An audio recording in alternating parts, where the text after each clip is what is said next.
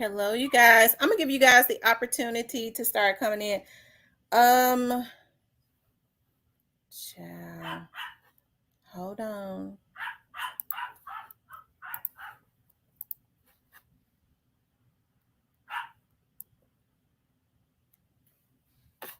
Hold on, you guys, because I'm streaming from both of my pages.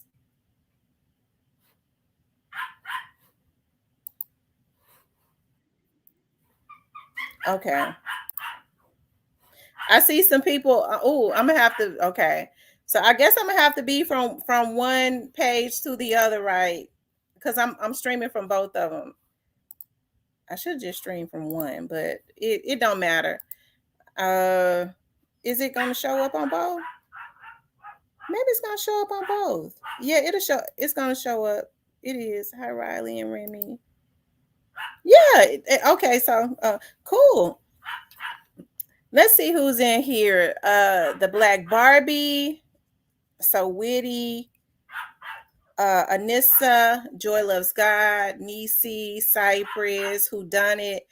Pretty brown eyes. So pretty. Miss Kitty. Holiday tracks. Chill Miller. Ambitious one. TB21, Hector, Letitia, and I don't know how many people on here. Let me see how many people on the other one.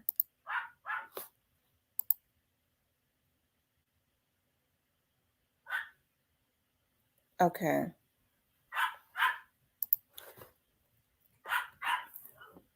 How is everybody doing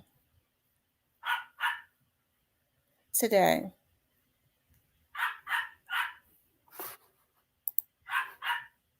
Hey, Fox. Yes, you guys, please like, share, and subscribe. I'm streaming from both of my pages today, but I think I would prefer that everybody be on the Real Talk with Tamara, the first one, the one. But if you're on two, that's cool too.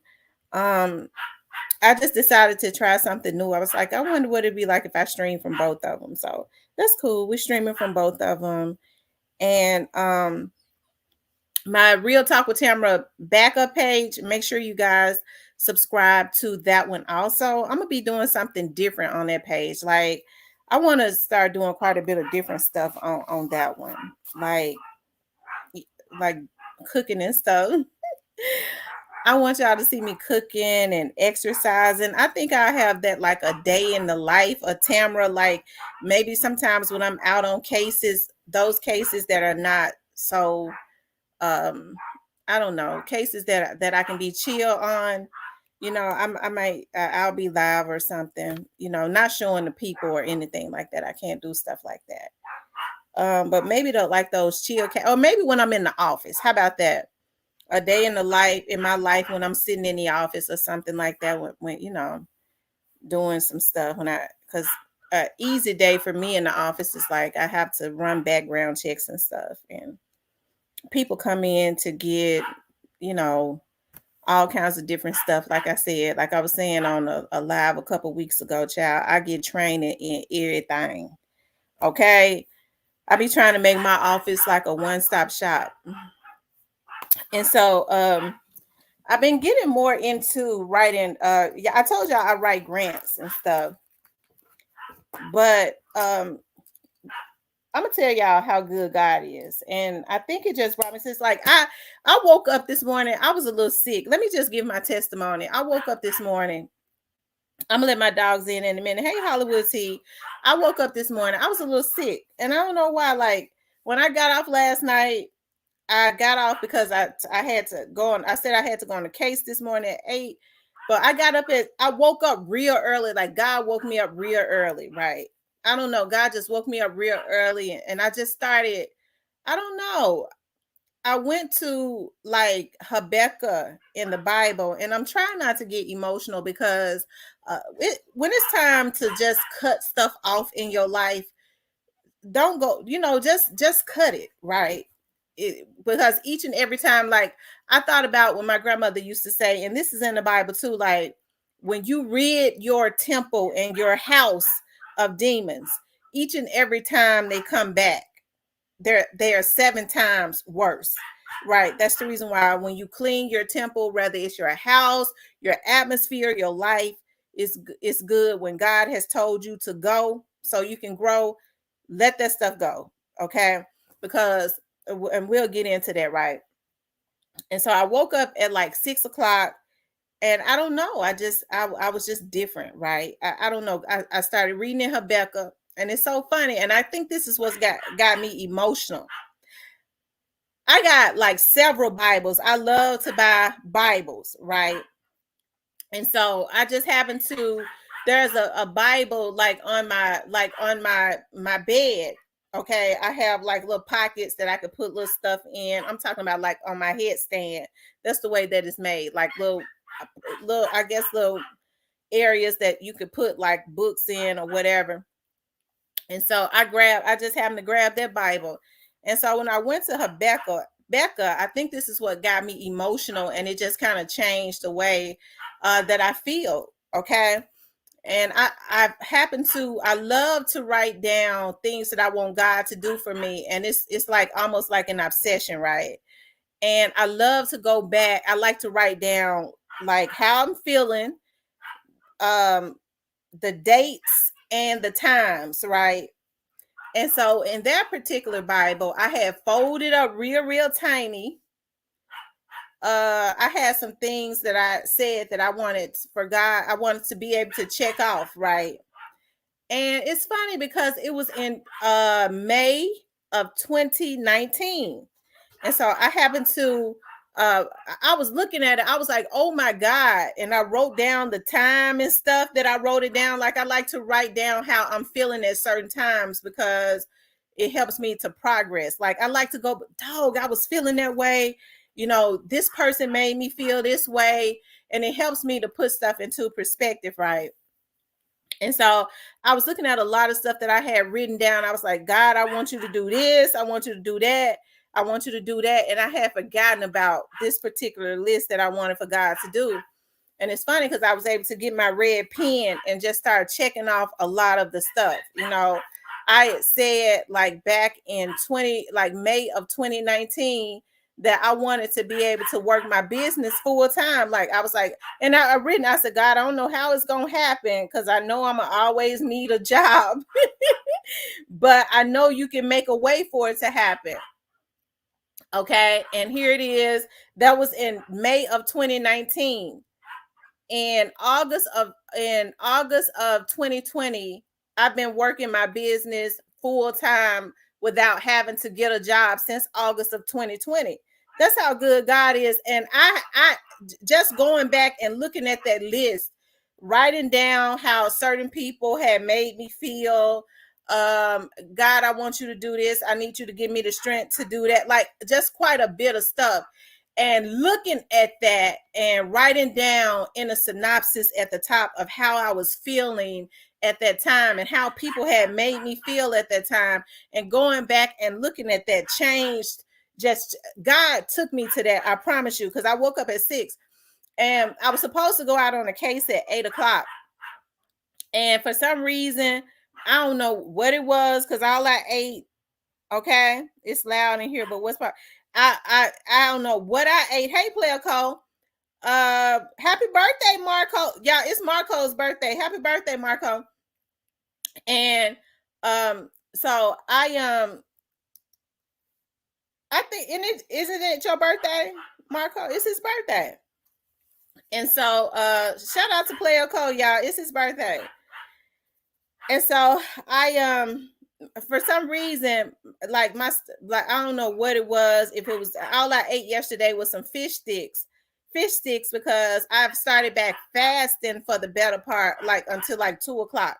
I'm back on my fast where I can sit whenever I'm fasting. I'm able to get a lot of clarity because I have a lot of stuff going on, right?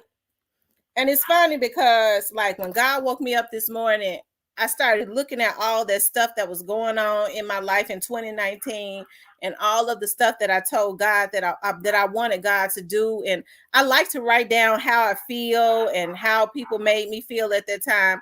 And it helped me to put a lot of stuff in perspective on this morning, right? And so And that's what brought me to yeah, shout out to Player Code. Happy birthday. Um that's what brought me to let it go so you can flow, grow on. And I almost put go on, but I thought about grow on, because everything that you do when you start letting go of things that no longer serve you, as far as like having people in your life and stuff that don't mean good, that bring negative energies and a lot of heaviness and obsessiveness. When oftentimes people bring it's the things that are around them that can weigh you down. And that's why I tell people, like, you have to be very, very careful and very meticulous about who you allow to attach to you. A lot of people don't even know, like, how, I don't know, it's got to be because they ain't there yet, because I sit and I watch people. I size people up pretty quick. And so I know oftentimes people think that I'm naive or whatever. No, no, I'm not naive at all. I sit back. Everything that I do there's a reason for it. Everything that I say, everything that I do, there is always a reason for it. Okay. And it's not that I'm naive. It's that I like to give, I guess, people the benefit of the doubt. You know what I mean? I like for people to hang themselves, right? I know you have some people that, you're welcome. You have some people that go, I don't have the tolerance for that. But I like to see stuff. I just like to see how far people, I like to see it. I just like to see how far people go. I like to see what they'll do when they think you're naive. I just like to see that. That helps me to really size people up, right? And so, I got to thinking about that this morning. Let go so you can flow. A lot of people can't even flow. I was going to say, a lot of people don't know how like how anointed they are. I was thinking about, I'm thinking about now my oldest daughter, right? Have always had to minister to my oldest daughter. Okay. My oldest daughter has always been like the little social bee. Like, she's always been like, I don't know, like very popular and stuff. She, everything that she ever tried out for, okay, she always did it effortlessly. Like, mama, I want to be a cheerleader this year. And she was getting on my nerves because I was having to bow that, mama, I want to be a majorette this year. Everything she ever tried out, like, she did a homework before she left school, because I'll be, where your homework at? Oh, I did it before I left school. She was just one of those ones. And so I used to have to, but my second daughter, she is very, very smart, but she was always one of those ones that had to study real hard. She always prepared. She always had to study. She would always go back and look at stuff. And my oldest daughter never had to do that. She always caught on the very first time. And so I would always have to minister to my child, because she had that type of personality, because she was like that. People was very, very jealous of her. She had people around her because she had a real giving spirit. She one of those ones that didn't care about nothing. Child, I would buy her clothes. The next thing I know, her friends would be wearing her clothes. Okay. Because she was just one of those ones that was very, very free hearted. And so I used to always have to minister to her, because people would always come at her. People didn't, they would always, she would have friends that would stab her in the back, and it would be very devastating to her and things of that nature. And it happens in life, especially when you're one of those people that just got a light on you. I always talk about like how the devil, the devil, robbers don't go and rob empty houses. Okay. And so a lot of people don't know how anointed they are, like the gifts that they carry on them. They don't even see what other people see. And so folks will try to attach themselves to you so that they can drain you of your anointing. Okay. They see how smart you are. They see that brilliance on you, how you handle business, and they will try and attach themselves to you, knowing that they don't even like you. Right. But to try to drain you of your anointing, because the devil is always attracted to the anointing. I think about like my cousins. Hold on, let me let my puppies in, because she gonna bark until I let her in, y'all. Hold on. Woo! Remy. I'm sick of you. Riley ain't said a word. You sitting up barking. Woo! Lord have mercy. I couldn't take it no more. Look, then ran right into her house and started drinking water because she thirsty. Okay. And so that's why you have to be very careful about who you allow to attach to you, because people will attach to you to try and drain you of all of that, instead of, a lot of times if folks came to you and said, listen, I like the way you think, I like what you got going on, can you show me some things? Can you, if they was just honest with you from the very beginning, you respect them more. You probably could go into a business partnership with them if they was right. But instead, what people try to do is get up close to you to try to scheme, you know what I mean? Just so that they can try and use you and drain you of the anointing. That's the reason why they don't never go nowhere. Okay? And so that's why I say you have to let things go so that your life can flow. A lot of times people's lives cannot flow when you're connected to people, to certain people. It just can't, especially when those people keep you in turmoil, they keep you in confusion, they keep you in all, they just keep your mind boggled up. And then all of the types of people that they have around them with their obsessive eyes and energy and stuff keeps you boggled down, and you don't even know that. You go, dog, why do I feel this heaviness? So you have to think about, like, with the internet, it's easy access to people. Folks able to watch you, they're able to see what you got going on, because a lot of times people post what they have going on. They able to see your location. They post what they have going on.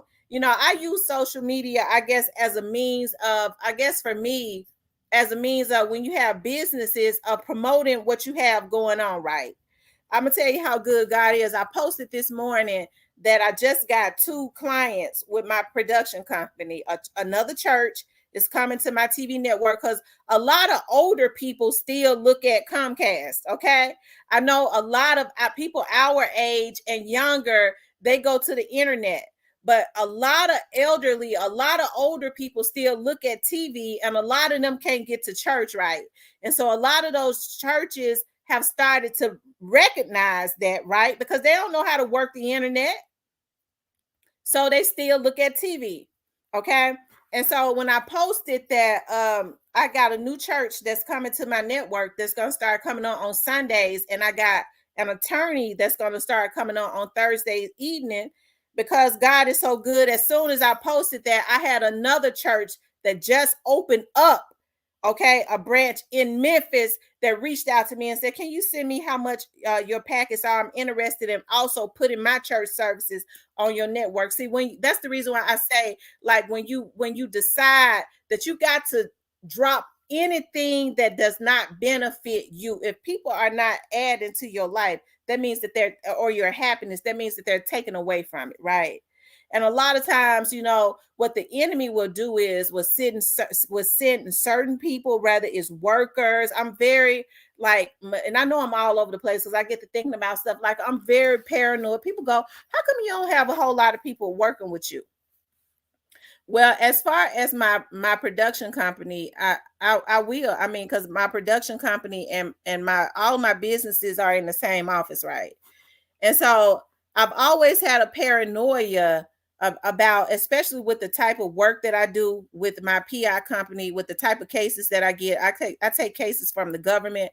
I take cases. I have to go on secret missions. A lot of times, I get cases from people that you would never even believe, especially when you're talking about divorce cases and things of that nature, right? And so it has always, because I've had issues in the past with people that can't keep their damn mouth closed. Okay. I have a paranoia about having people to work in my office with the types of systems that I have. One of my systems that I have is connected to TBI, right? They came and checked my office out twice. Like, nobody can go back in the office. They had to come and walk around my office. I had to have all kinds of shredders and shit, all kinds of file cabinets with locks and shit on it before they would even approve for me to have the system, right? And so I think I start getting paranoid, because when you're building something, and especially when you've had issues in the past, like I'm very meticulous about my stuff, right? And so that's why I say, like, you know, you have to be very careful, like, about who you let into your atmosphere. Because I remember when I first started my production company, I was having all types I was doing interviews, like I was coming on every single day. Okay. Every single day after Thaddeus Matthews, no, right before Thaddeus Matthews came on, I was coming on. So my slots were they were even hot even then, right? And so I had somebody working into my office, and I had like different people coming into my office. I had basketball players, NBA players. I was interviewing everybody, okay?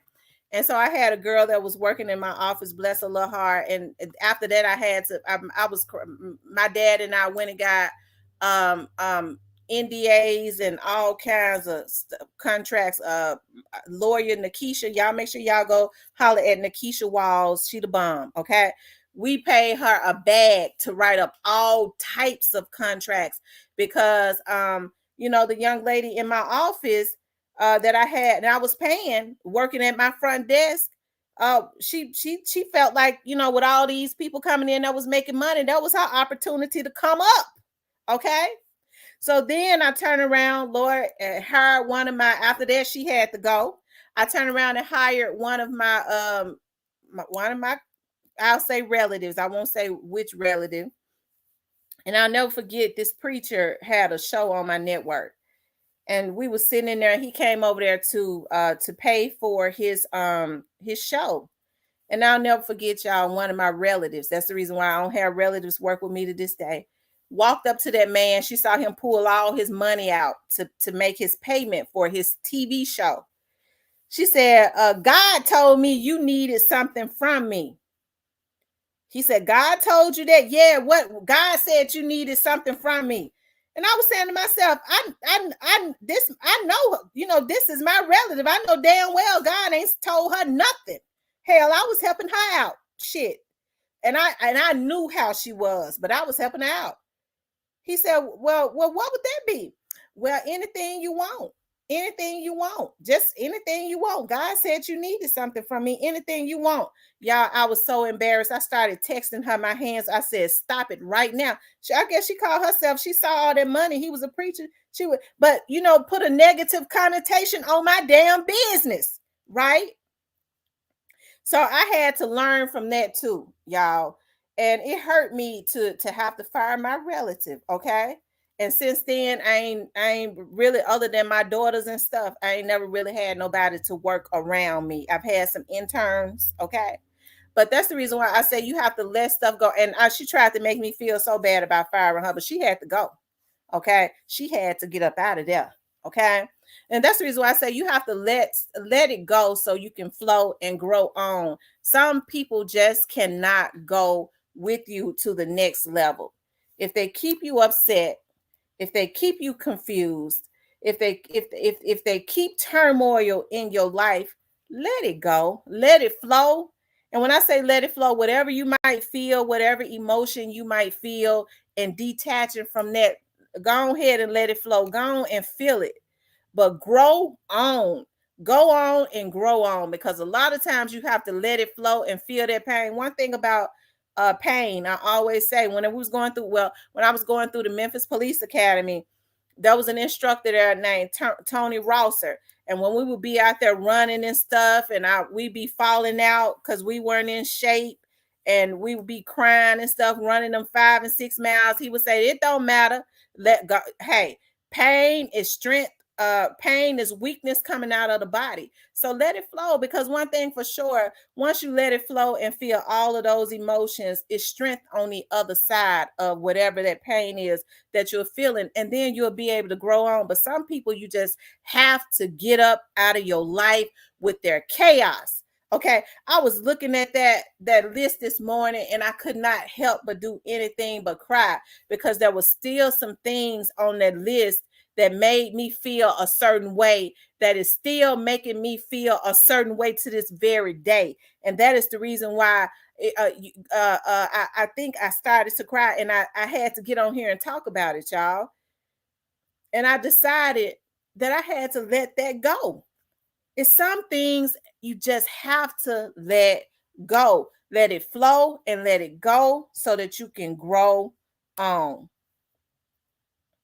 Yeah, she was gonna bust down Pastor. I told my daddy, I said, Daddy, you better come and get your folks. My dad couldn't do nothing. He just kept laughing. He said, You already knew what that was when you did it. He said, I didn't say no when you hired her, but you already knew what that was when you did it. Oh, Lord have mercy. God told me you needed something from me. He said, God told you that? An old pastor. God told me you needed something. He said, well, what God tell you? Anything, whatever you need, just whatever it is you want. God told me you needed something. Just ask me. I said, this bitch got me fucked up. She thinks she gonna run my clients off. She'll never give my business that name. As much money that I've had to come through my office and still do, because I've been having all types of politicians to come through my office. I makes a bag off these politicians. Do you think that I would ever mix business with pleasure? No, I got to get my money and keep getting it. Hold on.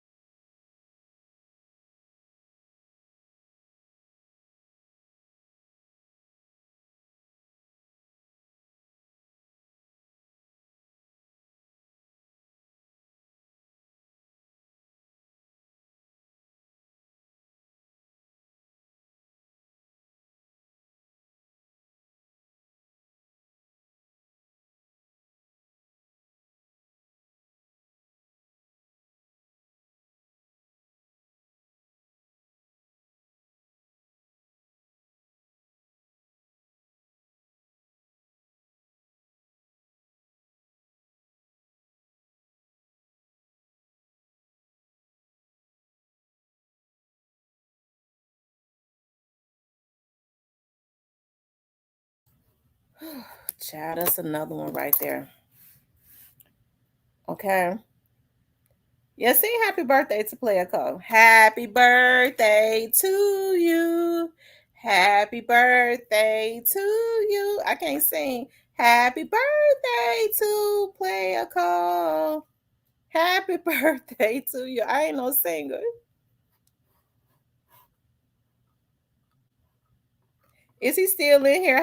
How old are you, Player Code?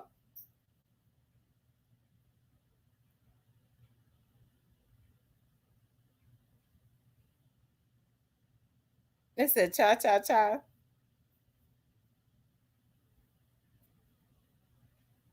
I think he said he was in a restaurant. That's what he said in the chat. He was somewhere, so I guess he out with his folks. But yeah, y'all learn to let it go, so that let it go, so you can flow and grow on. Just know that everybody is just not. I don't care how long you've been knowing them, even if it's relatives. Everybody is just not meant to move to the next level with you, or they ain't even worthy enough to be in your life. If they don't show themselves approved, then they ain't worthy, to be in your life, whether it's family. And I use my family member as an example too. Just because a person is family, it don't mean that they're worthy of being in your atmosphere. Everybody just cannot be in the atmosphere that God has created for you. If God is opening doors for you and has given you all types of gifts and things of that nature, you have to get people away from you. First of all, you have to keep vultures away from around you, and you have to. And sometimes those persons may not be vultures, but they might have people around them with vulturistic spirits or whatever. Because I'm gonna tell you something about people now. More and more people are sick, and they probably were all the time, right? But you're talking about all types of different drugs and stuff that people are on, and the internet makes people think that they have, that they are a part of your life, right? That they have, it makes them think that they got some type of access to your personal life.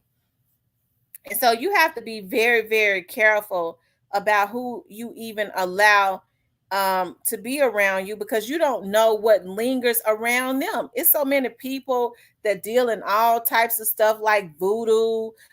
You got folks that have all types of obsessive personalities. And when those people zone in on you, okay, when they zone in on you just through the internet, when they got that jealousy and that venom and stuff in you, and that stuff tends to drain at your spirit, man. Even if you have not recognized it, them demons is pulling and draining at your spirit, man. That's the reason why I say, y'all, you have to learn to let things go that don't benefit you. Okay, you have to learn to let it go, things go that don't benefit you. If people want to be in your life, then they will step up and do what is necessary to be in your life. But if they in your life and it's chaos, that's God saying that they ain't supposed to be there. Let it go. Feel the pain. Let that pain flow. Because on the other side of that pain, okay, is strength and grow on.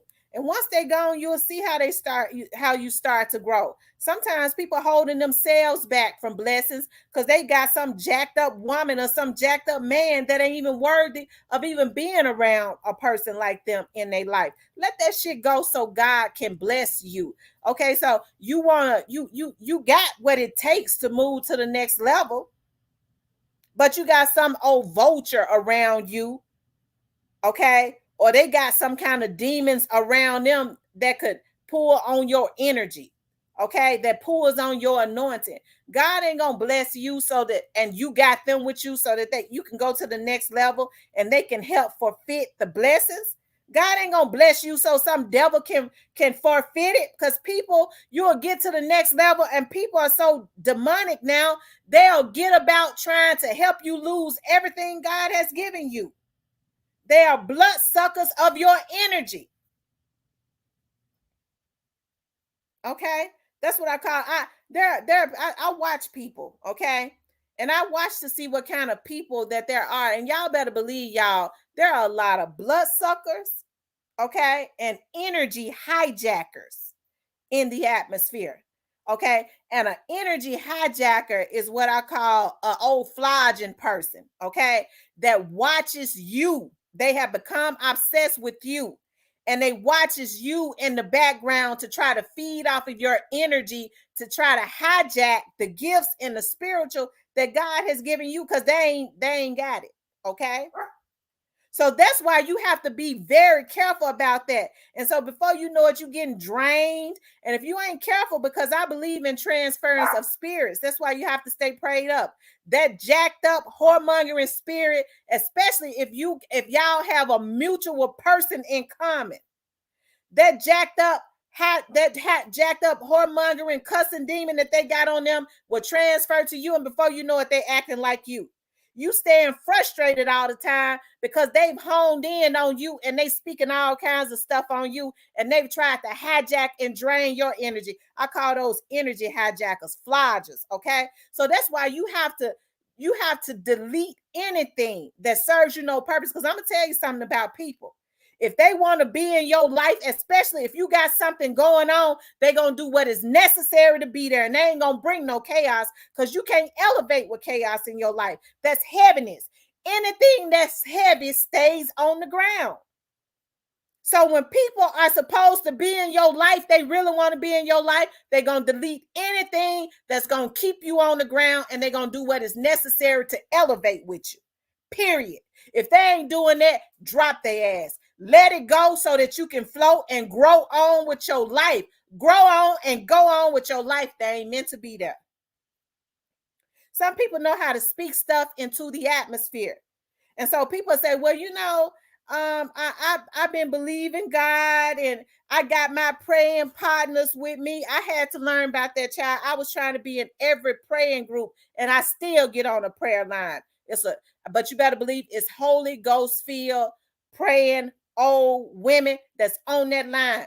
And I used to get into prayer groups and I used to be praying with everybody, and we used to be touching and agreeing and stuff. And I was like, dog, ain't nothing happening. Everybody speaking in tongues and this and that. And I was speaking out, well, I want God to give me a house. I want a good job. I want a better job. I want to start making more money. I want this. Just lost, right? And so one day, one of the girls on the praying line, we met on some praying, we met on in some praying group. Okay, about two of us are still very good friends to this day, right? And so I remember one of the girls, she kind of attached to me because she was from Memphis, right? And I was like, oh, okay, another Memphian and this and that. So I remember she said, girl, such and such that be on the praying line. I said, yeah. She said, girl, she ain't right. Every time she's speaking out something, she talking about, because I know she ain't right. She talking about she want this and that. I be canceling that stuff out in the spiritual. Folks don't believe that stuff is real. I said, what did you say? She said, baby, every time she be speaking out, because see, I know her heart ain't right, baby. I be going up in the spiritual realm, canceling that stuff out. Now, this girl was praying for her husband to come back. This girl was praying for God to bless her. But this girl gonna tell me that, and we were all supposed to be touching and agreeing that every time she spoke it out, she was canceling it out in the spiritual realm. I learned from that day, you can't touch and agree with everybody because everybody ain't praying for you.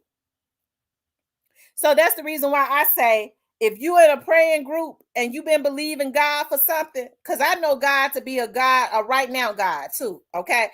If it ain't right now, it's because it's some stuff that he got to work on within you. But if you've been in a praying group for 20 years and ain't nothing came to pass, you need to get you some more damn praying partners because something ain't right. Okay.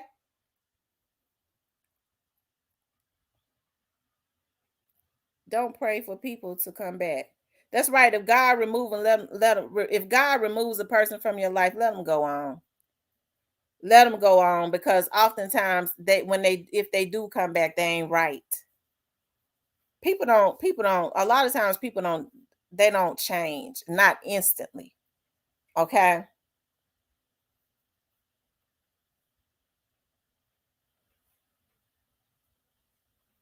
Okay. And so you have to be very careful about who you allow to attach to you. Okay. Because now we're living in a time where people get close to you simply because they see the gifts and stuff that's on your life. Yeah, that person got a gift. I could do something with that. It's all about them. That's the reason why I say let it go so you can flow and grow on. And God woke me up this morning early. As a matter of fact, it was like at like 5:54 this morning. I normally I mean, I know I had a case. I was gonna go out on a case at 8, but God woke me up at about 5:54 a.m. this morning. And I'm so happy that I grabbed that Bible and found where I had written it down in May of 2019. And then I was able to go and scratch some more stuff off. And then looking at how how I was feeling around that time and how certain people was making me feel.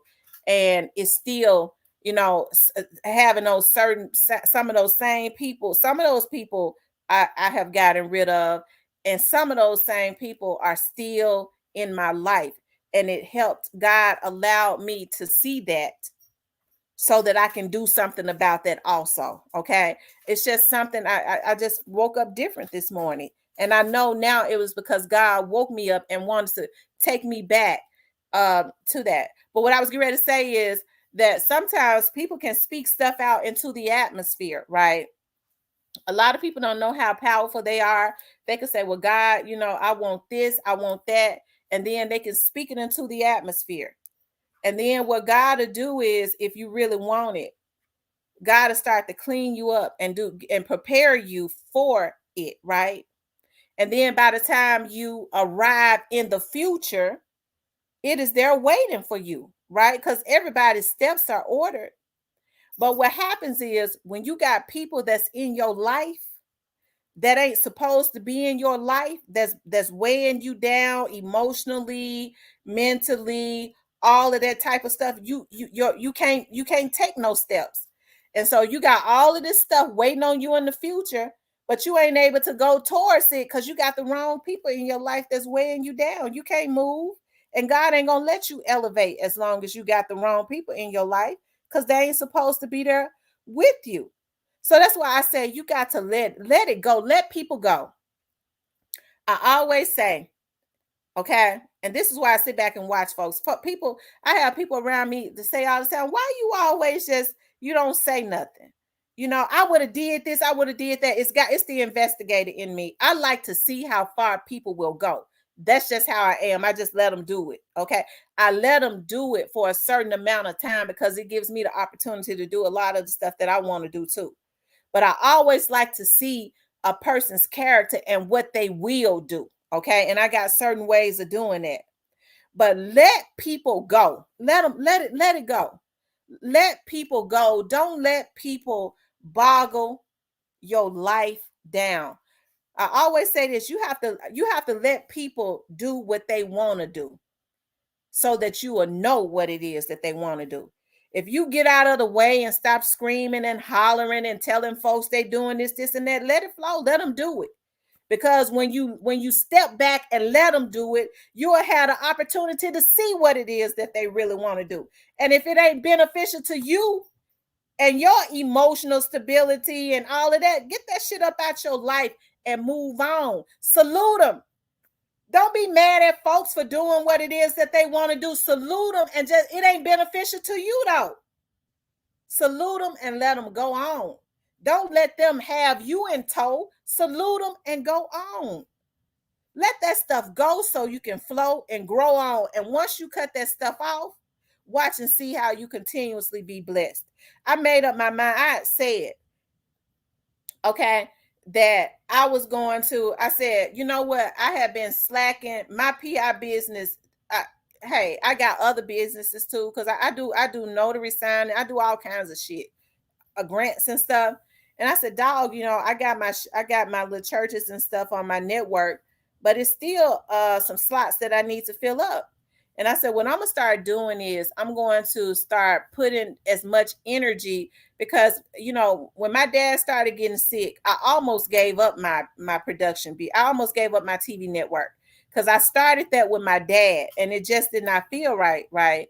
So I said, you know what? I was telling my mother, I said, you know what? I'm getting ready to start back being aggressive also with my production business and putting more churches and stuff on, because we need more positive stuff into the atmosphere anyways. And it's amazing how God woke me up at 5 something this morning. I find notes that I wrote, and I write notes and stuff all the time because I like to write down my emotions and put the date and the time on them. I like to time stamp them, right? And then God let me see that. Then I post, two new people that just came to my network. One is an attorney, one is another church. I decide, okay, I'm gonna put that on Facebook after praying and asking God, Lord, help me. I got to cut off everything that means me no good in my life. I got to, and I am determined to. This time I am determined to, whether it's family, whether it's anybody, they got to go. I decided that at 5:54 this morning, they got to go. That's it. It's final. They gone. Okay. And when I posted that on Facebook about my two of my new clients, another church reach out to me on Facebook and said, can you send me your packages? I'm interested in putting my church services on Sundays. Okay. That's how good God is. Like, I come on in Alabama. I got my network goes all the way down to Alabama. It goes Mississippi, Arkansas. Okay. When I first started coming on in Alabama, I was like, I'm gonna start testing it out and just start putting my gospel show on. I had so many. I come on in Huntsville, I come on in Muscle Shoals, and I come on in Birmingham. So many people from around that area had started reaching out to me, like just excited that I had put my show on and that it is a positive show. There are so many churches and stuff down in Alabama. The market is just wide open. It's just wide open. But when you have people that are not beneficial to you, it keeps your mind boggled. Okay. Whether it's family members, okay, that you want to try to help out sometimes, or just anybody. Okay. Learn to let it go so you can flow and grow on. Okay. Grow on, go on, and grow on. And a lot of times you have to go on so that you can grow on. Everybody just ain't meant to go with you. I don't care about the history. People get caught up in the history of stuff. Yeah, but we've been together for 15 years. Yeah, but hey, it's better that you lost 15. I know you ain't trying to lose 20. You can't get time back. You lost 15 years. Okay. So I know you ain't trying to lose 20. If a nigga ain't changed in 15 years, he ain't gonna change in 20. Let that stuff go. Let it go so you can flow and grow on, because it's another man waiting for you. Especially if you know you're a good person, God has gifted you with a lot of talents. You know what you deserve. So what, you lost 15 years? Let that stuff go. Let it go. The season been up. Okay, so you overstayed your season. Let it go. It's better to lose 15 than 20. Let it go so God can walk you into your blessings. And while you out there gleaning in the fields, you'll walk into the man that's going to make you happy and not keep you boggled down and frustrated. You ain't got to worry about obsessive women watching you all the time, trying to hijack your energy. Let it go and glean in the fields. You got the gifts so that God can walk you into your biggest blessing of your life, that's in the form of another man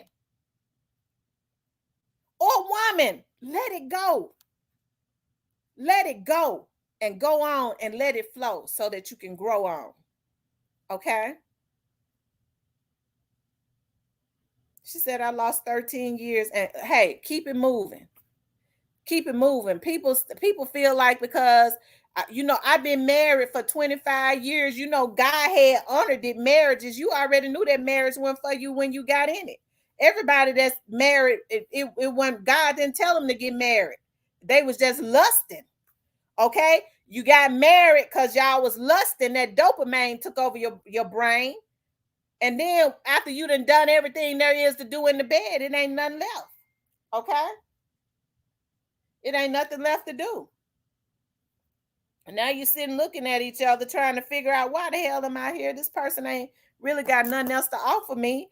But God had honored the marriages. God don't honor that because God wasn't in that. God ain't in no mess. You took that man out of another woman's house, hole, okay, or that woman. And so when it ain't right, it ain't gonna never be right. Yeah, I know he was married, but I took it to him. But look, I got the ring now. We married, and so I got you going through hell, child, trying to prove to everybody, talking about God. God didn't honor that from day one. So a lot of these people mentally ill, okay, because they got it the wrong way, and then they want God to fix their mess. You think God gonna let you be happy after you done hurt somebody else? You took that person right up out of somebody else's bed, and God was honoring that marriage. Okay, that person was married. That marriage was supposed to be honored. Now you talking about God gonna honor my marriage. Yeah, I know I'm unhappy, and I've been unhappy for 17 years, but God had honored the marriage, because marriage is brought together by God. God didn't bring that together. He never did. Your lust brought that together, okay?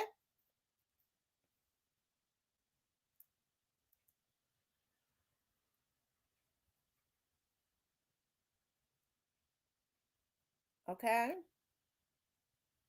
But learn to let this stuff, let it go so you can flow and grow on. I was thinking about one of my friends I was talking to. We've been friends for 20 he I was when I first started working for MPD, I was pregnant.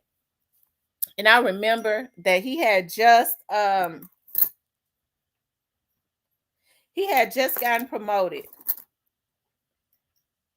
No, they TL, they temporarily assign a lot of detectives up in felony response. And so he went on, bless his little heart, he went on to be a police major at the East Precinct. You know, the one I was telling y'all about, that he said he always answered them calls, you know, and he telling me all this stuff that was going on with Zach Randolph and Chula Mafia, because that was his precinct. And so I remember we was talking about this other officer. I'm not gonna say her name. And she used to sit up there and talk to me in the front all of the time, right? And she was talking about how she was messing with this married man and this, and that. And she thought it was funny, you know? And so finally his wife got tired. He had a store and he was taking care of her. And I mean, she was bragging about how he was at her house all the time. And so when his wife got sick of him and divorced him, he lost everything. He had to sell the store. He had to, I mean, everything that he had got with his wife, he had, and she got the majority of it because she had proof of him cheating.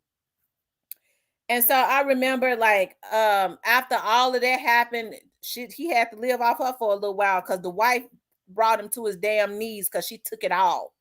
Okay.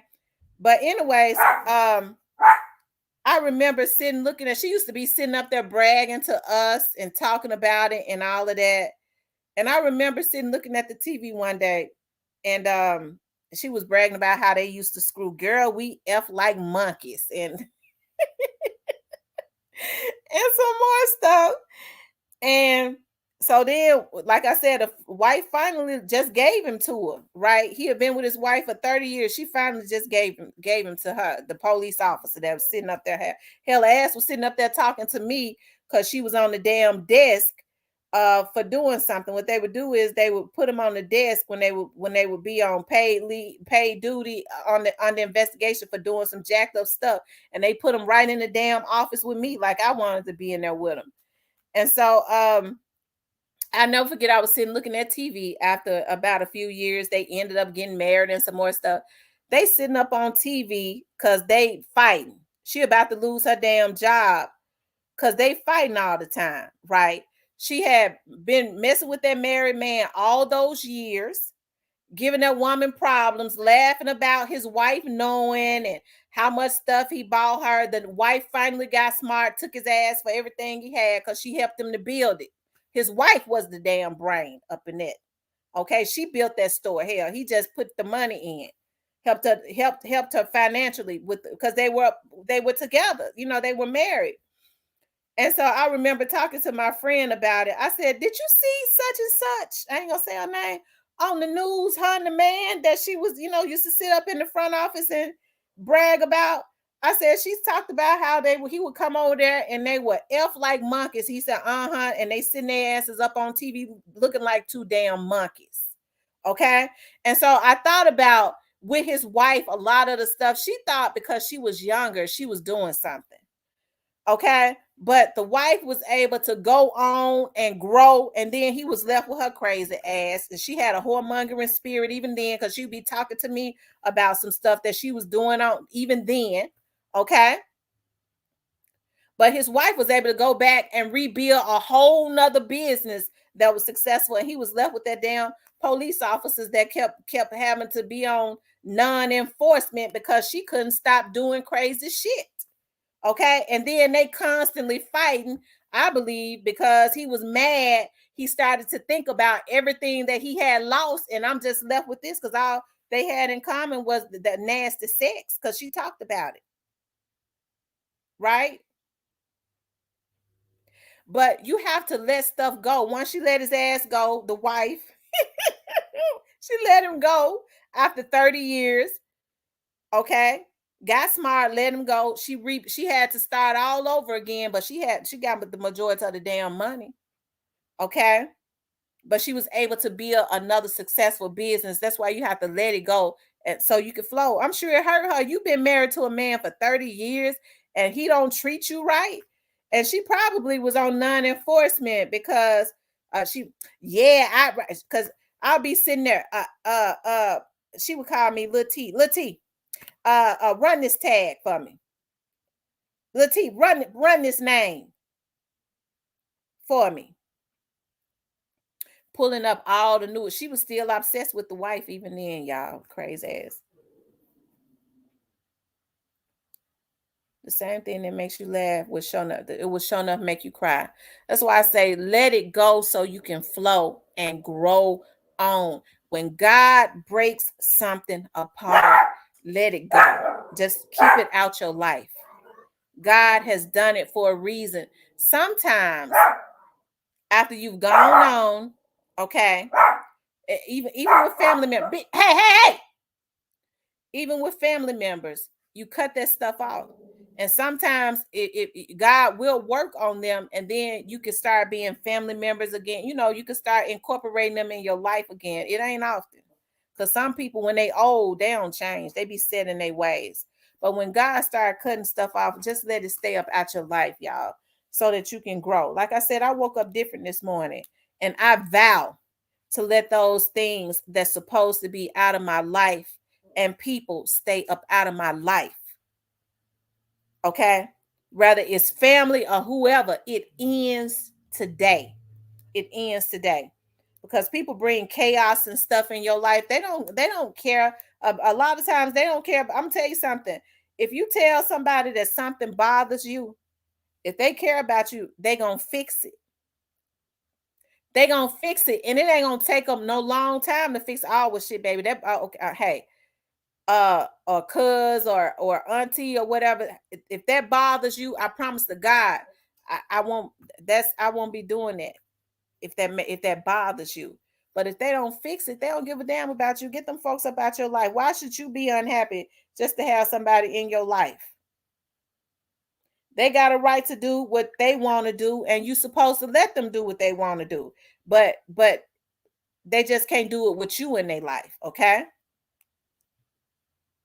You have to recuse yourself for your sanity, for your growth, okay? And for your prosperity. Because believe it or not, a lot of people don't believe their prosperity is tied up, okay, in who they have in their life. Hey, Tommy Wright the third, I asked about you yesterday. Their prosperity is tied up in who they have in their life and who they don't. Some people in your life, you can't prosper, you can't catch a break because you got them demons in your life, because they got all that bad karma and stuff around them, or they dealing with people with all kinds of craziness around them, and them demons and stuff are attaching themselves to you. Okay, go ahead and get them folks on up out your life, because like I said, if they care about you, they gonna fix whatever it is that is bothering you. They gonna fix it.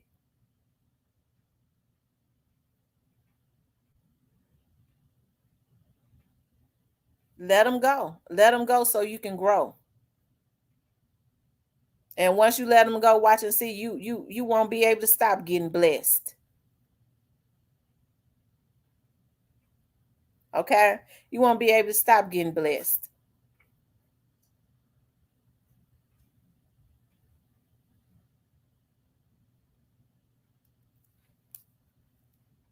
Kitty says, I could do it to people, but not the people I love. Sometimes, Kitty, the people you love, you just have to take a faith walk. Those be the worst ones when you love them so much. You have those be the ones that be the ones that can break you down the most. And when I say that's a faith walk, that's when you have to truly depend on God. When it's people that you truly love, because it's so hard to cut that off. And that's when you have to say, God, I can't do this without you. I'm looking to you to carry me, and he'll do it, because I don't know how to do this. I love him. Whether it's family members or what, I'm looking to you to carry me. Cut this out of my life. And you have to be determined, and watch and see, don't he do it? And then watch and see, don't prosperity start coming.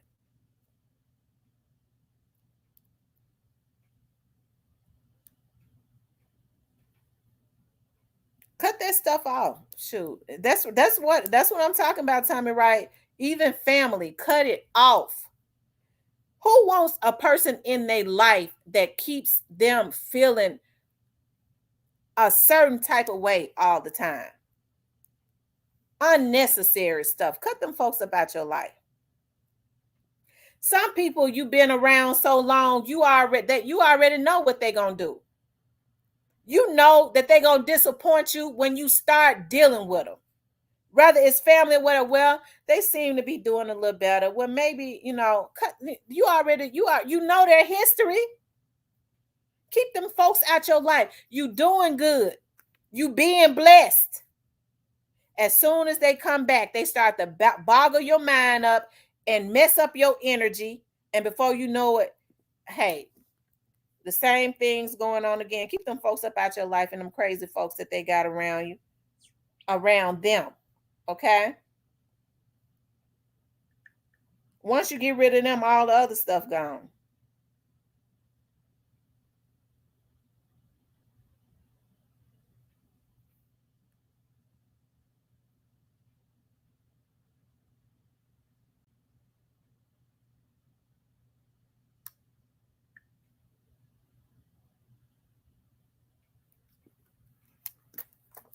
Okay? G Money says it's causing conflict within the family. Too Pretty Miss Kitty says I'm snapping again every time. So thank God for waking you up different, like He did me this morning. I woke up different this morning with a determination, and I feel different. Okay, you know how you just know, and that's something only God can do. When you wake up at 5 something in the morning, just wake up out of your sleep and grab your Bible, and then you go to Habakkuk and find something in there that you've written in 2019. God woke me up and took me to that, and it changed me. And that's the reason why I say all you got to do is have a made up mind. It don't take forever for you to change. When people say I just can't change, all you have to do is have a made up mind and a determination.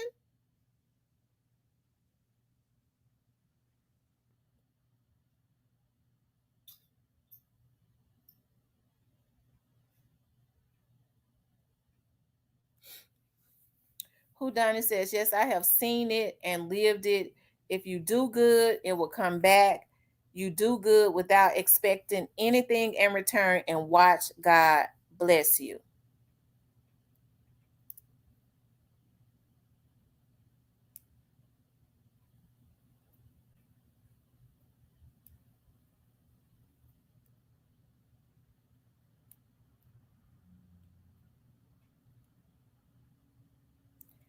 G Money 69 says, a child you raised since he was 5 disrespects you is hurtful.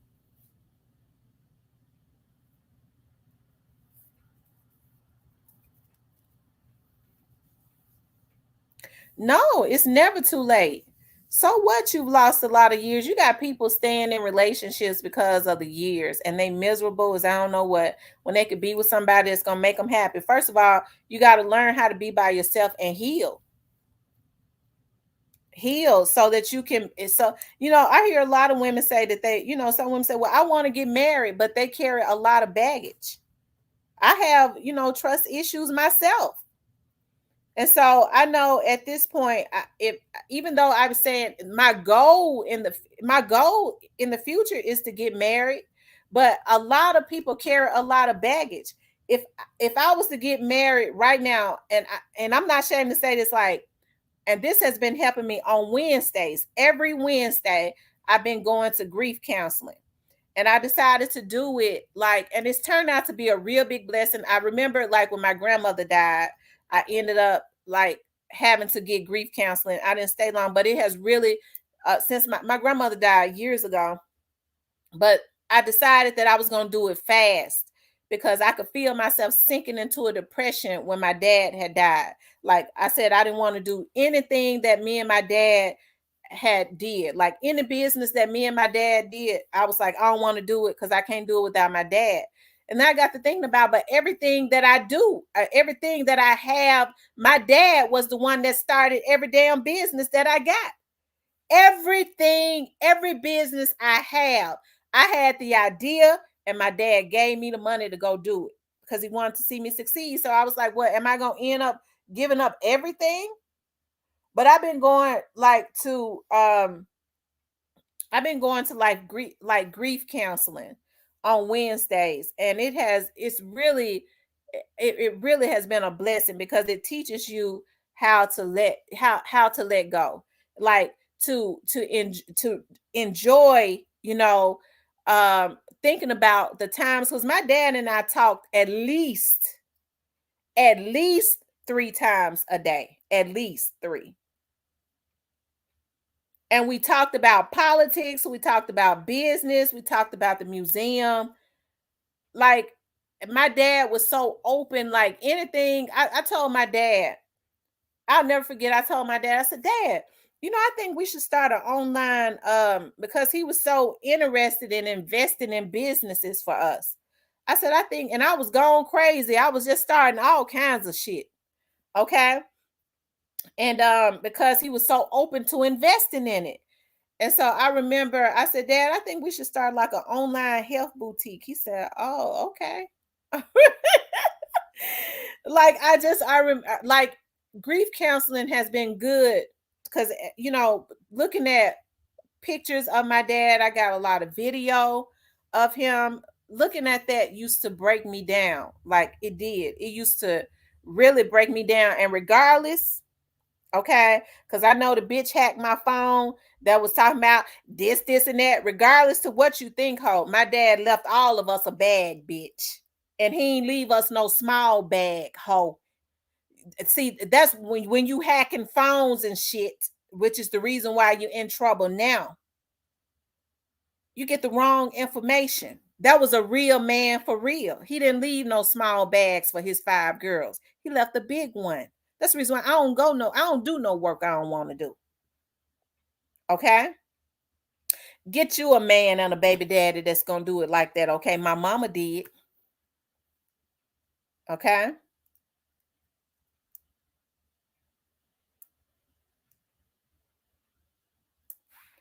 Too Pretty says, I didn't grown up with my parent, but I saw them. I know they love me. They just made a mistake. Yeah, people do, as far as parenting, it does not come with instructions, and we do the best that we can. And oftentimes people do parent how they've seen it. Like, my folks was very overprotective of me, except I was real sassy. I was real spoiled. And my mom and my grandmother tried to give me everything. Um, my mama always say, she said, Lord Jesus, only child until I was about 11 years old. And my mom and my grandmama just doted over me. I'm telling you, even we was living in the projects. I remember like when we was living in the projects, I remember I told my mama, that's when hula hoops, y'all know, I'm talking about my age now, hula hoops first came out. And I remember telling my mom, I want a hula hoop and I want this and I want that. And I remember I was on the side of the projects. We used to go play kickball, and it was like, yo, guess what? They called me Chrissy. Chrissy, guess what? I just saw your mom and grandmama walk in. You got that big hula hoop. That's when hula hoops first came out, right? I was one of my mom and you know, like, my mom and them were awesome.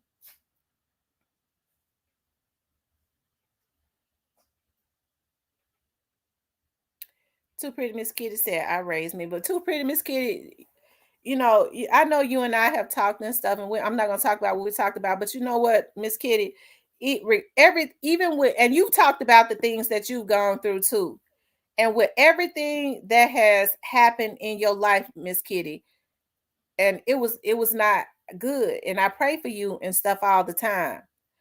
But even with all of those things that happened in your life, and it was wrong, and it was evil for them to do you like that, guess what? You still a good person. See, what the devil wanted was, when people go through stuff, Miss Kitty, you stronger than what you know. Because people that go through the type of stuff that you went through, oftentimes take their life, right? A lot of times they take their life because they can't handle all of that trauma that they went through. But even with all you went through, all that they did to you as a little girl, guess what? They still, the devil couldn't get you to take your life and couldn't take your spirit. You still got a good spirit. You raise your kids up. You love into your children. You do the best you can for your kids. So the devil still didn't win. And I'm sure the people that did that stuff to you, they somewhere right now, they have to deal with what they did. First of all, that God pay back. That's number one. And then they have to deal with the guilt of what they did to a child. And guess what? The devil still didn't win because you still alive. You still alive and you got a good heart.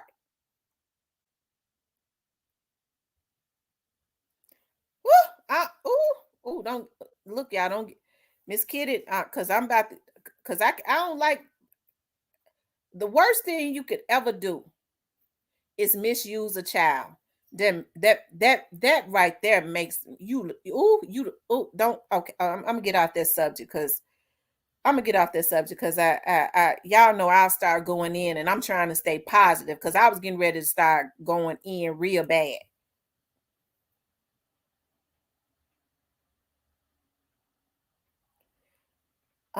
New to you says Kitty, standing strong. God's not finished with. That's right, Miss Kitty. God ain't finished with you, and that happened to you, but that's not who you are. I always tell you that that's not who you are. What they did to you is a reflection of them and their sickness, not you. And guess what? You still alive and you still got a good heart.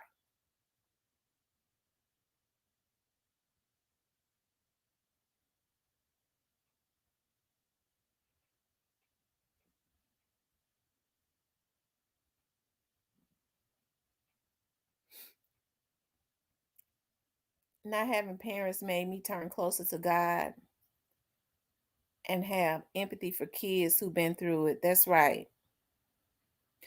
I have such a attachment to children, and if y'all notice, like young adults, and that's the reason why I used to, I don't now.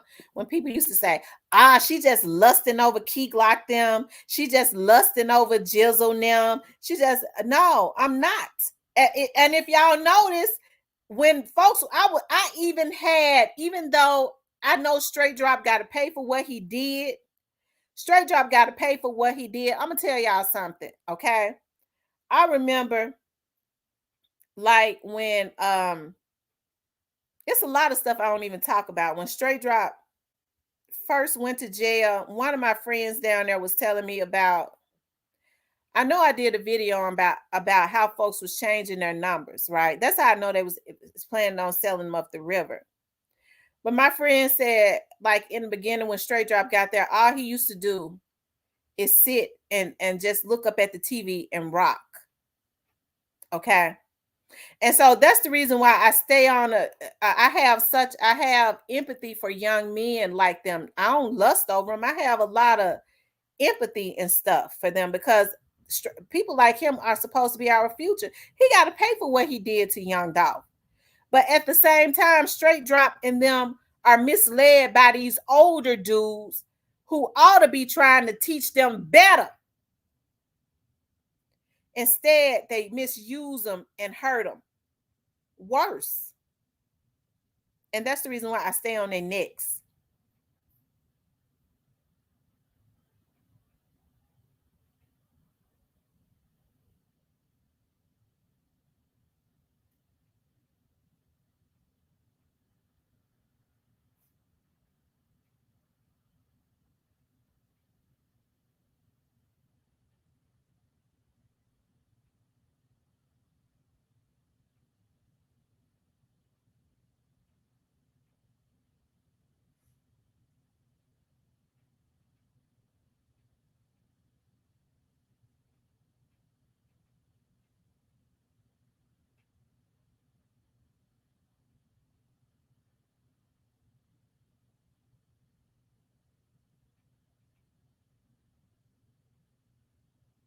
Okay.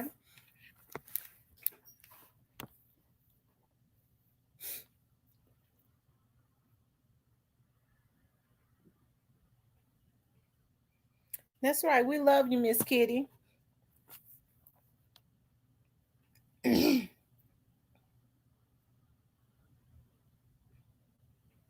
Miss Kitty, that's why I say you're strong because, like, with a lot of the volunteer work that I've done and working with the working at the police department, I've seen a lot of people that have gone through the same thing that you have gone through, Miss Kitty.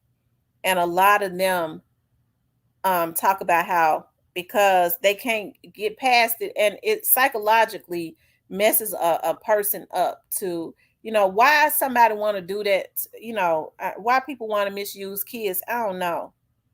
But a lot of them talk about, some of them have talked about how they have to talk themselves daily out of taking their own lives because it psychologically messed them up, um there's this lady that's a minister, and I mean, and she gives her testimony. How she do it, I know it has to be God.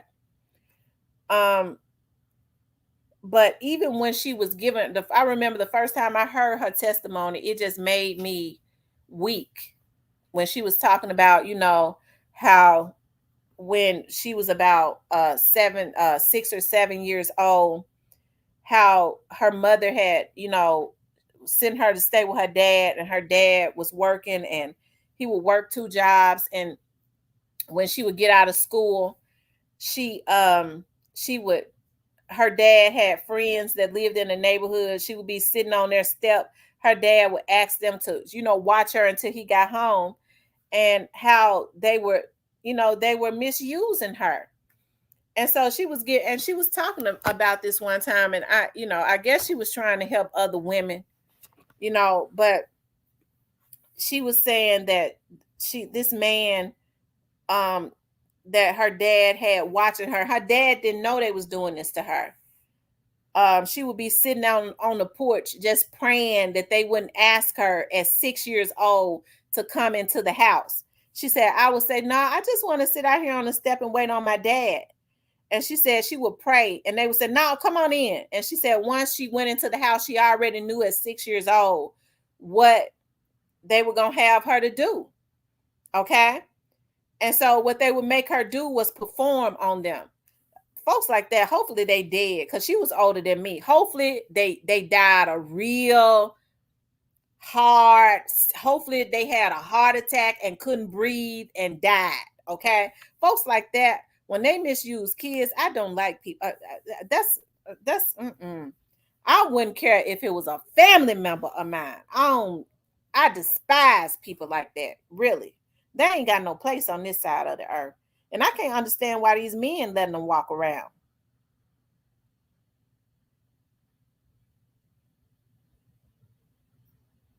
Okay.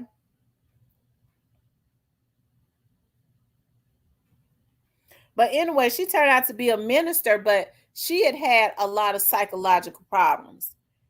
Okay. And she turned to God, and I could tell she would be giving her testimony and stuff like that. And she would say, oh, God brought me through. But when she would be talking about it, I could still see the hurt in that lady's eyes. That's the reason why I say kids and stuff have to be protected at all costs, because children, and we've all been children, grow up to be adults.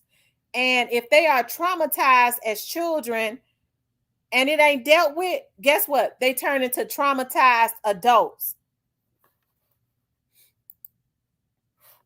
Yeah.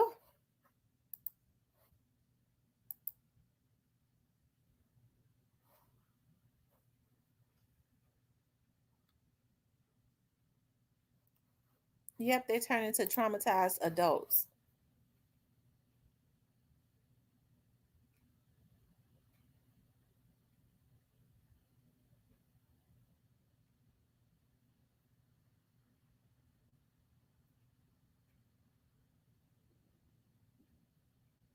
That's right. Hurt people hurt people. That's why I say, y'all, let it go so you can flow and grow on. Anything that God is trying to rip you apart from, just know it's got to be, especially if you are a praying person, It's got to be beneficial to you. I don't care how bad it hurts you. Let it go. Let it go.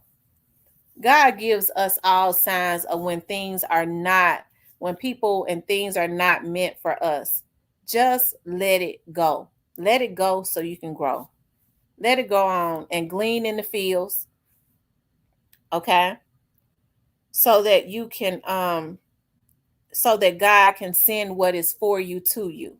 And once you get about God's business, and when I say God's business, a lot of people say, well, what is God's business? Is that preaching? Getting about God's business to me is doing what God has put you here to do, whether it's bettering yourself, whether it's getting yourself healthy mentally, whether it's taking care of your family. Get about doing God's business and glean in the fields and watch and see on God walk you into what's meant for you. Okay. And what I was getting ready to say is like everybody needs to get healthy emotionally, because I hear a lot of people, to include myself, always say that, I say I want to get married. That I do want to get, I've never been married. I do want to get married, and I want to get married one time, and I want to stay married forever, right? But what you have to do is you have to ask God to prepare you emotionally, because folks be sitting up hollering about they want to get married and they ain't healthy. You have to ask God to make you a wife and not a knife, because everything is not a man's fault, right? A lot of women are emotionally damaged, and some of them just batshit crazy. We just got to be honest now. A lot of us batshit crazy now, and if you're not careful, especially when you asking God to prepare you for stuff, definitely asking God to prepare you emotionally, okay? Because everybody talk about they want to get married, and then they get married and they become a knife to the damn man, and not a wife. You'll mess around and God send you a good man, and he ain't gonna do it anyways. You'll mess some good man's life up if you ain't emotionally stable, okay? She said, I'm working on that. I'm working on that too, so with it, because I'm real jealous. I be getting jealous. I be wanting to know everything. Cypress, you heard Cypress say his girlfriend don't be wanting to know nothing. I want to know everything. What you doing? It's a lady said her husband be leaving in the morning time. She said, I don't require that much attention. He leave in the morning. I guess he be with his friends and stuff. He come home at night. Oh no. Oh no. Absolutely not. He ain't at work. So where you at? So he leave in the morning, come home at night. I don't play those types of games, y'all. I don't care how much counseling I get, that ain't gonna change. Ain't no husband of mine, unless he going to work, gonna leave in the morning and come home at night. Okay? And he been out all day and I don't know where he at. No. I said, do you call him? I don't require that much attention. Your husband is a known cheater, lady, and you ain't, girl. No. I got to know, because respect is, even with women. If you go into the mall, you let your husband, baby, I'm going to the mall. Okay, I'll be back. And when he called, you supposed to be able to answer that phone. He's supposed to hear some folks talking in the mall. Okay, and not just one man in the background. But I'd be a damn fool to be leaving home and I got a husband or a man in the morning time coming home at night. That's asking them to leave. It's disrespectful for you to be gone all day, and then your significant other, your spouse, especially your wife, say, "Wait, baby, where you been? Baby, you in my business." Y'all, that grief counseling helps too, because we get other types of counseling, because that's when you get to throwing shit all up against the wall, okay, and right at his head and stuff. You're talking about mind your own business? Absolutely not. Okay.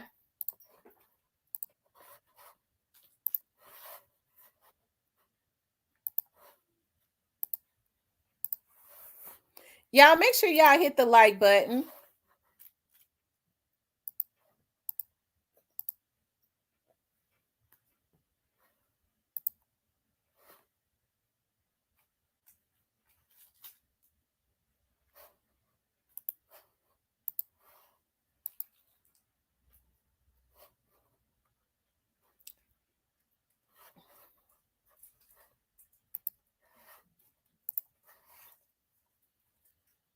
There's a lot of anger that comes with grief. Yes, it is. You're right. Legacy communication is key. People got to know how to communicate too. But it is a lot of anger that comes with grief because I used to get mad every time I thought about like, dog, my dad was up and going last year and this year, but he was sick the whole time. He was just a soldier. He was just a soldier. And so my mom said to me, I was talking the other day, I was like, this, she said, stop, baby. It was just your daddy's time. Your dad been sick a long time and he was just a proud man. He was just too proud. It was just his time. He been sick a long time.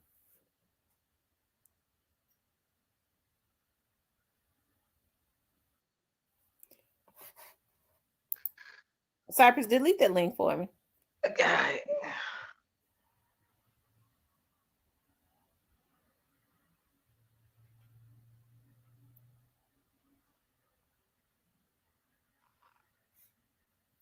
What's going on, Cypress? No, hold on. Okay, I got it now. Can you hear me? Yeah. Oh yeah. The So spoken what's word. up? The So spoken word. what have you been listening in on this subject, this topic Yeah, I've been talking yeah, about? What you yeah, think? yeah. The first, the spoken word was good. You did good. I think you need to do that more often on Sunday because you're gonna touch some. You're gonna touch somebody. You ain't gonna reach everybody, but you're gonna touch somebody. I ain't gonna touch you, huh? It ain't gonna touch you, huh? It, it, it might.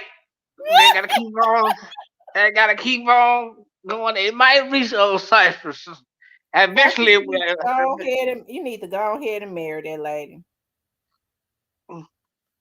If God listen, I'm all for if God lead me that way. It's cool. Mm-hmm. For me, that just jumping off the limb and doing that ain't happening.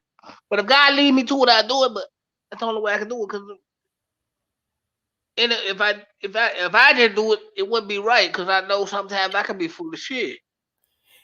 Cypress, I'm just looking at this video you sent me. He got that big C chain on, huh? Yeah, man, Vato. You see, I know y'all in the CMG. Yeah, I don't know much. Yeah, yeah. Lord have mercy. Mm. Yeah, Vato had to let me know. He know y'all listen to CMG. You know what I'm saying? But no, man, it's women.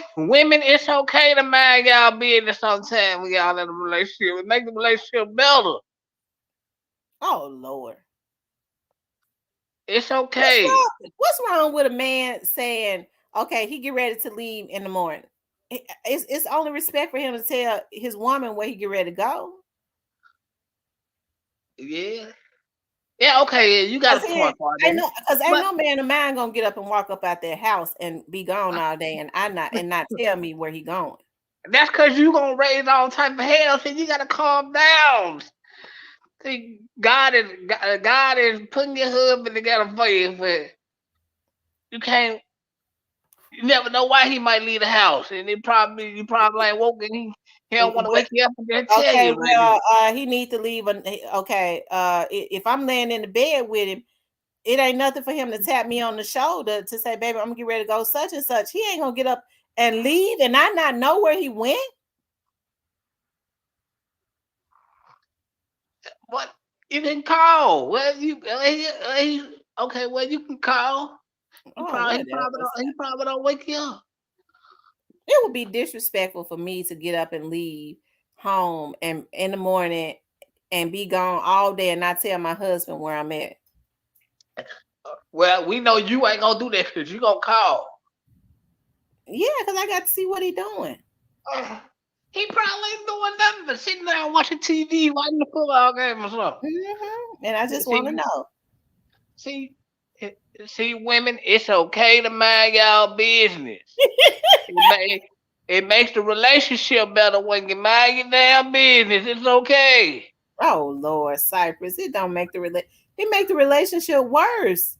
I'm not How? saying that I'm not saying be possessive to the point where the person can't go nowhere, but it's only respect to say, well, I'm getting ready to go here and make sure you going there.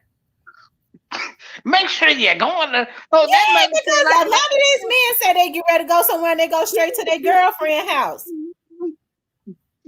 well, if you ain't with them when they leave, it don't matter about where they going. Mm. Just long as they come back.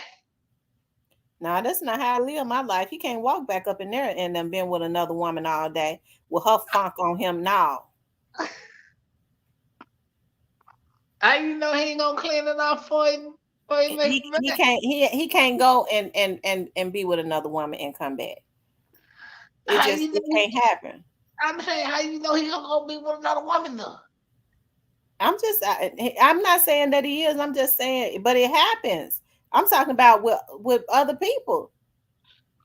It happens because they just they just sometimes it happens. Yeah, it happens because sometimes they just who people are. But everybody ain't like that. Some people is just like that. Like I leave. It don't be no it don't be no problem when I leave because I'm grown. Jerome says, Miss T, I've been with my wife for 29 years and we have 4 daughters. I wouldn't leave her for nothing in the world.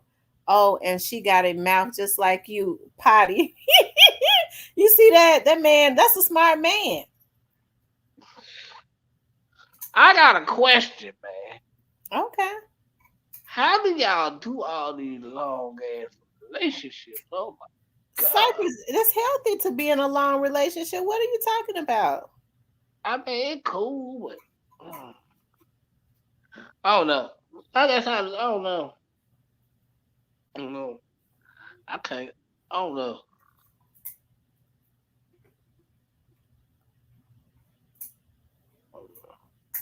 I guess because I meet people that's and 9 times out of 10 full of shit just like me.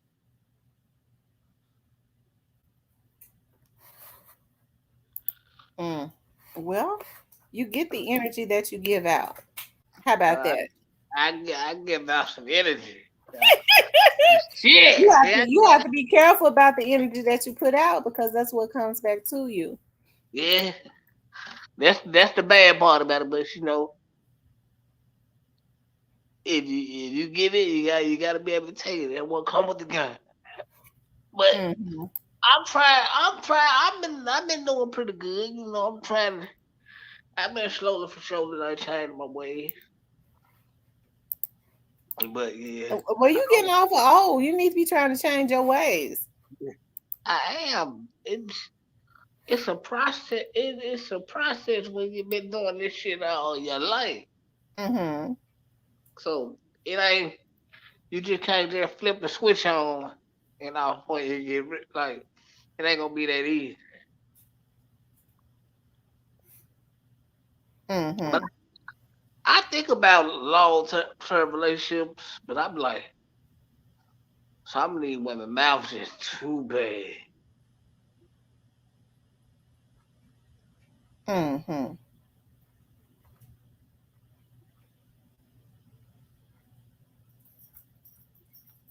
No, sometimes. Yeah, I think when people leave in the morning, yeah, but outside of that, I think. Mm. So you have so let me get it right. You have to know when your man is when he leave. Why else would he want to leave and not tell me where he's at? I get that. No, I'm saying like you saying it like just in case something happened, you know what he told you, right? Hmm. Okay, I get it.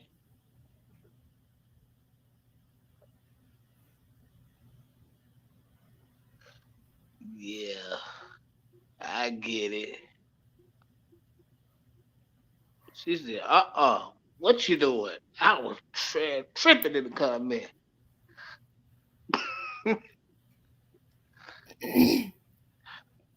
I think the last night show, I think they got me here in my sleep. Althea said, Miss T, while I was watching you, I received a call from my cousin who is my evangelist. That's awesome. Wow. See, you rubbing off on people. She said Diane we says, really I go. always say where I'm going. When I make it, I call. And when I'm on my way back, I checks in. I know how to make this thing work. That's how, Miss Diane, that's how it's supposed to be. It's only respect.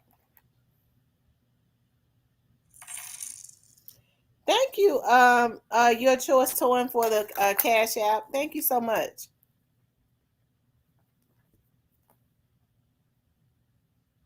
It's called communication, y'all. Okay, okay.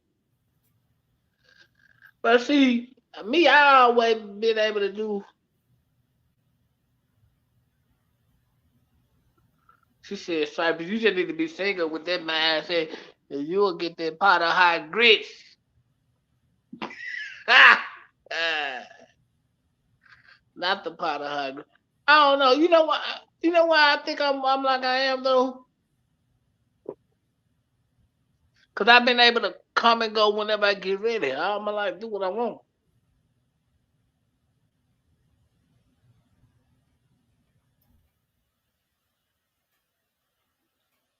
I guess that's why I'm like I am. I've been able to come and go when I get ready. I don't know, man. All that checking in shit, I don't know, man. Cause I ain't on probation or parole. I don't know. I hadn't talked to her in a long time. I told her you had just said this. I'm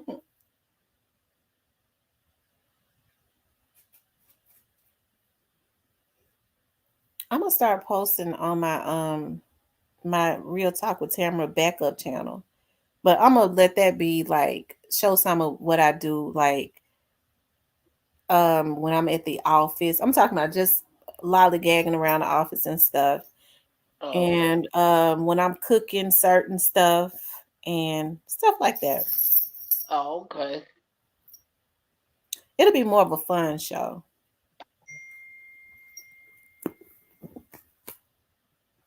Yeah. But this show is fun too. It's always fun. Cause the people show up. Yeah, they Show out. show up every They show time. up.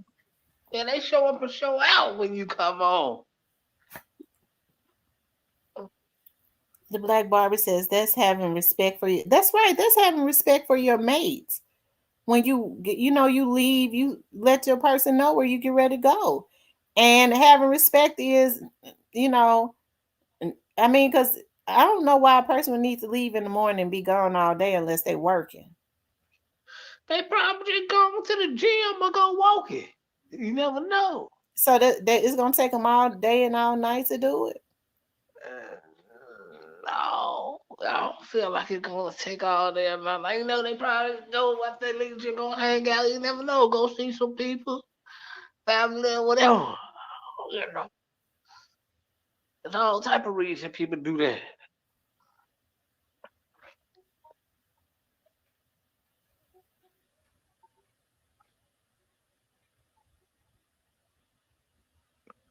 I Hmm. I might take y'all advice. I don't know.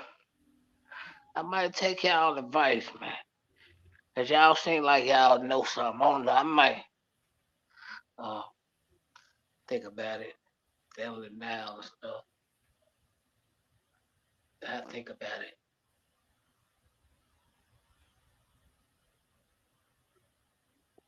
So like, well, let me ask some of the people that's in a relationship, like, have been in long relation. Like, is settling down? Is it fun? Is it like settling down fun? Mm. Like, 'cause I wouldn't know, 'cause I ain't never did it. So that's why I'm asking. If you truly love that person, I mean, I don't know why a person would settle down with somebody that they don't really love and feel anyways. You know. True. But when you have that mentality, when you, it's like kind of hard when you got that mentality. Like you come and go when you get ready. You don't have to. I don't know. You can do what you want when you want to, and it's cool. It's always good to have a companion that you're compatible with, that is there for you. You know. But you there for each other. It's always good to have that when you have a respect for each other. You truly love each other. You got somebody that is protective of you. And when I say protective, I'm talking about protective emotionally, physically, psychologically. um hey, you can't beat that. They make sure that certain things don't affect that person or their home. I mean, that's a winner right there. And they take care of their home. That's what's up. She said I act a fool, but I ain't crazy, nigga man. see, see, I could listen to y'all then. Yeah, I mean, you can come and go. Not saying that the person has to be under lock and key, but I think it's disrespectful for somebody to get up and leave home and then come back whenever they want to, and you ain't heard from them. That's disrespectful on a whole nother level. I don't care. I'm not tolerating that, not in this life or the next one or the life after Hold that. on, you said one day it's disrespectful for a man to stay gone all day. To get up and leave and not tell you where he's going to be gone all night, all day. So How you you come gonna? so he come back home at night after he done spent his day with somebody else? That, And just stay I on over mean, there where that you was because at. he grown. I mean, that Okay, well, because he he. gonna have to go ahead and come and get his stuff and go on back over there. If you like spending your where you get up and you be gone all day, then that's where you want to be at. You don't come back just because your clothes here. You gonna have to go ahead and take your shit and get on over there. Stay on over there. That's cold. See, that's part of the relationship I ain't with. Cause like, I've always came and go when I get ready. Wasn't no questions. Like, whenever I show back up, it was cool. Mm. Cypress, that's not healthy. So you said you could stay gone for days and then show back up? If That's what you possibly, saying? possibly, if I Oh try hell no! What kind of shit is that? to. You living with a woman and you could pick up and stay gone for days and then come back. I mean, I tap in, check her or whatever, but like, I feel like, when you, this is what I'm saying. Like, I'm not married, so I feel like when me being grown, I've been grown for a long time, so I can come and go when I get ready. Come back when I get ready. Mm-mm, mm-mm, mm-mm, mm-mm. I mean, he could do it, but he just ain't gonna be with me and do it because I'm gonna have to go ahead and move on and give me somebody else that ain't gonna do it. See, now as you get older, you're able to put things into perspective. Right. If a person want to play games, and you have to let them do what they want to do, but they just can't do it with me. So okay, I understand. I respect that. Okay, I respect that. You should have just told me that from the start. So what I got to do is I got to move on to somebody that don't want to do that, because you have to let grown folks do what they want to do.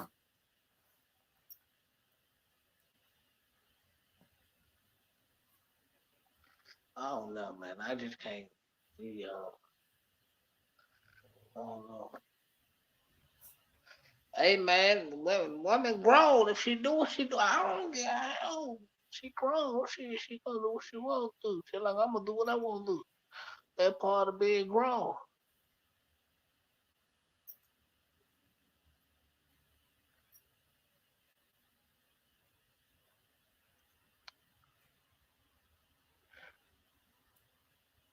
Well, I think don't sound like the long term, bro. keep this baby for me, cause I be damn. I'm gonna be checking in time and then cause I'm grown. I'm gonna do what I want when I get ready. I bet not. I ain't no probation. I ain't no probation, no parole. What the hell I look like tapping in? Look, I mean, I'll let you know I'm straight and I So like baby what? So what what if your woman says it makes me happy? That's a problem for you to get up and leave and not tell me where you're going. Sit your butt down, boy. Come like here.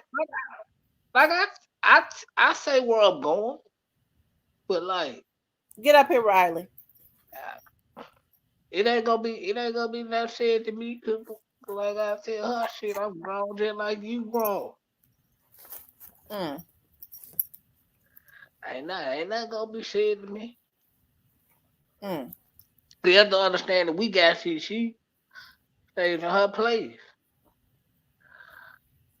Now her place is first of all, you don't do stuff like that. That's disrespectful. You at least let her know you care enough to let her know. Listen, I'm giving. But see, if you staying gone for days, you are for no good anyways. Where you gonna be at when you gone for days? Where you be at? Who me? If you living with somebody, where the hell you gonna be gone there for days? I got people out here too, but I just I What got you people when you that say you got people out here? What you mean?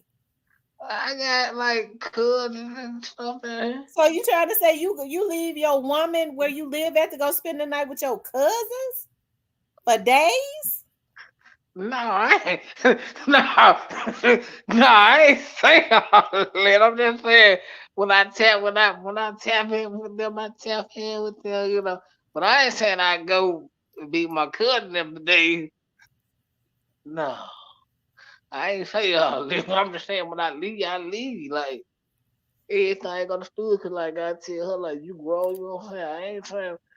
Oh, yeah, you grown, you come and go when you get ready. It's like I'm grown, I'm gonna do what I want when I get ready. Shit. Hmm. You know what I'm saying? We got to understand that it is what it is.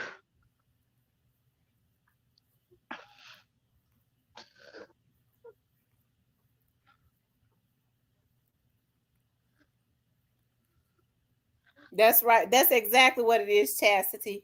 He leaving and going to the next woman. One thing I know about a man is he gonna do whatever you let him do. That's why you have to go and cut him off. She said she's trying need to be cut. No.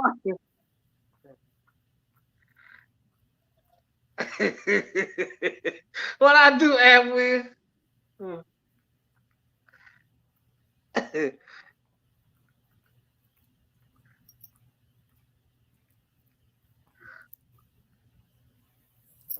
Whew, child. No, that ain't no being young and a man. They're doing whatever you want to do because you grown, man. Say, home, I'm gonna do what I want to do regardless of my mental relate. Like, man, But I'm gonna I'm gonna tell y'all do something. I'm gonna tell y'all something that I'm gonna start doing. I be staying busy so much, but I'm gonna tell y'all something that I am gonna start doing, and I have to make myself start doing it. I'm gonna start dating, but cool. because I'm so secretive and I'm so guarded, I be halfway scared to date these folks. They crazy. It's hard to let people into your space, but I said that's when I'm gonna start doing it before the new year. I'm gonna start dating. I'm gonna start talking to people. I be scared for folks to know anything about me because it's so easy for people to become obsessive.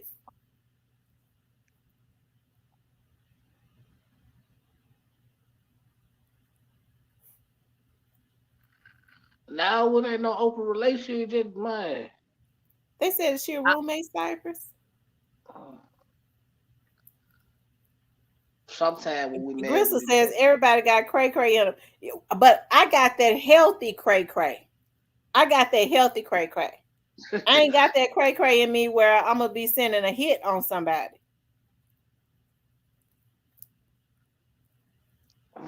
she said, "Man, Kenny, I love you, Simon, but you weird."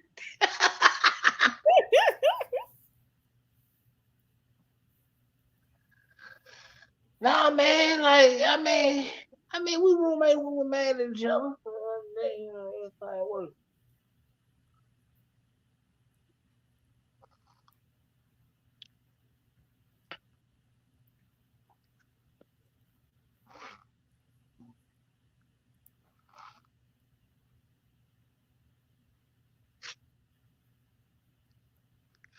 You know what I think I need to do?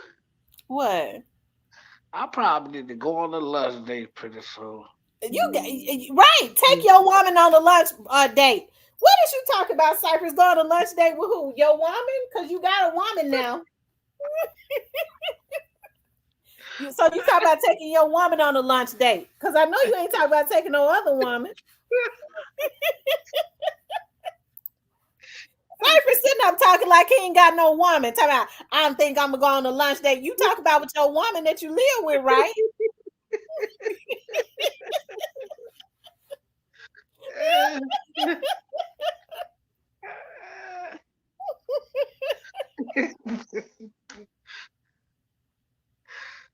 This man sitting up here talking like he trying to date and living with a woman.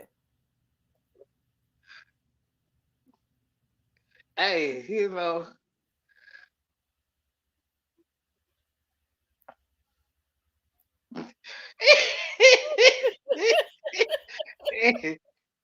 hey, he boss woman said Cypher throwing that bait trying to see who gonna go.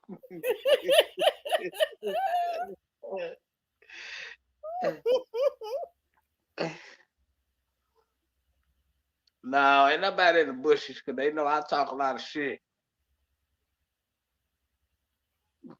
And Kevin I talk. says the grass is not greener on the other side. Most of the time it's artificial. I'm telling you. I'm telling you.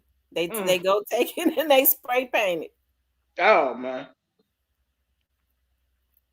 but that Listen, too pretty say your woman probably on a date right now, Cypress. that good.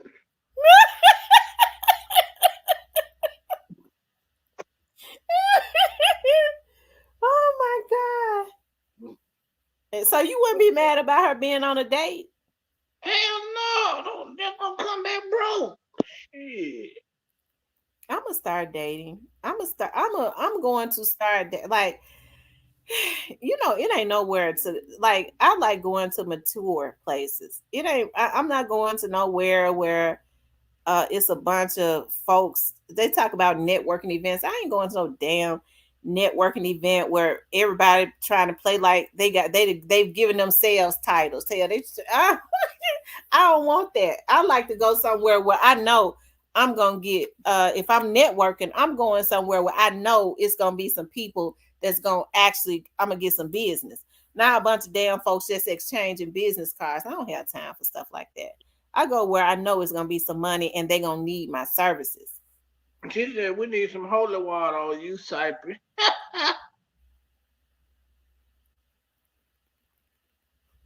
One thing about the queen, we're very too intuitive. You can pull that ish over. I'm telling you, my intuition be on fleek. I'm telling you, my intuition be on fleek. Man. Gristle says, I need to. Yeah, life is short. It's a lot of good men out there. It Hey is. man. And you believe it or not, like people been finding me on Facebook. But I don't be knowing who these folks are that be sending me messages in the inbox. I be thinking it's bot though them.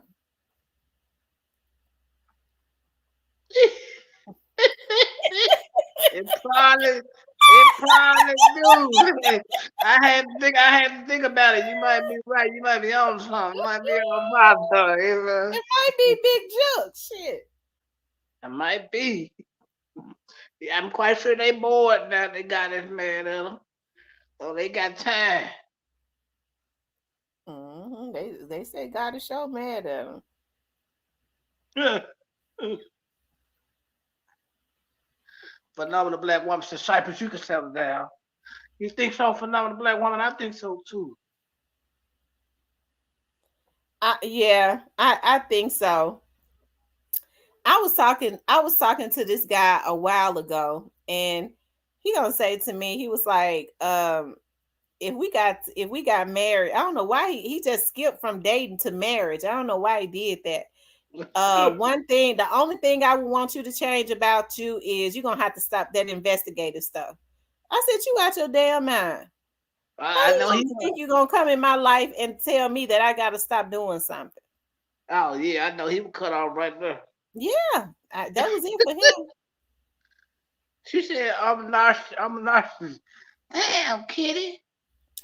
But believe it or not, what's that cat? Believe it or not, I give people like I be giving people the opportunity to tell me who they are. Like I don't people would I think people think that I just be running checks and stuff on folks. I don't do stuff like that. Not unless like I don't do that. The only time I've ever had to do that when I wasn't paid is when when there was a threat. Okay. But I give people time to tell me stuff. I be wanting to see. I just be wanting to see something. What's good, Dominic? Y'all might convince old Cypress to pack it on in and settle on down. Yeah. Who knows? I gotta call to check on my people. Yeah, man.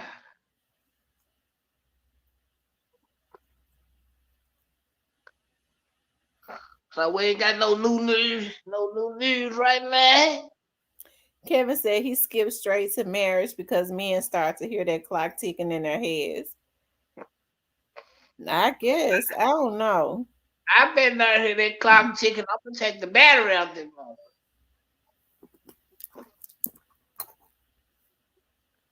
Nah, I ain't ready yet. Trying to. I'm still trying to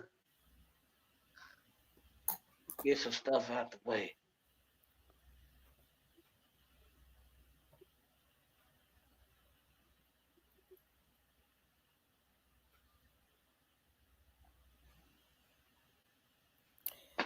Dominique from hey Dominique in here. Hey Dominique.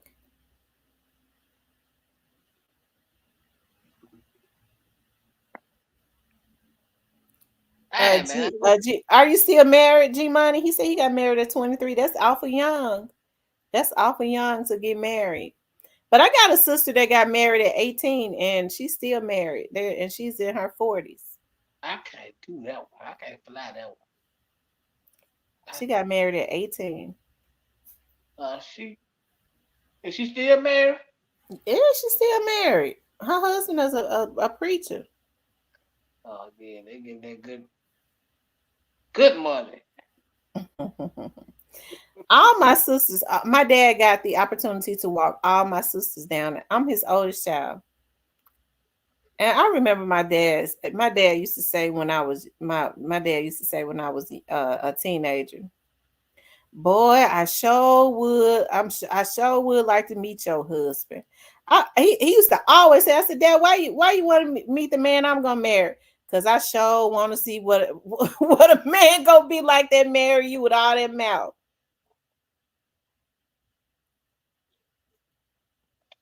And he didn't even Yeah, get the opportunity to walk me down the aisle. Cause I am gonna get married. I put my career and stuff and my kids and stuff. I've always put them before anything. yeah. Kitty said, Cypress, you ain't got that long. I'm trying to say I'm old. She says, I got married 18, baby by 19, divorced after 12 years. Yeah, because when you're 18, you change. Like when you 18, you're a certain way. When you turn 25, you change again. When you turn 30, you change again. You start to get in your late 30s, you start changing in your 40s, you've changed again.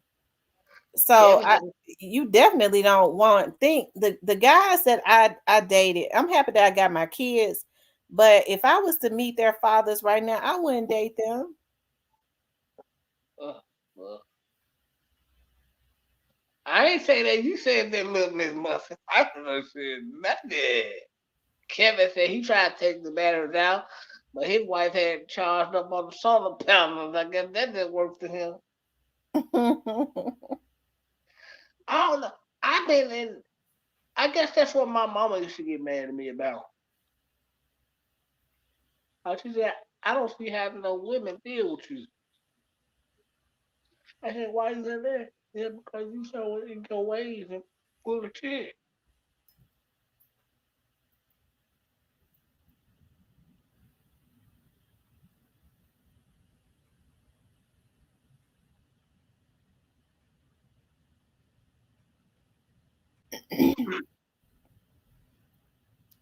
He said, "You sound like my wife. She got a lot of mouth, but I love it still 30 years later." Mm. Miss Kitty says she 43. Teresa says he cheated or I would have never left. I believe in death do I do too. I believe to death do your part. But cheating is betrayal on a whole nother level. Maybe hopefully, whoever God sends to me is well, I ain't gonna deal with him if he a cheater anyway. So definitely not marry him. But I hope that never happens. I know things happen, but I wouldn't be able to. That's devastating when it's emotionally devastating when somebody you're supposed to be one with step out and go cheat with another woman. Oh, absolutely not. And then oftentimes when they cheat with other women, you have to deal because women now want you to know. They don't care about no man being married. These men be letting these women disrespect they be letting these women, they be living with a woman. They let the woman disrespect their woman and they wife. See, I think side pieces need to learn how to be quiet, but My you cousin, them old school, my cousin be asking, I be listening to my guy cousins.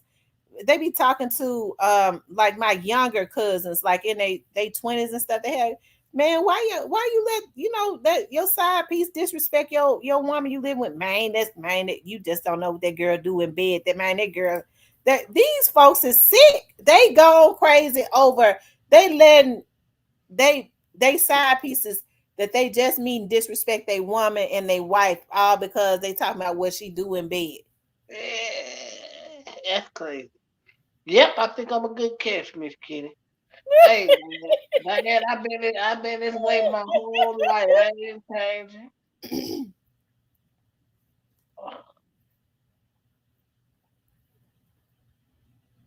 Cypress, you say you think you a good catch? Yeah, still face like true brown. So yeah, I'm Teresa a good says catch. my second husband is the best. My grandmother, my grandfather was my grandmother's second husband. He was actually our step grandfather. That man was. I wish I could marry a man like him. He was laid back, quiet, strong, a provider, a protector. He never had much to say. He was just awesome. And my grandmother had a personality like similar to mine. Oh, that's what's up. Ain't nothing wrong with that.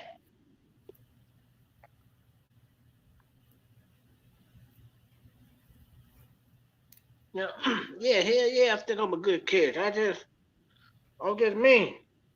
Kevin said he had to get out of the rat race dating because of all of the roaches. Maybe you was at the wrong location. Who me? Oh, Kevin. No, Kevin. Yeah. There's a lot of single women out there that are good women. Kat said her second husbands are my favorite too. I ain't even got my first husband, but I do. Cypress, Cypress, you think I'm gonna get married? Do you think I'll meet somebody and get married? Yeah, the Lord got somebody that's to come and be able to deal with your mouth. The Lord got somebody that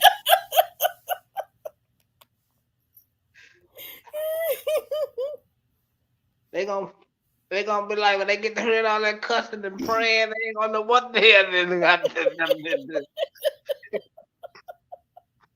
At least after I get the cussing, I start praying. Yeah, That yeah, they gonna balances it out. That balances everything out. yeah, they gonna be some motherfuckers, and then you'll be breaking out the prayer jar, sending to Jesus. Boss woman says, "Would I date someone in my field?" No, I wouldn't. I wouldn't want to date another. No.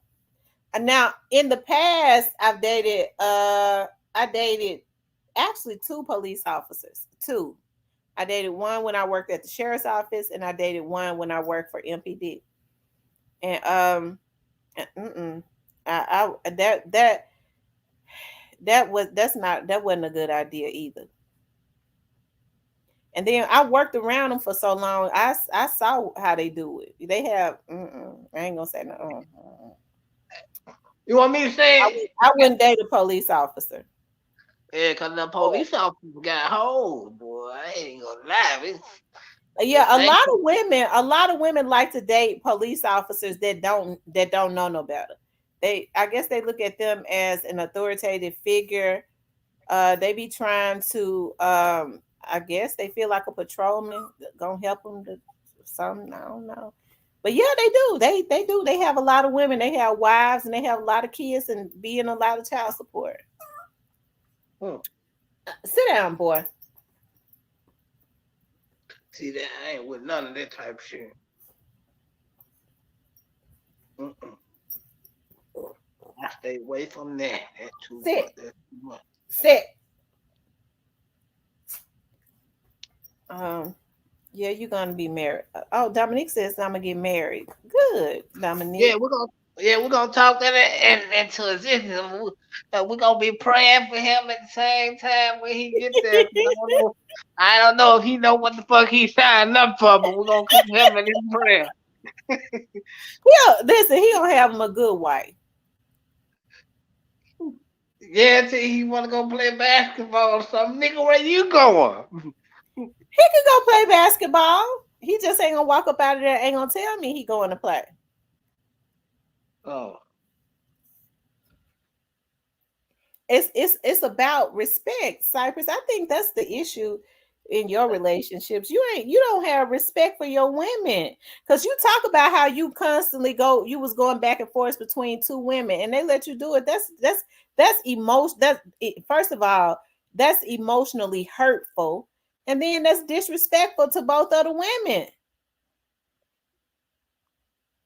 You don't think But so? but don't they get some blame for letting me do it though? Yeah, but I'm gonna tell you something. It's not good to.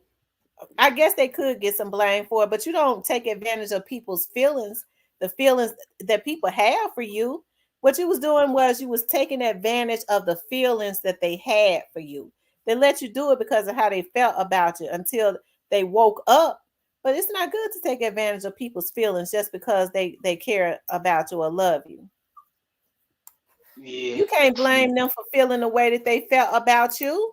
You took advantage of that. You mishandled that. Yeah, I did. Yeah, and I end up with some fools in the midst of that, but everything is all right.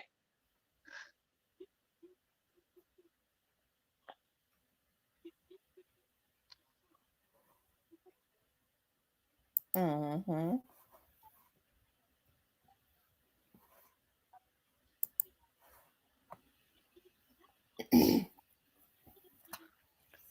Now don't embarrass us having him run into uh the car trying to grab his hat.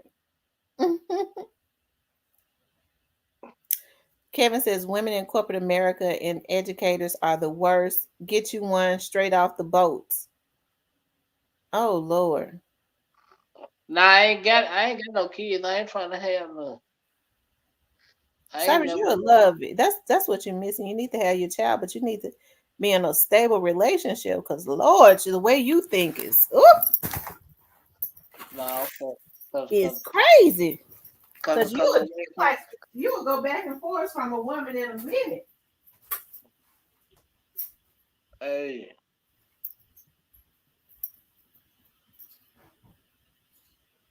I'm trying to stop. I'm trying to stay this hard.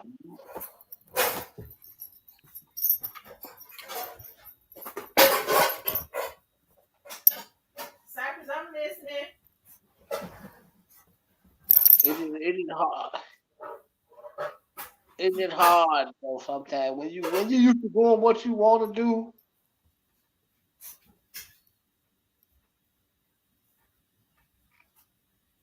I pass, Kevin. I pass. I let you. I pass. I don't know. I just been trying to figure out like what woman I need.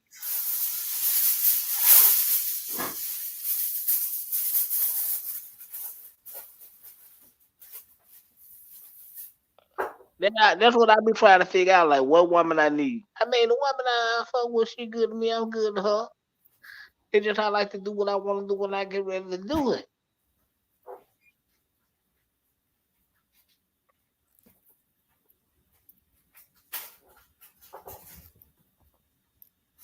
That shit, a police, preacher son, now cyphering on me.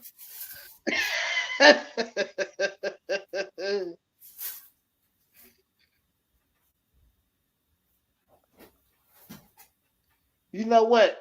That's right. I'm allow God to send what I need. Who just said that? Thank you so well. I'm allow God because every time I pick him, I pick the wrong one. Thank you so with it. I need to hear that today.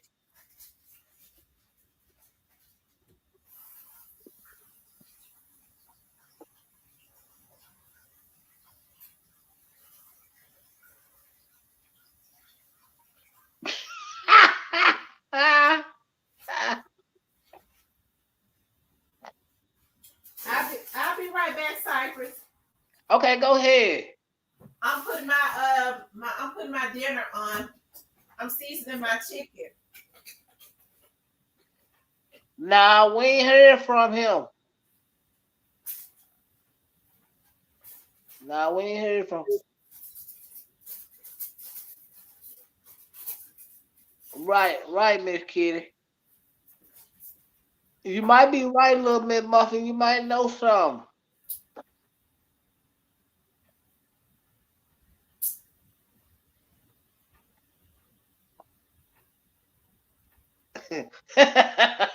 Kevin said, "Close your ears, ladies.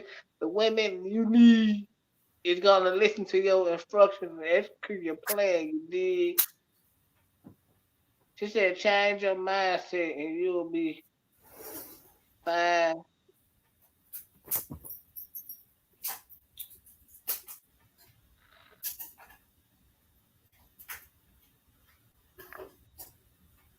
See, the problem with me, y'all, is I'm not a bad boyfriend. I'm actually a good boyfriend.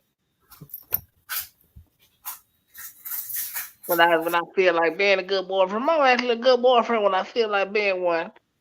Now depending on what day it is.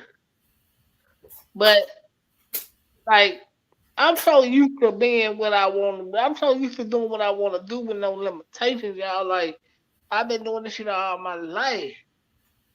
Like so, just not being able to do what I want to, and when I get ready, and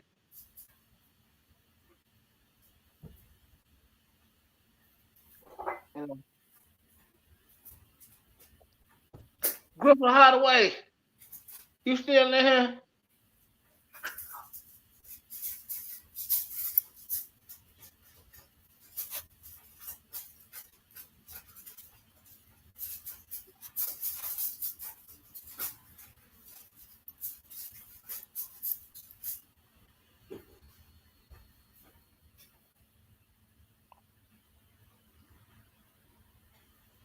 When, how, what, Miss Kitty?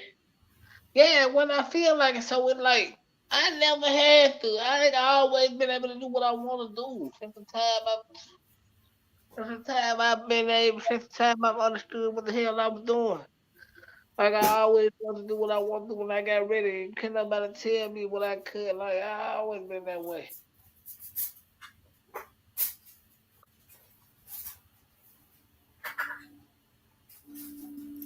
Yes, I grew up, Kitty. I'm saying, Kitty. I've always did everything I wanted to do when I got ready, Miss Kitty. Like it wasn't never no limitations. It wasn't nobody trying to not find no relationship.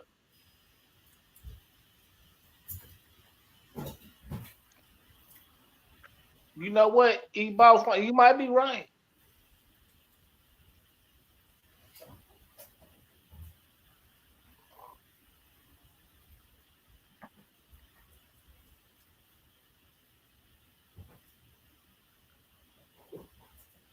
Love feels really good. I wouldn't know.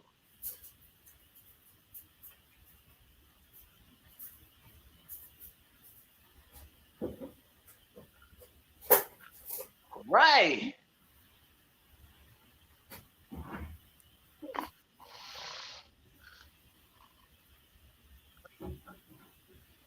I want to know how love feel. I just don't want to rush it.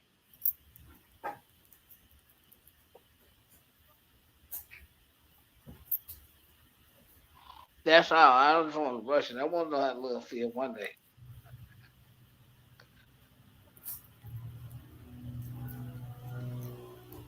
Whether whether I shower with love or growing up now,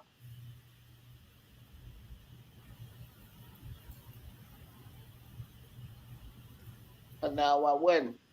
I mean, when I was around in the streets and shit, I'm saying some of the big homeless, you know what I'm saying? They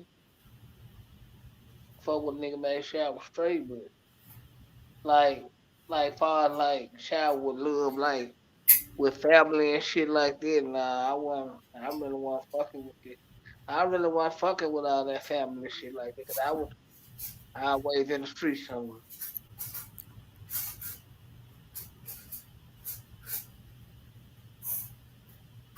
I got you. See, I don't know nothing about being showered with love and shit. And I wasn't my shit. My mom worked all the time. My dad was always gone. And shit, I didn't hang around family like that. I was in the street.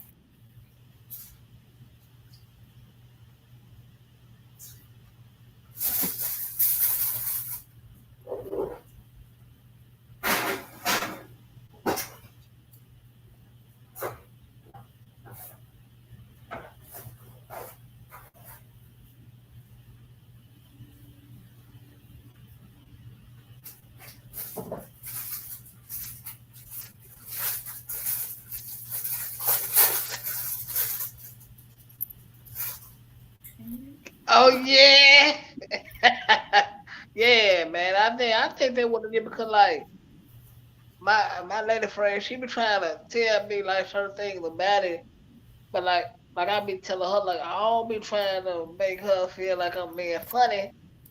Like they do shit about all that and Karen shit and all this shit. I wasn't trying, but I don't like know nothing about that shit because I never grew up around that type of shit. You didn't grow up around what? All that yeah, I think that's the problem with that me and her be having because like she be trying to tell me like about caring and love and all that type of shit, you know what I'm saying? But I'll tell her like I didn't grow up around that type of shit, so it's different for me.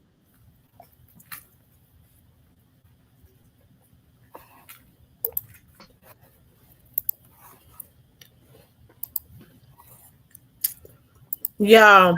And I think that's the bulk of the problem. They really did keep us bumping heads because I'm the way I am, and I don't really be trying to be funny with it or trying to be.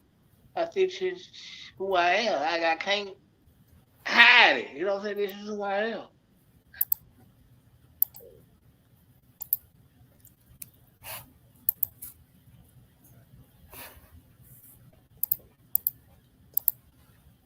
Yeah, I think. Yeah, I think that's what she's trying to do, trying to teach me how to. Cause I'm so hood, like,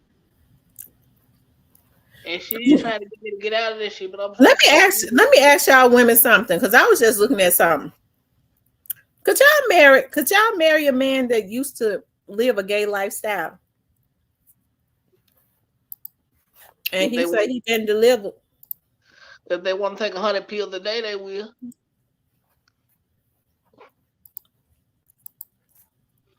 Thank you, new to you. Oh yeah, yeah. I heard somebody played that clip. For you. I ain't gay no more.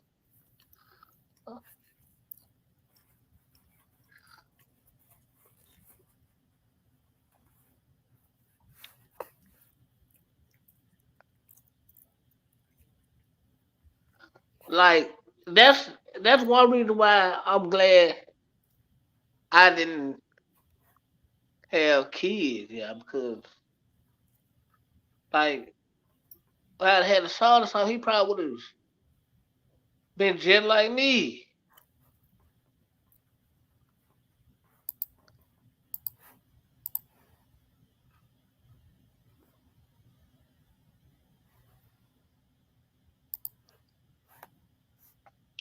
He said he been delivered.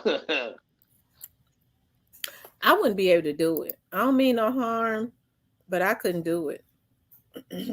I see a guy that my cousin who is gay dated, and he married a woman. He announced that they're getting married, and he always lived a gay lifestyle. Now he ministering and saying God has delivered him. I guess God can do it, but I guess I wouldn't be able to get the thought out of my mind about the dick in the booty. Ugh.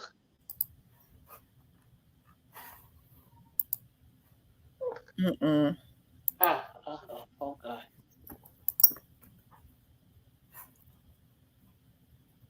Mm-mm. I wouldn't be able to do it. But it's a mm, child. The street love is a whole lot different. That good wholesome love.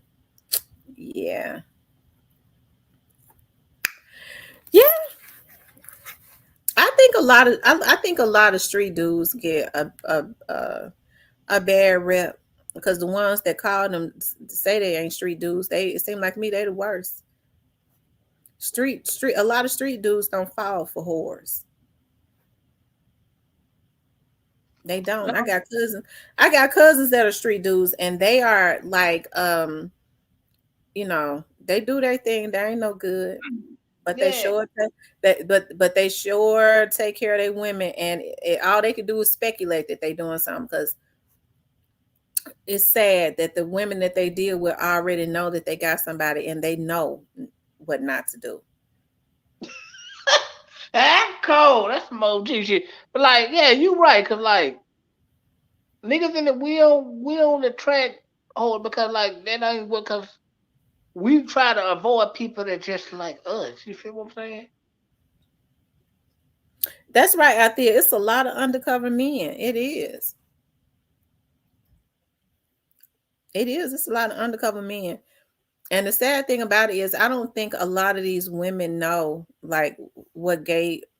These younger women, they haven't been taught a man that has gay tendencies because nowadays anything goes. It's sick. It's sad. And when I say anything goes, like you have women now like um don't see anything wrong with using a strap on their man. What? What straight man want that? Oh my I don't god. know. I don't know a straight man that would. Mm, oh well.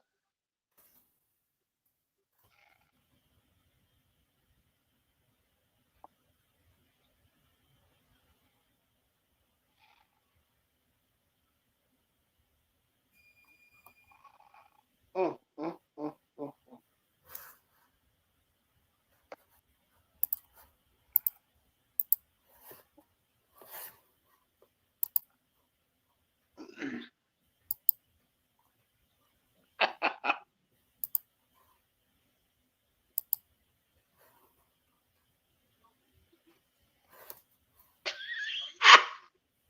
Jordan love God. She said his eyebrows and nails look better than yours.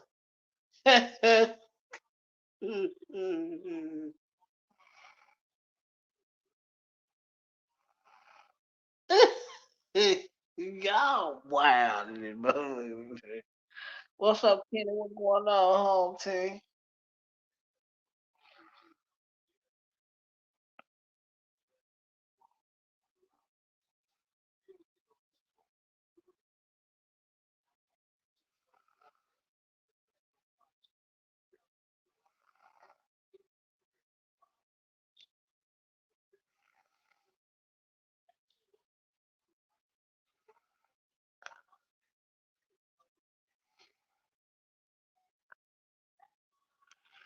What's up, Kenny?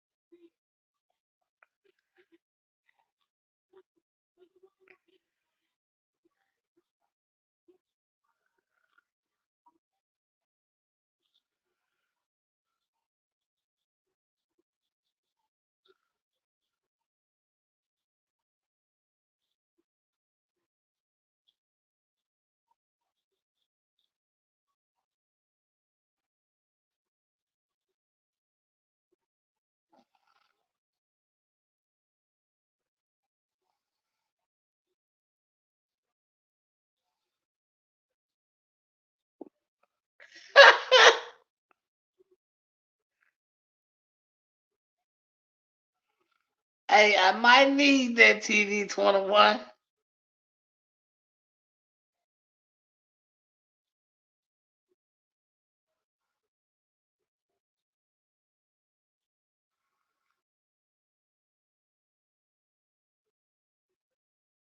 Mm-hmm.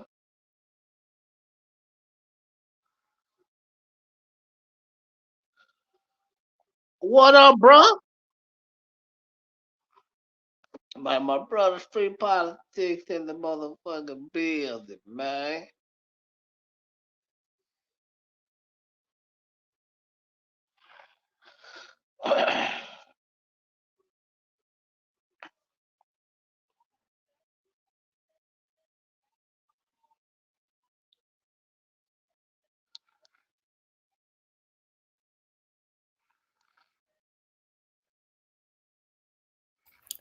I said, okay, that's one that don't play. My best friend don't play. You heard Diane says that if you dated my best friend, she gonna put you in your place, but she ain't gonna date. She wouldn't date Cypress anyway. He lived with a woman.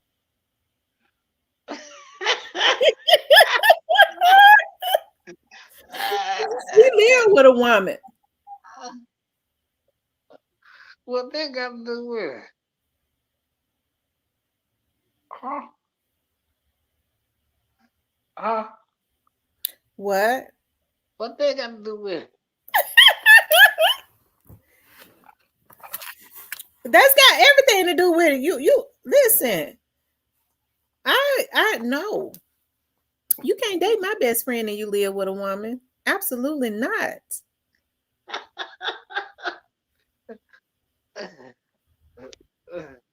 Oh, man. Absolutely not. You cannot date her and you live with somebody. What? No. What's wrong with me hanging out with your best friend and I live with somebody? Dave Brown said he about to kill his wife. I need people. Oh, Well, well, you need to divorce her. Don't kill her. well, don't tell us because we don't want the police after us. Shit. Because I'm gonna tell him. Wait, man. Tell your best friend I said, hey, I know she probably she all in the cut. She was looking good in the. Hey, she was looking good in that black. I saw them fun. You've been stalking her page. She did look good in that black. I said, you better Yeah. go, girl. Yeah. Oh Lord. You Facebook friends with her? Uh-uh. So you just you be lurking on her page. Uh-uh. Don't Well, do that. how you know she had on some black? Cause she just posted that this morning.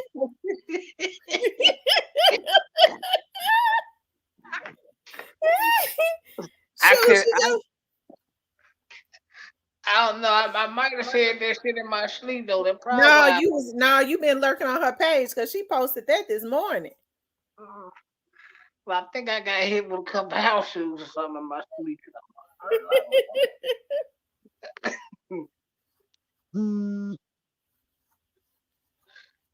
I was like, damn, I need to throw her my number. I'm bullshit. Dave Brown, don't come in here trolling. Don't talk about women like that. Don't do that. Yes, I'm about to drink a beer and get rid of this. Don't do that. Stop it. What's up, Don't troll. Robert? We vibing real good in here today. Don't come in here with that. Hey, Yolanda, you shall be singing to me. That cool. I can be cool with being single. Well, you act like you want to be single, Cypress. What you say? Oh, you talking about what I said? Yeah. That's well, if it happened, it happened. I don't want to be single, but if I know how to be single, if it happened, you know, it's all good. Oh Lord. Well, at the rate you going, you try to act like you a single man, and you know you live with a woman. Well, according to how this thing is structured, if you ain't married, you consider single, right?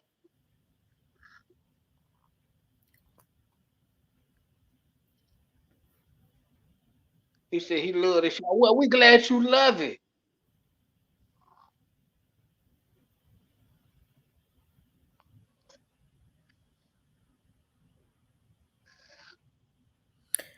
Player code, where did y'all go eat at for your birthday? He probably was at his favorite spot last night, pre-bay. You know what I'm saying? That's Getting what the I'm front, trying to figure out. Where you go eat at for your birthday? getting a front row seat at pre-bay last night.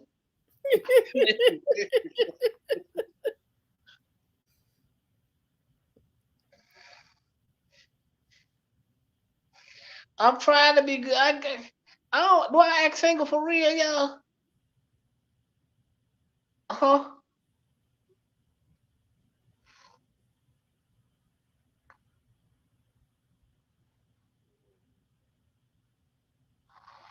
He said bag spot, and he talked the bag on FaceTime. But they said the restaurant doing that bad bag talking to the people on FaceTime.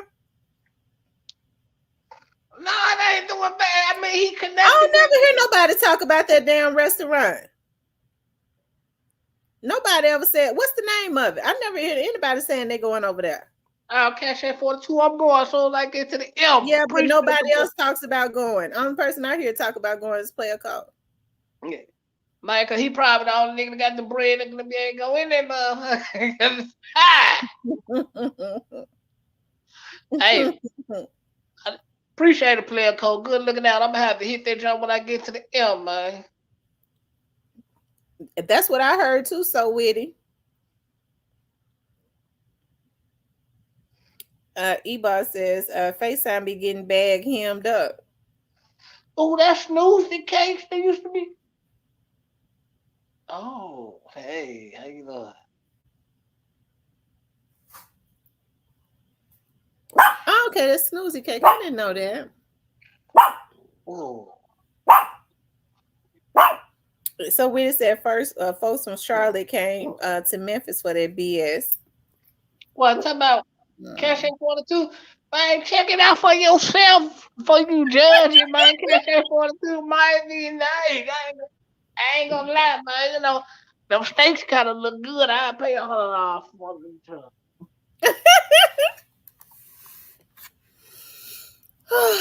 Oh Lord. Shout out the bag, man. Big speaker. Y'all going to the show?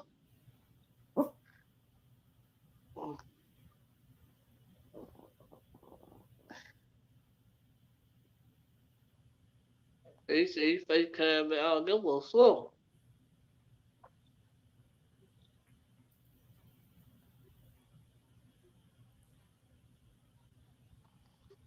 All right, man. That's what I'm saying, bro. I want to check. Yeah, $100 for a steak, kitty.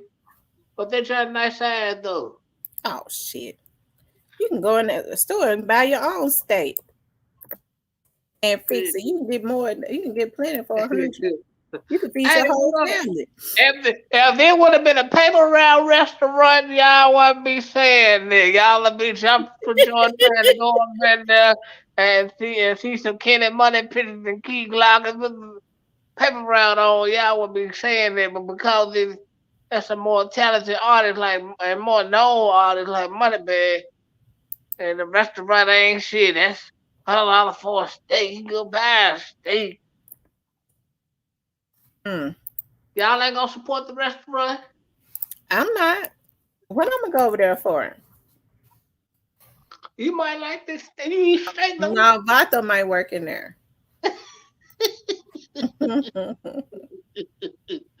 You know Vato ain't gonna do nothing but flirt with you. So Bag said the show gonna go on. Just hold tight. What then? How come? Where's it gonna go on at? Probably Atlanta Center, most likely. Mm. Hey, Player Code, come update us. Come update us about. Come update us about the show. Player Code, come update us about the bag show.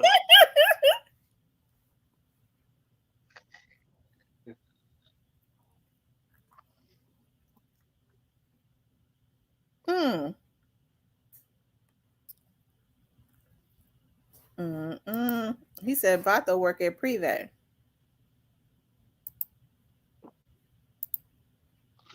And then Kitty said, "Yeah, Dolph would have paid for the steak.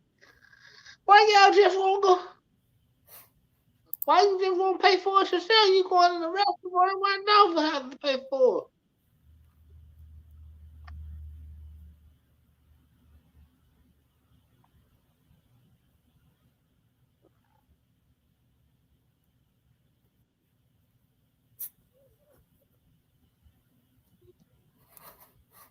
I always want to try bag, right? You got to make What's reservations. up, Marco? Damn.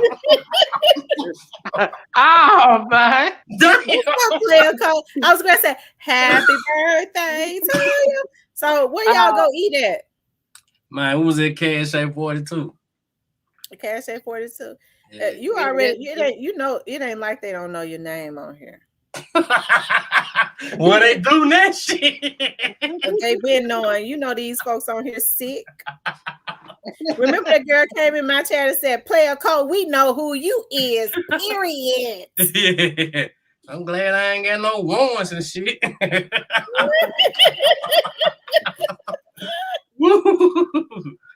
Damn. Privé do not belong to Jay-Z. Privé belong to Journey and Mel. Thank you very much. Exactly. Man, I'm gonna have a conversation with Miss Jerry, man. She gotta step it up, man. She gotta step So up. Player Code, how was the food over there at what's the name of Moneybags restaurant? Cash 42. How was it? Oh man, it was fun, man. I enjoyed myself, no cap. Mm. Now you know that at a paper route restaurant, so ain't nothing good gonna come behind. Well, I have not heard good reviews about that restaurant. It's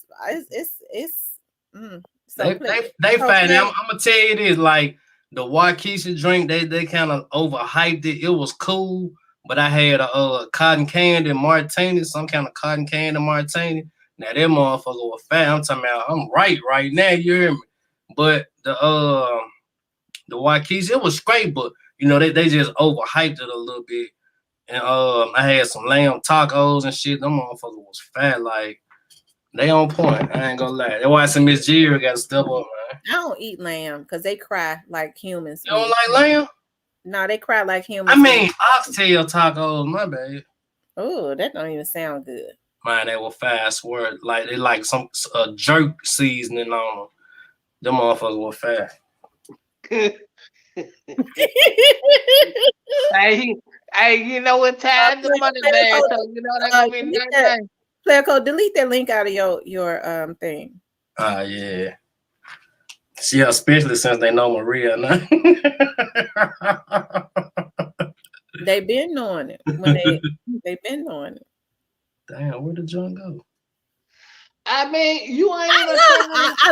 I love oxtails with hot sauce on them. My mom makes Yeah, fried oxtails fat, and don't too many people cook oxtails. You know what I'm saying? The Jamaicans have made it very popular now.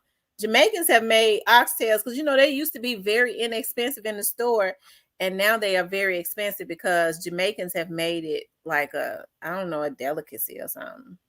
Yeah. Diane said pre-van cachet is a no. You ain't even tried it. You just going out the shit.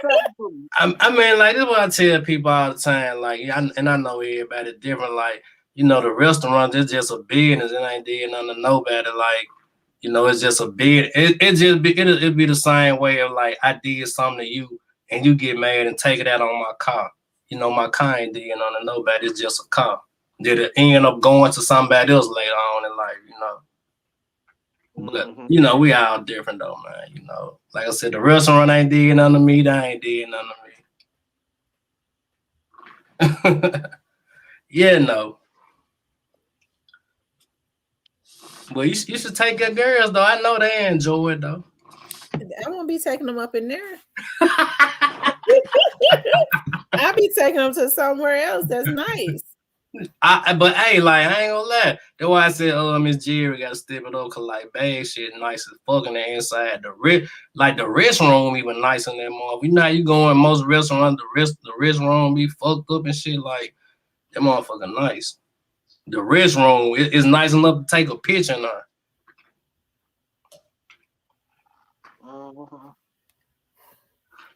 I gotta. You know what? I'm gonna take somebody special when we go to Cache 42. Yeah, we all need to follow up in this zone. We need to have a Memphis night. Tammy, you gonna pop outside one time. And call the Cache 42. I get you a poo shiesty, man.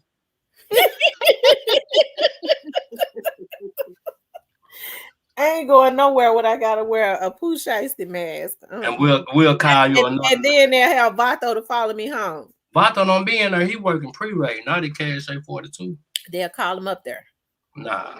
No. They don't want him up there. They don't want no nigga. Teresa says, player coach, she'll make you a steak for $99.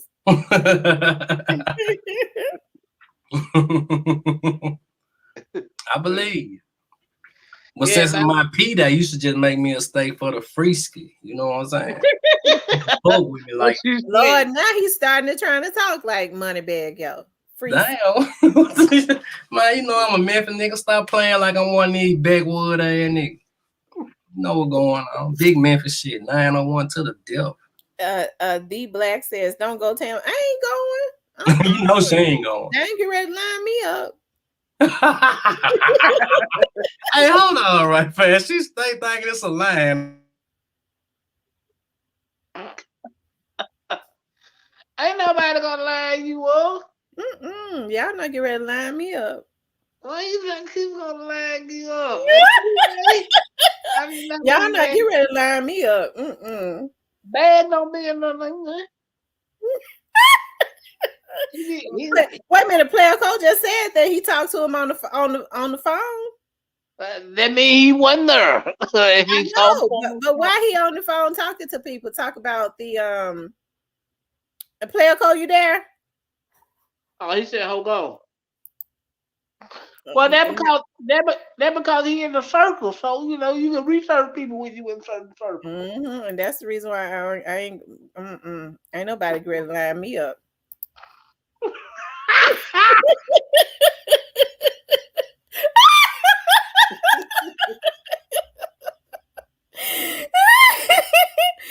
Oh my god! Man, I wish I could get you a guy here. So what happened? You end up talking to Moneybag on FaceTime? I knew one of the waiters in there, and I knew the manager in there, and shit. I was telling them about the ticket. I'm like, damn, what's up with the show? Y'all playing or what? Then I was just joking. I'm like, don't tell me he bullshitting could be yo down here. So he like, bro, you crazy as hell. I be seeing you on YouTube and shit. He like, hold up right fast.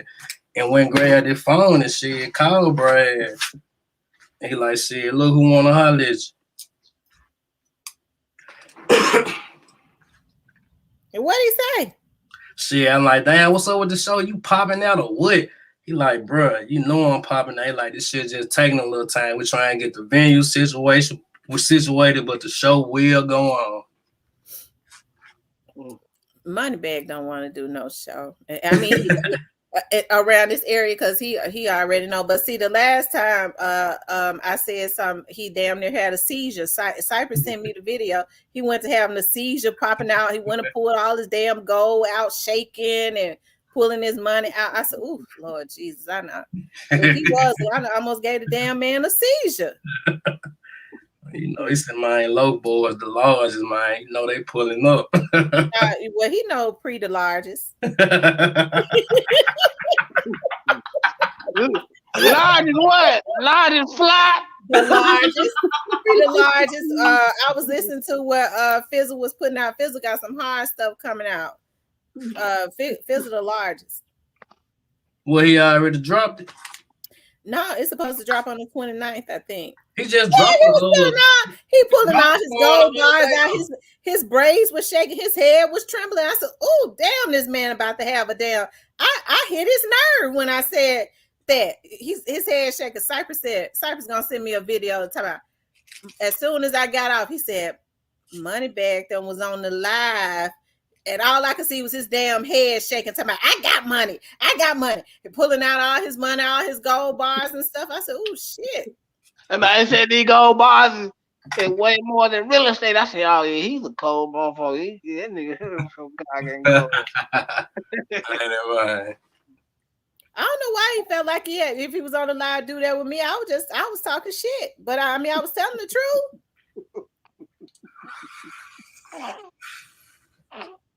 And look, and Gotti did the same thing. Talking about, man, they set up talking about my beard, and that came right out of this damn chat. We was on it. They sitting up talking about my beard fake. What the hell wrong with them, man? Yeah, talking about the mind beard fake. You see them bumps and shit. What's wrong with that?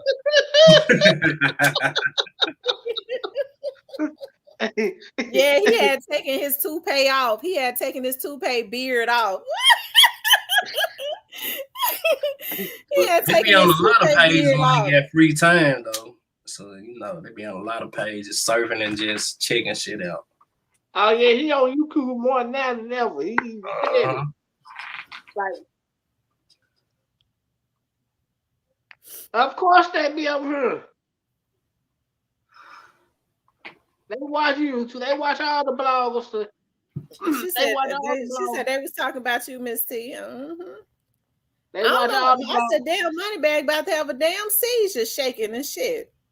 You made the man go on the boat show all the money. Man, we broke them Hanks out. He said he finna go spend all this shit. He going to the boat. So I hope they tickets do sell. I mean, maybe they can get the Lander Center or something. He gonna go turn the gold in so he can go and put the money up to the Lander Center.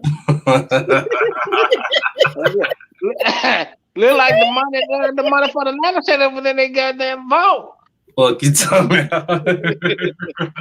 Sure, he gonna put it up and get. He said, I got to go put it up now. I mean, I hope the ticket sells so he can get it back. I don't know, shit. But I ain't no damn fool. I know an arena like FedEx is,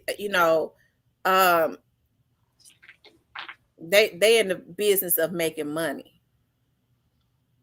There should be air arena though. Right. So arenas don't just cancel stuff like that. They in the business of making money.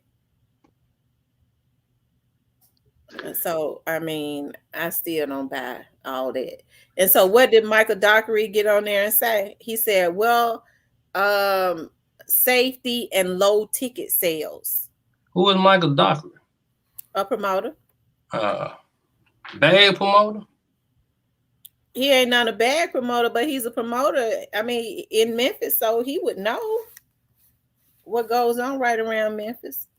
Well, somebody told him it because of low ticket sales, so he took it and ran with it. That was sound like. I'm sure he would They know. said that about Ice Cube shit, and I heard his ticket sales. They were really lying about the shit, telling people they sold out, so they went. I don't know, some funny shit going on. Somebody was telling me that though the other day though that they pulled some bullshit like that. Yeah, they were telling them they had sold out, but the whole time they had plenty of tickets left. Yeah, but I don't know what that was about though. Bag showed out for his birthday, man. Shout out to the big speaker.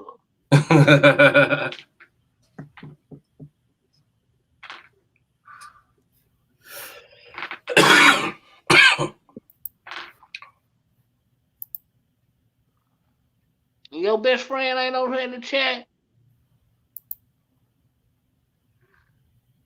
Y'all done contaminated the damn chat with all these dolphins. Ace West big shit. That lawyer go get a lot of that money out that lawsuit though. He got a big ass lawsuit, but the lawyer go tear a hole in his ass. For real, for real.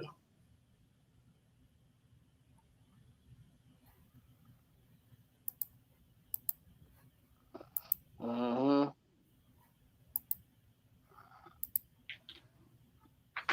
And he ain't never finna have to rap or do nothing else no more in life. I'm not eating no where the gangsters get face work. Well, but so like in a restaurant you go to, what you doing? A background check up there to see what's going on? I don't think so. I think you going straight in there and eat. Really don't even know what the people prejudice or not. Cause I know ain't nobody doing no checks like that when they go eat. Mm. Yeah. Nah, they What you just talking about in want bag restaurant? She had said something. She not eating nowhere where somebody do something to their face. Hey Savage, what's popping, man? Hey man, it ain't about that shit. I ain't doing nothing to you, man. Go get you one of them steaks. Shit.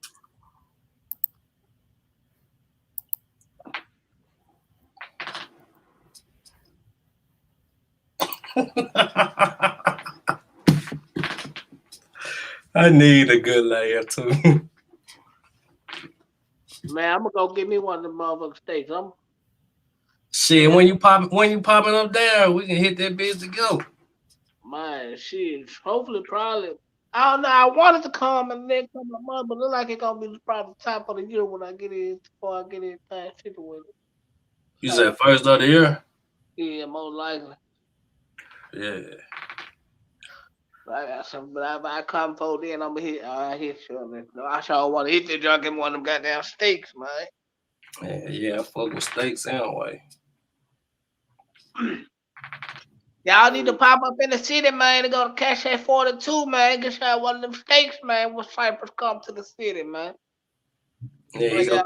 tell him you gonna do a big brunch up there, man. They need to tap the fuck in. Why y'all playing? Y'all need to pop.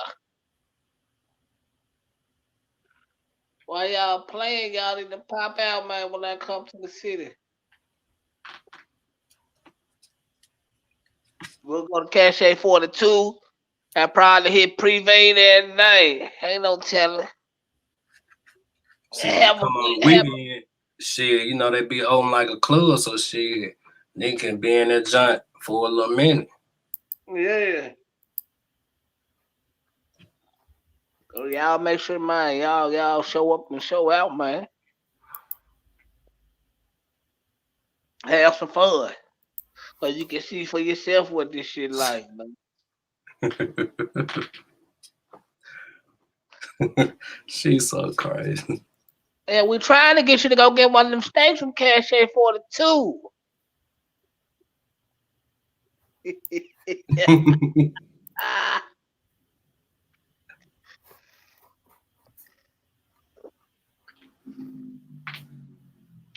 We ain't got no excuses.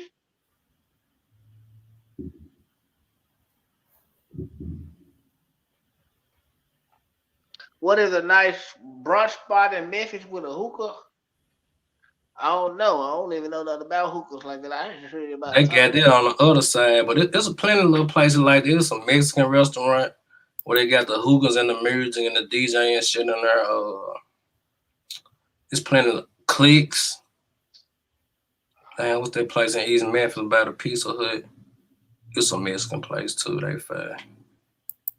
I forgot the name on though. They got some fast drinks in that joint. Yeah, man.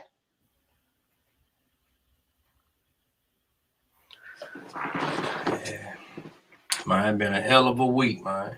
I already know. What going on? What going on in the chat, man? I've been piped up all week. I already know. What going on in the chat, man? What going on with Poppy? I know y'all got. They stay, hell yeah. I know I'm y'all telling you got. like this. Any spot I go in, if it get the band too many young niggas in there, get what it's time to roll. I don't care what spot it is. Too many young niggas get the popping in there, I'm gone. Yeah, cause there's gonna be some shit. Yeah. I tell you. I tell you. It's a Longhorn in Collierville outlaw ribeye. Yeah, I fuck with Longhorn. Yeah, they nice. I fuck with them too. They nice. But you want a good ass steak though, you gotta go fuck with Folk Folders too. That's right down the street from my house. They so fast. They're like in they're like in Germantown, right? Nah, this year on Mendenhall, but they might get one in Germantown though. Yeah, I remember the time they got in Germantown. You know, big boy steaks. My Dallas getting the brakes beat off there.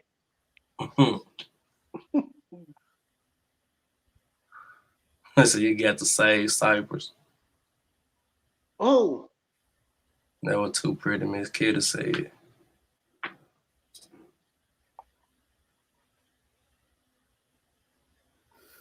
I tell you. So did Bag give he didn't say when that because they don't want to get that money back. And I already know. I ain't say when. That will be next year. She don't need to be that goddamn long. I've been to forget about it. they just trying to get more security. They probably want to go somewhere where they might not even want to have it anywhere even close to Memphis. I don't think they want to have it at the Landis Center. The Landis Center is not booked up. They really ain't gonna have no choice. Cause It's really the only option. Cause what is they damn, what's the other? I don't think you want to have it at the Landis Center because it's too close to Memphis. I don't give a damn. Coliseum closed down, right? Right. Yeah. And they don't do this shit at the Pyramid, right? No, cause Bad Pro. It's Bad Pro, yeah. So yeah, it's the only. They can go to the. Well, I know he can go to the Landis Center, but I don't think he want to do it at the Landis Center because it's too close to Memphis. Bag ain't no damn fool. Bag don't want to have no concert here in Memphis. I think Bag want to go somewhere like. I think the Cannon Center would have been nice, but it ain't gonna be for the people his crowd. And I don't think they want that shit. I know they said informed said now the Cannon Center. Hey, where you at? Is it big out there? Where you at, Riley? It's a nice time. Riley. Never been to the Cannon Center, I don't think.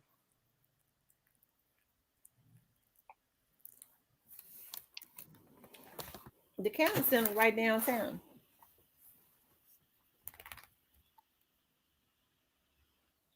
But I know Santa Fe that form said no. I know the Cannon Center be like, nah, we ain't fucking with y'all. We don't want y'all problem. Y'all can go ahead.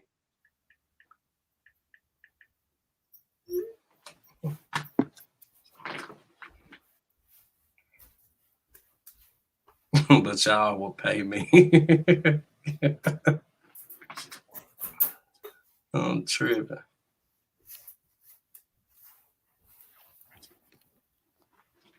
I tell you, I have to watch him because he like to leave, like he'll jump off the couch and go in the back. He like to mess with my shoe, bite on my shoes. I You ain't know, never had no issues with Remy doing that. So because when I call him, he be in the back. He be trying to bite on the heels of my shoes.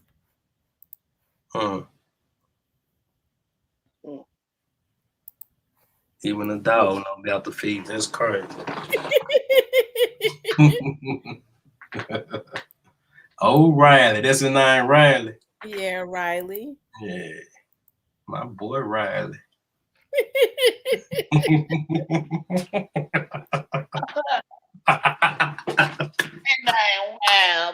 Look, they said player coat smoking good. You better know it. Stupid exotic. Hey, Big Pressure. Oh yeah, we got big pressure in the building. So I thought Big Pressure claimed he was blocked. He thought he was blocked, but I guess he ain't. Maybe he was in timeout or something. Yeah, he probably said something he wasn't supposed to say, and the Yeah. women put his ass in the corner. Yeah. I think y'all gotta start posting the rules up so they won't forget. They'll know. Oh yeah, they hard on you over here, man. Because a lot of people don't know what to say. I'm looking at you on my main page. He said I'm blocked on your main page. You on my main page. Oh, okay, the real little T, man. Do that. I'm sure gonna be letting you know when I pop out, man. So man. You gonna pop out tonight? One of y'all gonna pop out tonight, ain't it? Of course. No, I'm in the house. I done had another attitude come my way.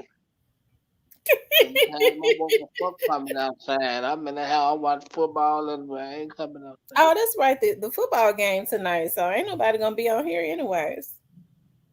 I might pop out. I want to anyway. Why you say you got enough attitude? What you mean? Because she's thinking, man. This girl talking too much. Yeah. I want Cypress. I want Cypress to tell me since he said she don't bother him. So what you mean? I mean, she get attitude like all the other women. You know what I'm saying? I don't know. I believe I was talking in my sleep because I think I got hit with a few house shoes or something. Not the house shoe. So I don't know why I think I'm thinking. Now, he was just sitting up saying that means because women hear everything. He might think she ain't paying no attention when you was saying earlier. She mind. That's my business. This, and that. You saying that yesterday. She was listening to you. You thought she was sleeping. She was listening to you in your sleep. And so she woke up this morning with an attitude. Well, she'll live. It ain't gonna kill her.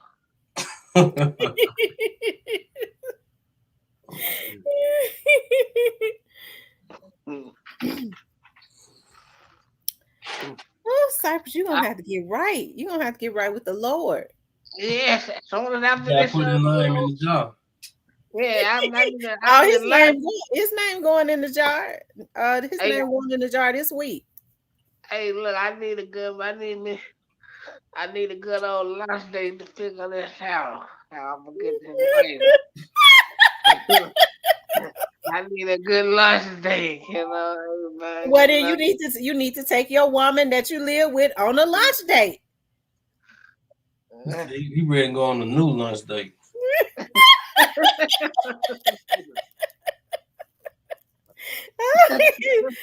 Player code don't encourage him. Sure. He trying to make it where it's family. Now he trying to be your best friend-in-law. Yeah. No, you gonna have to move to South Memphis though. That's where she at all day. Gotta come on back to the city, buddy. Cypress, you be scared to live in South Memphis. She live in the heart of South Memphis. Ooh. That's all right. That's all right. Just meet me downtown when you want to link up.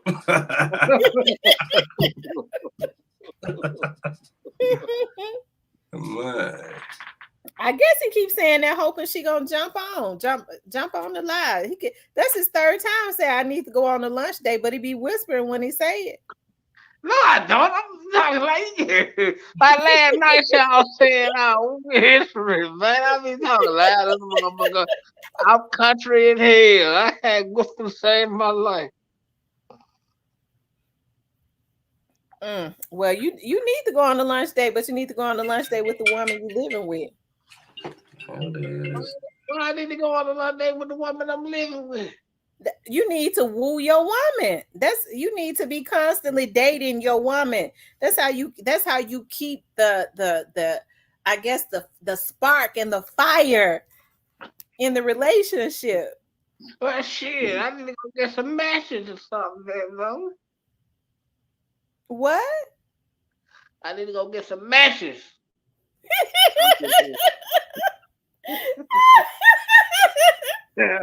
And lighter, goddamn it, some lighter fluids to get this shit crunk up around here. No, I'm just playing. She's straight. She's straight. And it's okay to hang out with other lady friends, right? Oh Lord, no. Not Hey, unless you fella. not unless you're gonna have her with you. Hey, fella. It's okay to hang out with other lady friends, right? Can y'all back No. me up on that in the chat? No. No.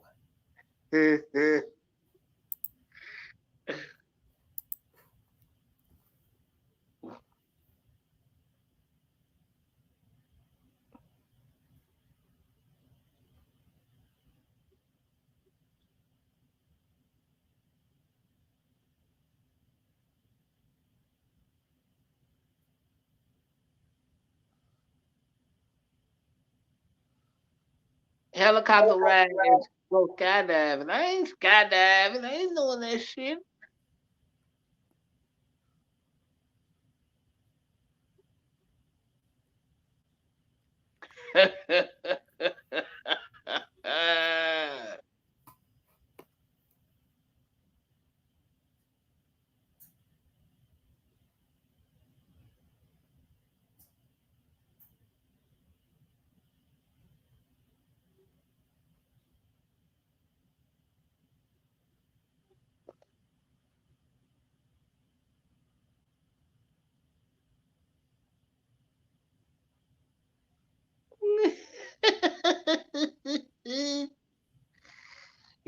y'all crazy, man.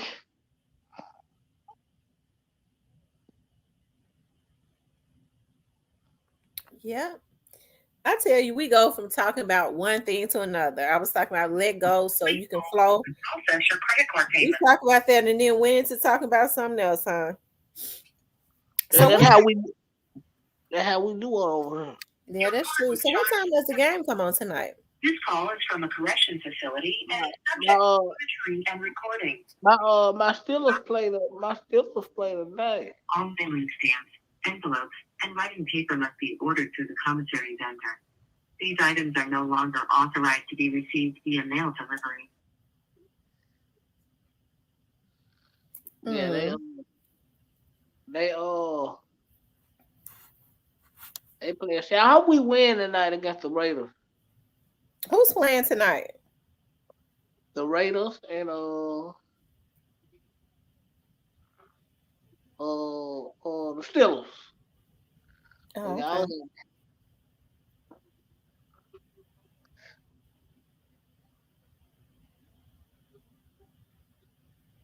yeah, I'm just chilling. Y'all throw some questions out there.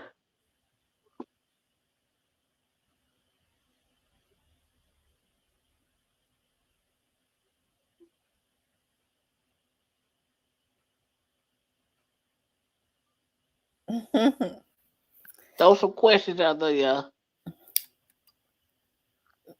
Y'all throw some questions out. I feel like answering questions today. Whatever y'all want to ask me, and I answer. Y'all know I'm never really open, but if you ask me, I answer it. So they finna ask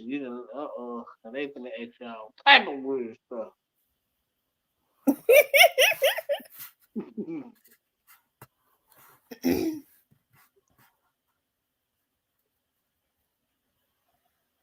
I'm sipping on some sweet bitch, so Who? yeah, I heard that. They said, Cypress, do you know how to romance a woman? What? Yeah. So what's your idea of romance?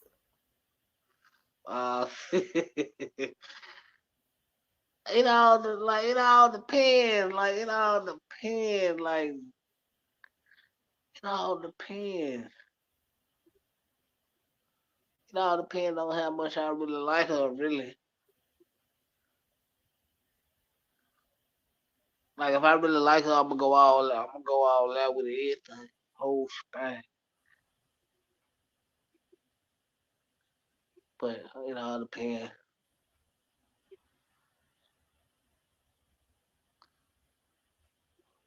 I mean, Now, so what is the idea of a date to you? uh, a date to me is it's simple, like hanging out, baby, going to a movie after eat, something like that. Mm-hmm. You know, something simple. Mm-hmm. I don't really, Uh-huh. I don't really put a lot into it unless I really feel it like that.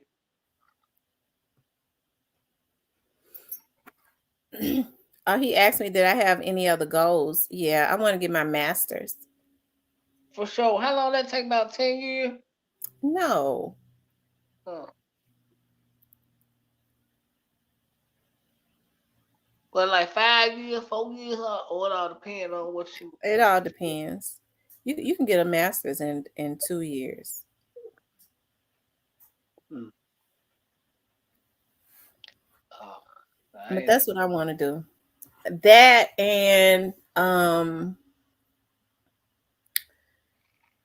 there's one more thing I want to get certified in. I ain't gonna say it until I get it. But yeah, there's one more thing that I'm working on. Teresa Kane should take her to McDonald's. Ah.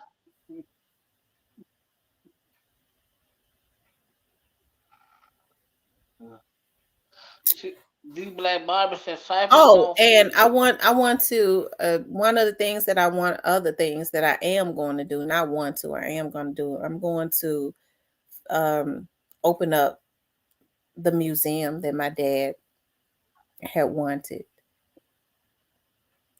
had gotten. So it's weird to, but that's another subject though. That is they said Cypress don't feel nobody but himself. Yeah, Cypress, you seem like to me you're not in you're not in. Have you ever been in love? Uh, yeah, hell, you know how that go. How many times have you been in love? Maybe one. Oh Maybe one. Lord. Oh Lord. See, I try to stay away from all the falling in love thing, cause I just like to do what.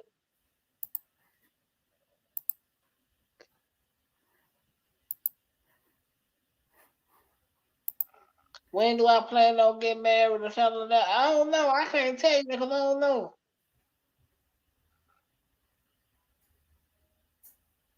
Got to put in the work cycle. Don't reach for the gold ring. You know what, Brad? Yeah, you right. I don't know when I plan on selling now. My mom always say that before she pay it. Like, oh, she want to settle down.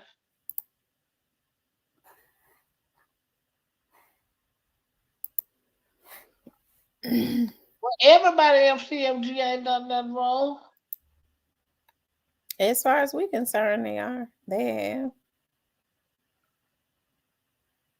Of course, y'all Oh, think. y'all. I gotta show y'all this because I gotta have this.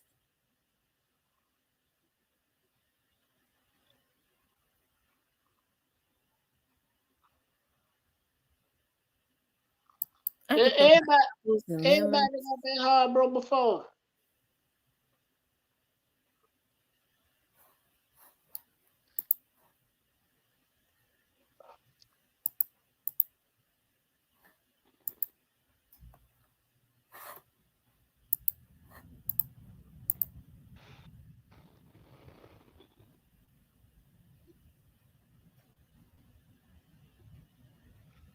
Yeah, everybody got that hard. Of course, Kitty.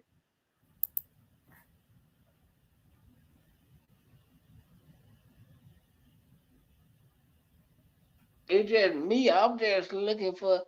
I don't know, like. Jimani said, "When do I plan on getting married?"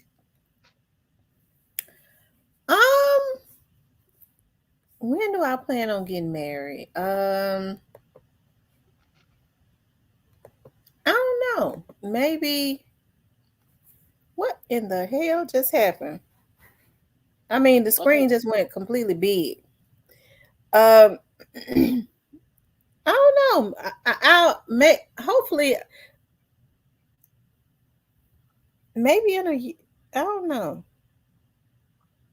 Uh oh. when I meet the right person. When I meet the right person, that's when I'll get married. I gotta start dating first. Yeah, that's right. Ain't no wrong with it. Yeah, I gotta start dating, and that's something I am gonna start doing is dating.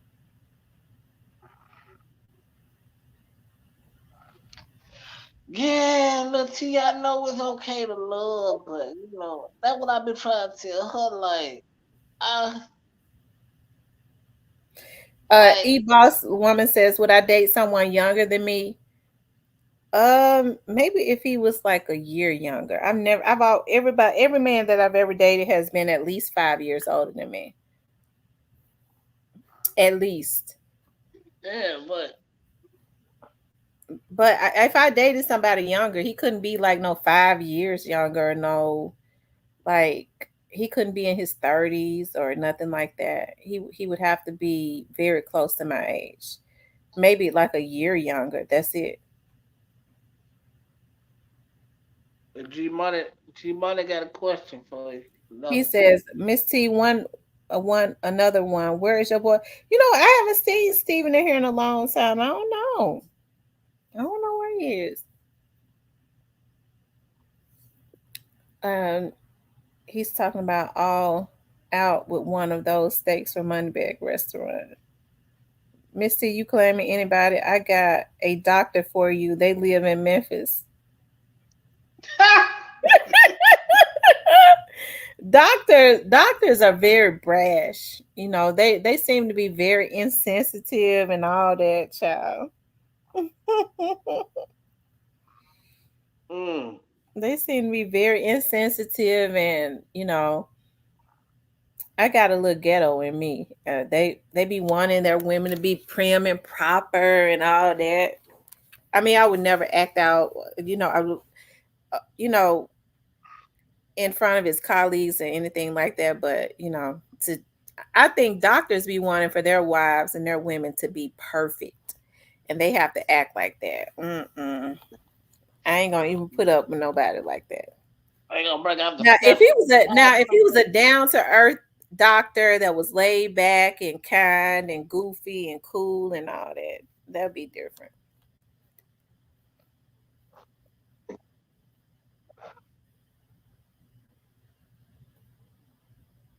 What, Kitty? What I do now, Kitty? What you mad about now, Kitty?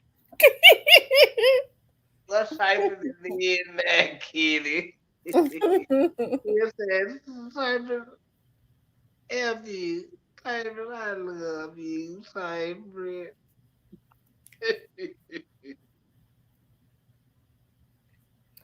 Dominique says, laugh out loud. He not like that, Miss Tamara. He a gangster and gentleman, and you actually his type, humble, goofy, and real deal. Hey man, y'all pray I find me a good woman now. Hey, y'all pray I find me a good woman. I can tell her now. Said that's what y'all want. No, I said that's what y'all want Cypress to do. I think everybody who wants to see Cypress. And Cypress ought to be ashamed of himself. He telling us to pray for him a good woman, and he living in the house with a woman. Somebody pray he find him a good woman, and he living with a woman. hey man, hey y'all crack them prayers up for Cypress TV.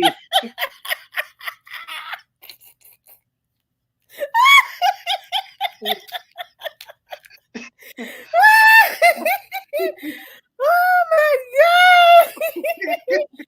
Lord have mercy. I mean, cause y'all might see something I don't see, right? And I say y'all might see How God you gonna ask somebody to pray for you a good woman and you live with a woman?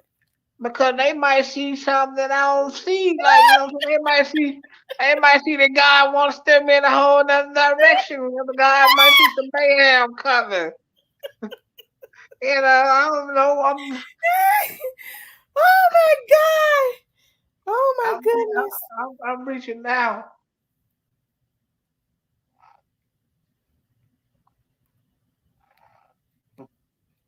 Yeah, I dated outside of my race before. That was a bad move. G Money says, will I date outside your race? I never dated outside of my race. I used to this white guy used to be crazy about me. I had never even talked to anybody outside of my race on the phone or nothing. He owned he owns just about all of the bonding companies in Memphis and in Covington and in everywhere. And he was teaching me the bonding business and everything. That's how I know about Trayon England. And so he was like he was wanted to date. So then one time he was like, "Can I take you to lunch?" And I was like, okay. So that was like my first time, and I have to say it was me. I was very self conscious. I was very self conscious about it. So we was walking. We walked. I went over to because I know like when he first started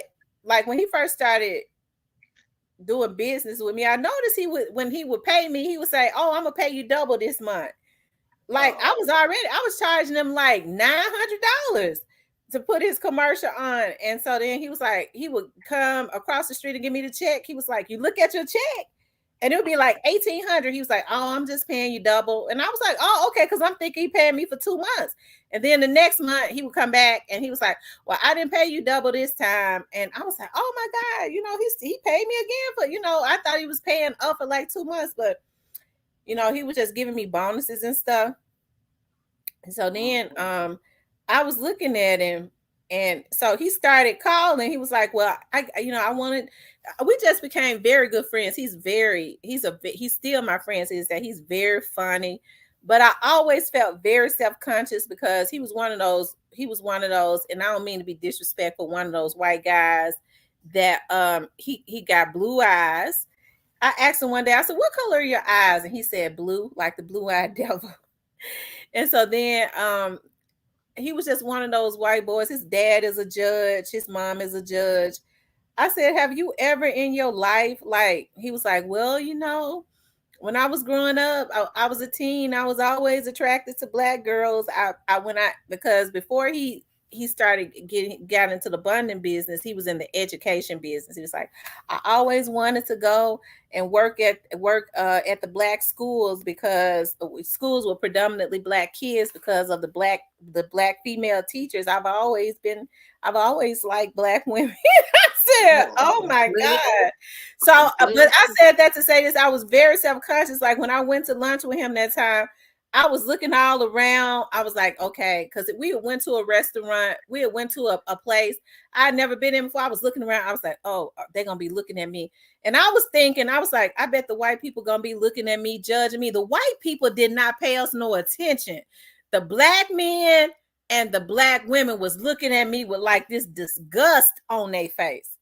I was like, oh my God, it's the black people. I mean, they was looking at me like girl. But anyways, I was very self-conscious. I probably could have been a rich woman. But he's still my friend to this day. But I didn't date him. But I guess I said that to say this, that's closer than I've ever came. He taught me the bonding business and all of that. Shirley Jenkins said, sound like we should pray for the woman type. I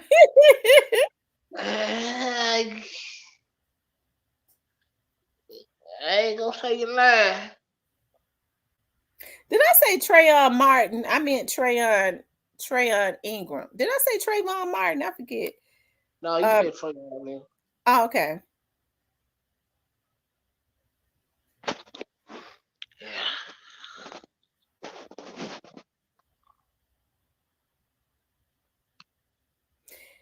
I do too, pretty Miss Kitty. I do.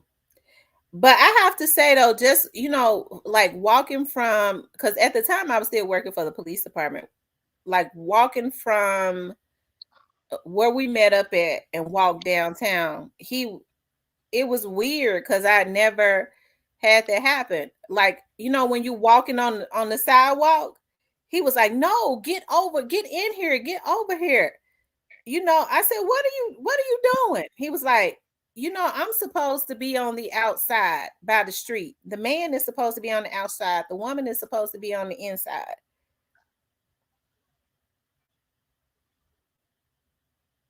Oh, that's because he was taught that.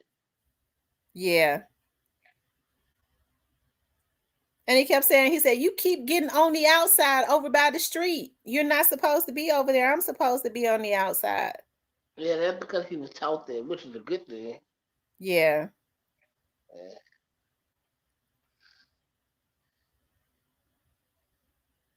Well, but a nigga that'd be like, oh, you must like the impact of 18 wheeler.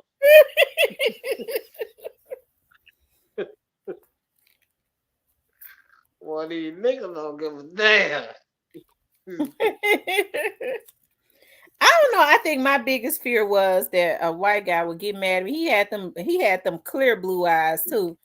A white guy would get mad at me and say, "You nigger bitch." Oh. He said, I would never call you that. I said, I don't know what you'll do. All white people are like that. Is.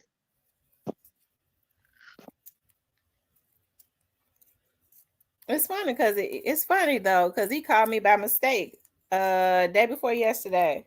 I said, he said, oh, I'll call you by mistake. You doing okay though? I said, yeah, I'm doing good.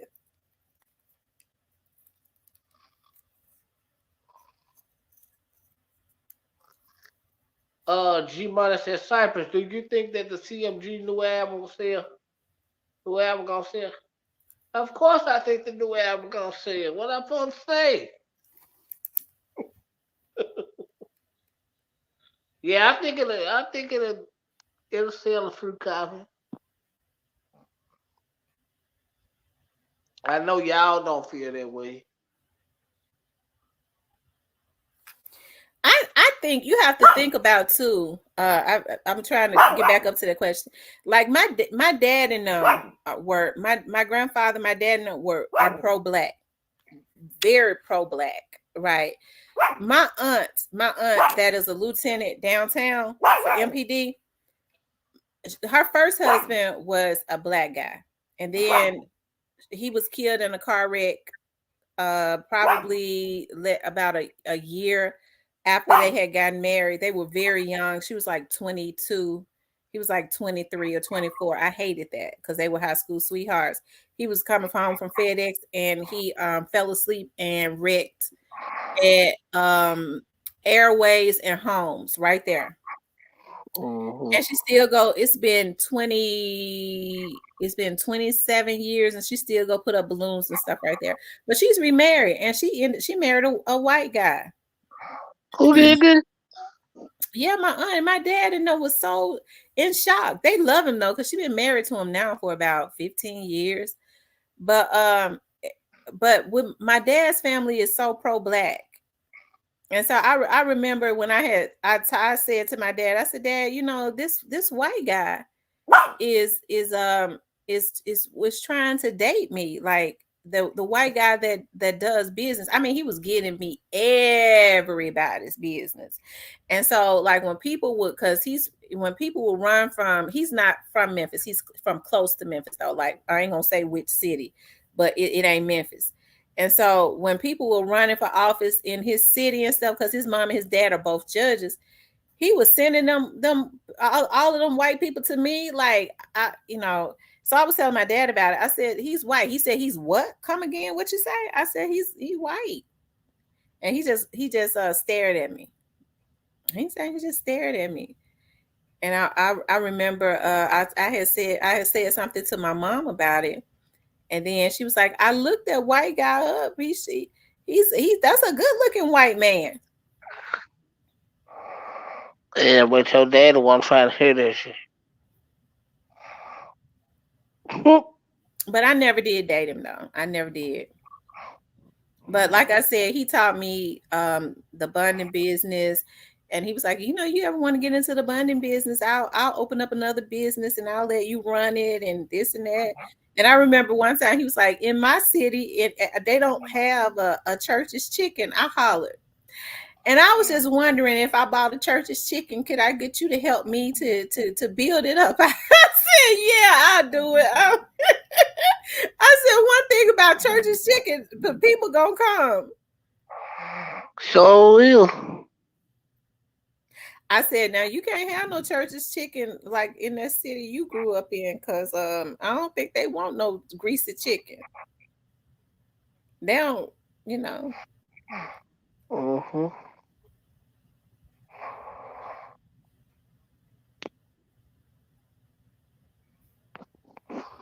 Yeah. Dominic says, I'll marry whoever love, don't care white or black. Don't I prefer a black man. That's all I've ever dated. Although I have every black man I've ever been in a serious relationship with, I've always had issues with betrayal issues, but I still be wanting to date a brother. So I just go give me another one, child, until I get me one until I'm being more selective this time, though, on who I let into my life. I've never dated a whole lot, anyways. I've had, out of all of these years, I've dated 7 men. That's quite a bit of men, but I've dated 7. And the next one, I can't afford to have another man in my life that's not gonna be my husband. I don't even want to have to deal with that. It's enough to deal with an old dirty dog, but then you have to deal with the crazy ass women that they deal with. I don't want to have to go through that stuff no more, ever. I have dated. Well, never mind. Ugh. I think it's probably gonna be more than 7. Oh Lord, Cypress, you got a whoremongering spirit. Probably gonna need that old good old prayer job. Oh Lord, you got a whoremongering spirit, Cypress. You got a whoremongering spirit, Lord. You got a whoremongering spirit. It's fun to date outside of your race. I can't get used to goddamn spaghettios and shit. I get to thinking about like 7 men. To me, I get to thinking about dogs. 7 men. That's a lot of men to have been with, and and not have married any of them. That's, you start talking about, you are exchanging energies and entities with these people. That's a lot of different spirits to allow that wasn't even for you. That's the reason why I said the next one got to be my husband, because I don't feel like going through that stuff no more. Yeah, well, I got a little bit more energy to. I got a little bit more energy to give. I got, I got a little time. I got a little energy to give. That's what my clock telling me. I got a little energy to give. No, I've never been married ever.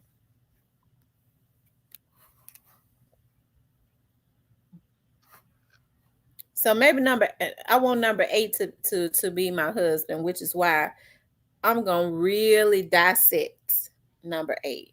I've talked to more than 7 men, but I've only had relationships with 7 men.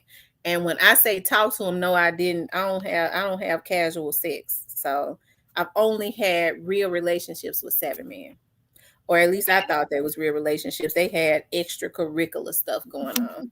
Oh, they were doing some cyber TV shit. They were, Huh? they were doing some cyber TV shit. Yeah, they was doing some Cypress TV. Cypress, Lord Jesus. I just don't understand. I don't know. I don't know. I think I don't know. I hope I shut down one day. Shirley Jenkins said, "Well, they might need to pray for the woman and not me, because I'm a mess. My goddamn little fuck."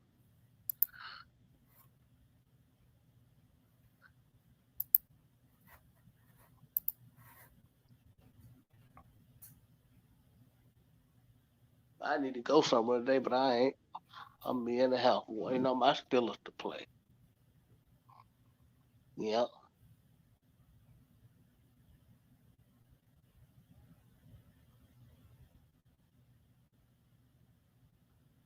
The older and more successful a woman gets, the tougher it is for her to be a good teammate, unfortunately. I Yeah. don't, I don't believe that's true because I'm willing to be a teammate. It's just that no woman is gonna have a man to come into her in her atmosphere and in her life. I'm gonna tell you the issue with some of these men now. They want a woman to help them to build a foundation so that they can go and live their best life with a whore. That's what they want. They want a good woman to drain her of her energy so that they can live it up with all kinds of whores. No, I'm not getting ready to do it. I'm a damn winner. I know I'm a winner. I got a winner's mind, a business mind. I'm it. I'm it. I don't have low self-esteem. I know my worth. I'm that girl. Shit, So basically, I'm a damn winner all day. I can make $1,000, okay, out of 10 cents. That's what I do. But I'm not getting ready to help to build up a man that ain't worthy. He ain't gotta have what I have because I'm still building. But I'm not getting ready to put ideas and stuff in his head because I'm a damn businesswoman. I know what's supposed to be done so that he can go and live his best life with another woman. so so basically you saying, but basically, let me get the breakdown of what you're saying. So basically, you're saying right now the hoes is winning. Yeah, these hoes out here winning. All they got to do is Oh go get shit! this. All they got to do is go get the surgery and then start popping their ass and these men and having threesomes and eating ass and sucking dick, and Oh, these men go crazy. oh, what Al Capone said, "Oh boy." Man. No They'll, man. they'll say to the woman, you know what, I'm gonna get with her. You just hold on. You just be with me, and I'm gonna use her and we both gonna benefit. These men doing that now. I'm telling you, they've been doing it every year. And I always say this every year around income tax time. It is, and we have a abundance of work to the point where I'm just tired of it. And so, like every time, okay, so the men start acting right around end of November. It's Thanksgiving time, so they start acting good, so they can get a damn big ass Christmas gift. Now these girls are able to borrow money off of their income tax. I don't get no damn income tax. I have to pay in. Okay, and so they start getting he said they only that's true, big pressure, because God make them reap what they sow. And so so they come around they come back at the end of Thanksgiving. And so then the girls be posting subliminals. Yeah, who he with now, blah blah blah. You know damn well you ain't seen that man since April. Okay. So then he get his big Christmas gift, He already knows she's gonna start borrowing money in December off of her taxes. She got about 3, 4, 5, 6, 7, 8 kids, so she might be getting some of these girls getting 10, 11,000. And so then around January, she get the rest of her money. They living it up. Okay. He talking about she on Facebook talking about showing they out eating everywhere, showing her ring. We gonna get married. They got matching pajamas. You forget about that, Paul. Yeah, matching pajamas for Christmas. And so then like around April, our phones be ringing off of the hook. The other investigators be calling me, Tam, get your sisters. We don't want to deal with them. We send you the business. I don't want it either. Shit. I want to hire an investigator. Okay, what you need an investigator for? I want to know my fiance doing. Okay. All right. He left. I don't know where he at. I kid you not. I'm not exaggerating. My right hand to God. Okay.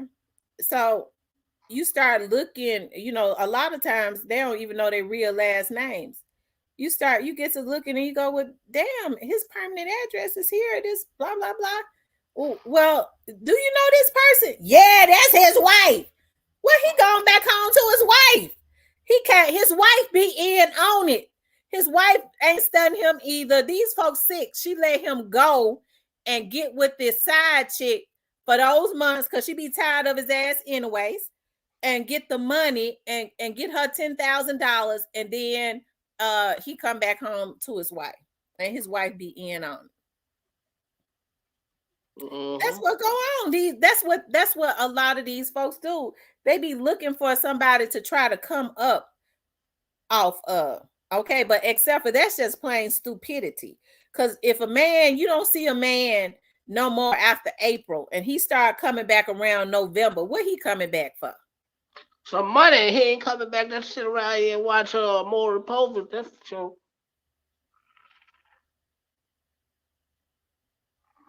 Me too. Sue Pretty says, I want a man. I want to be submissive too, but I can't be submissive to no man I gotta pay half the bills with. Mm. Mm.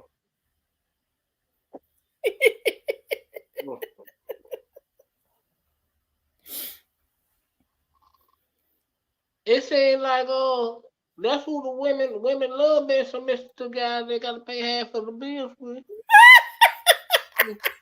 Half of the bills.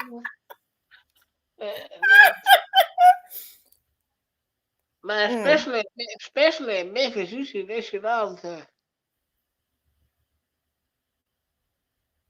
He said, Miss T, I think you gay friend Van, the one I diss on here, still be hacking me. Really? Who? I ain't seen him on here in a long time. Why you think it be him? Teresa says, I never judge a man on how much money he had. Me neither. I don't listen. Oh, well, y'all like a needle in a haystack then. No, I don't judge men on how much money they got. I don't. Because, I mean, if he got a drive, if we get together, he going to win. I'm a damn winner. He can't do nothing but win. You know what they call me on. But he ain't going to win on my money, though. Because I'll help him to use his gifts to make money. They call me DJ Keller. All I do is win.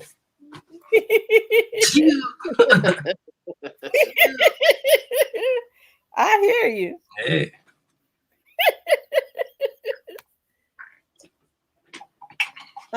Joel Oscar says, I want a man that knows I'm strong-minded and strong-willed, but at the same time knows I still need the companion.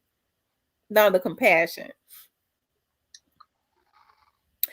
Because he told me he was going to get me. Oh, he told you he was going to get you?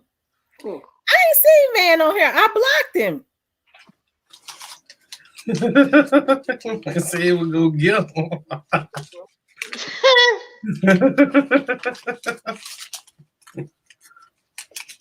Tripping. Oh, man. I get you. Oh, Cypress, since you say you pray for you a good woman, even though you live with one, what's your idea of a good woman, Cypress? a smart one. And they don't really talk a lot of shit back. They got see. I wish I could have one of them women that ain't got no smart mouth gonna talk a lot of shit back. You must try and get a Spanish woman or something there. Or No, Muslim. Spanish women are very hot headed. There you. Yeah, they hot headed.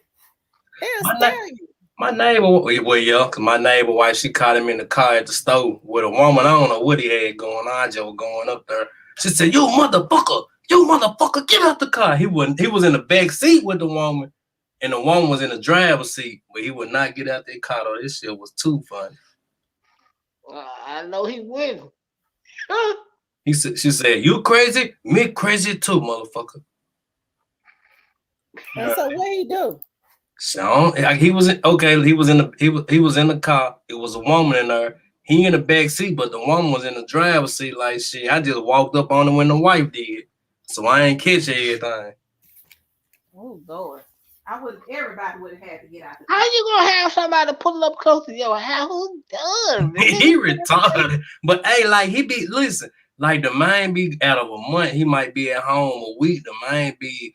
Damn, where he be? Some part of Texas. I forget. He told him the part of it. But the man, it's like he living two lives, fool. I ain't lying. Man, ain't no way I'm letting a woman pull up where I live, bro. Man, pull up on the other side of town or somewhere we link like hell. Man, listen, the stove is two. Okay, because he next door to me. So the stove 2 houses from his house. That's how close the stove is. What area it is? What area that is? Shit, it's off summer. Oh, yeah. He playing. He bullshit for real. Like, how you get somebody to pull up close to your house like that close to your house, bro? No. You don't need to know nowhere where I stay. Just when you see me. That's all you need to know. I guess because he was drunk, because this nigga drank like 15 Coronas in the hour. Every time he give me one, I just collect them, put them in the freezer, and give them back to him. He said, y'all black man, see what happened to Steve Mandel. Y'all better stay within y'all race. Their bloodline different. You right. 2 pretty big kids said, look at Steve Harvey.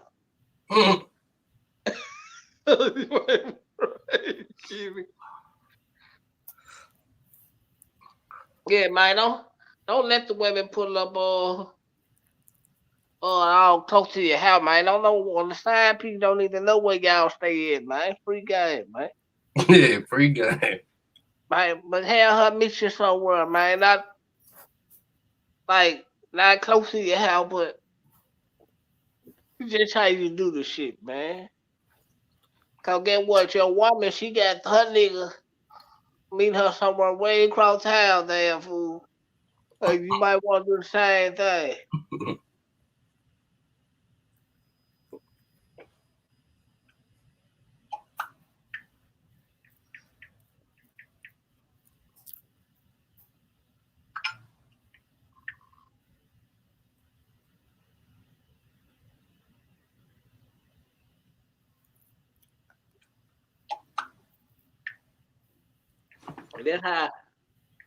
That's how I do that. That's how I would do that shit. No, you don't need to know where I stay at. No, you ain't coming to my house. You don't need to know where I stay at. Just know when you see me, that's the only thing you need to be worried about when you see me. He said my brother got a white wife and his ex staying in the same house with him. Oh my God. I know a dude had a situation like that. Like him and his baby mama stayed together. She had dudes coming over and he had girls coming. I'm like, how the fuck is y'all doing it? He like, shit, as long as the kids see us in the house with each other. I'm like, this gotta be weird as hell. Oh my God.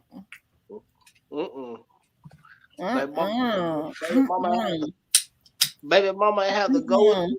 She have to go.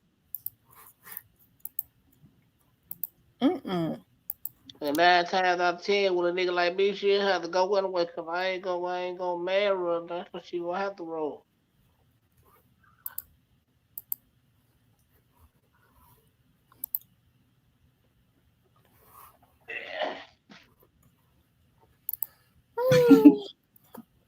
I'm ready to take a trip to Florida. What part? Fort Lauderdale. I don't know. You know what? I think I want. I've never visited Key West. Have you ever been there, Cypress? Yeah, that's at the bottom. How is that? Southern Florida or northern? No, it's southern. That's at the bottom. That's on the Also, it big. be hot all the time. Hmm. So, is it beautiful like they show? Yeah, it's straight, but it's like mainly like laid back type of area, like military and rich area white people and shit. Oh, I want to. I'm going to. I'm gonna. I need to take a vacation anyways. I want to go to Key West. Yeah, keep West straight. It's the very last of Florida. Let's It's see. the When the last time I was in Florida, I visited my best friend 2 years ago. She lives in she's from Fort Lauderdale, but she's living in Boca. You Oh, know, okay. That's her brown toward I think Tampa, I think, ain't it? no, Boca is right there around Fort Lauderdale. Fort La Okay, Fort Lauderdale like okay. Fort Lauderdale like not yeah. Fort Lauderdale is closer to like West Palms or something like that. Yeah, that's an area around close to I can't think of it's been a while because I can't think of but I know where it's close to the bottom. It's close like it's not in like in the middle, but it's closer to the bottom to like in between. She says Panama Beach is nice. Panama City Beach, yes it is, especially at night. Ooh. Really? Now that's closer to where? That's in Panama City Beach. I used to live there. I know, but what city is it closer to? What known city? Tallahassee, Pensacola, around in the Oh, part. okay. So it's down there by Gulfport, Alabama. Yeah, around in that area. I Those in because them I areas. love Gulfport. I love Gulfport. I really enjoyed myself. The food was so delicious. We went there last year. I wanted to go back this year. Hmm. Pensacola was 20 minutes from there because some of my family that stayed there got hotels in Pensacola, Florida, which was 20 minutes from there. Yeah, Destin was nice too though. I ain't gonna lie. But I love Panama City, Bay County. I love y'all know.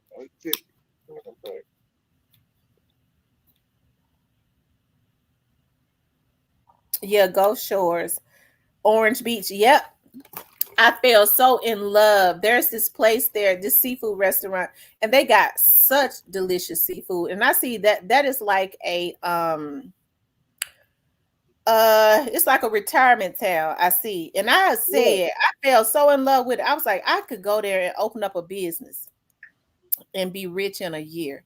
It's a lot of money down in that city. Well, Orange and Gulfport. you ain't lying. There's lots of money down through there. All through the coast of Alabama and like around the Panhandle area, all up town the coast of Florida. You'll make a lot of goddamn money. Especially if you bring like some Memphis shit that I ain't never had, she'll make a killing. You I'm make ready to something take like a trip. I want to go to I want to go to Panama City soon, but I want to come to Memphis first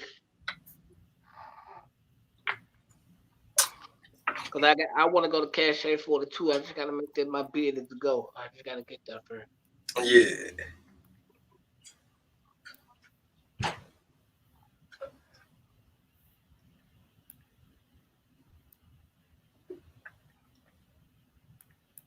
Yeah, you can tell Tammy pull up. We at the restaurant. Man, what? Big Pressure said I just can't live on the coast. Yeah, yeah, them hurricanes come all through, man, from here to Florida, all up the eastern seaboard of Virginia, New York. Yeah, it could be a mess, bro.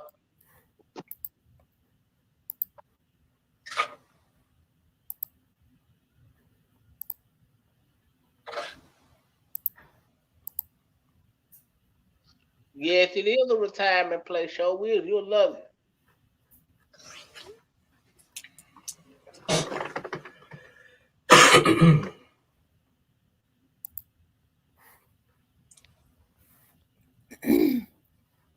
I tell you. I miss Florida though in a way, but You ready to go back? oh yeah, the visit I ain't gonna never stay again. Why? How long did you stay there for? I stayed there for like 4 5 years off and on because I was back and forth in Memphis and Alabama. Cause I had a girlfriend in Alabama. So I was just like pushing around. Hmm. On some Rolling Stone shit. I was gonna say you talk like you a darn Rolling Stone. I know. I just like to travel and do stuff. You know what I mean? When I have the time to do. Oh, okay, check out the Grand Hotel in Point Clear, Alabama. Miss T Shore drives to Gulf Shores. Okay. Yeah, go short popping, but you know what? I said she was in Memphis. You said West Cyprus?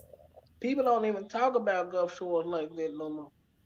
No, they don't. They got this seafood restaurant called Mike's. Got the best seafood Alfredo. I've never tasted. It's got to be homemade. Even the pasta noodles were good. I don't know what they do, but that was the best seafood Alfredo ever had in my whole life. That's what's up.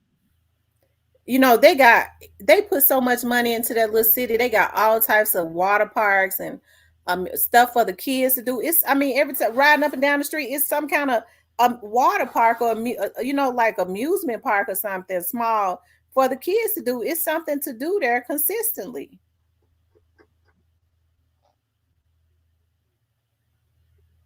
Yep. Take notes, Memphis. Maybe y'all should stick together and put some money in them motherfuckers.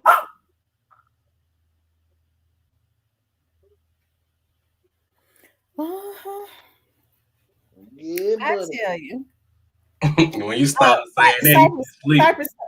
Cypress, something right. The third came in here earlier. I know I spoke to him. Oh, okay. I said, Tommy, right? We was just talking about you. We had not seen you in here in about a week or so. We ain't seen the other guy in here either, Womack. I'm gonna hear tomorrow. I'm gonna see if I can catch one man. Pretty Tony ain't been to her. No, Might no, have had, Tony probably ain't what been in here. might have had, probably what had. Leave Pretty Tony alone. He ain't did nothing to you. I thought you said you like Pretty Tony. I do. I think good person, man. I think Pretty Tony good problem. I think he be high as hell, but I think he's a good nigga. Oh Lord. So what area what's the other guy named Pimp Slick? What was his name? Pimp Skinny Pimp. Scared of pill. He's from 7th Street. Herville. Yeah, okay, what up? Well, there was Coop that was originally from his family was from over there. Yeah. That's what I meant to say, yeah. Hmm. Hmm.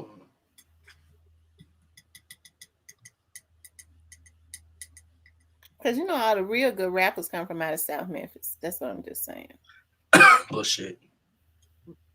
Well, the one that made it came out of the north. Huh. Yeah. No, because let's see. DJ Paul came from South Memphis. He really from Whitehaven. That ain't South Memphis. That it's kind of considered white. Yeah, South we can lock them in as being South Memphis. You right. Right. And That's who South else?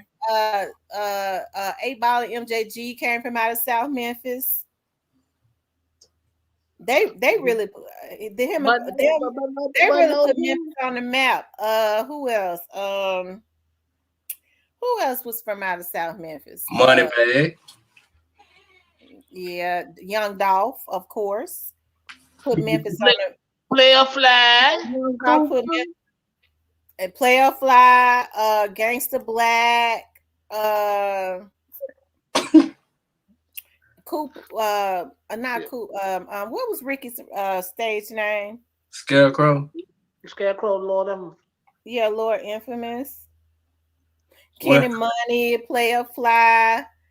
Um, I ain't gonna lie, I like Candy Money. That's not the only one that paper route I can listen. CEO Jizzle. He alright, man. Just quit rapping about putting people in the wall, man. They all rap about that. Why you on CEO Jizzle head when they all be talking about that? Because he's a good kid. He shouldn't be doing that. I mean, a money bag them do it too with their old asses. Well, they got to pay security around them though. Man, I don't think he should be doing that, man. No, what shouldn't be happening is Juke should not be sending these folks out to go try to kill folks.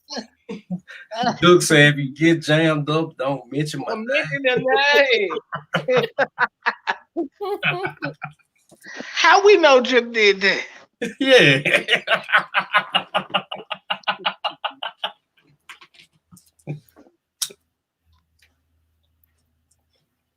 Yeah, the biggest op is hard. Who else came from out of South Memphis?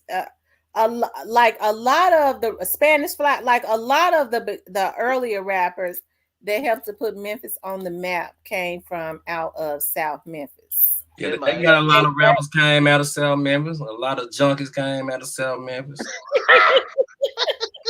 Nah, ain't none of the rappers in South Memphis junkies. Player Fly. Shit, Player Fly, Gangsta Black, Lord Player Fly, the only one. He Gangsta Black.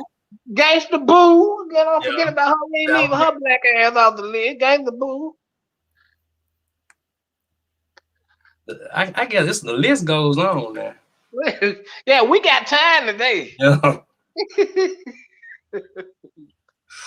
Cause you know they love some cocaine in South Memphis. Oh yeah, Crunchy Black. Yeah, Crunchy Black. Yeah, you know they love heroin.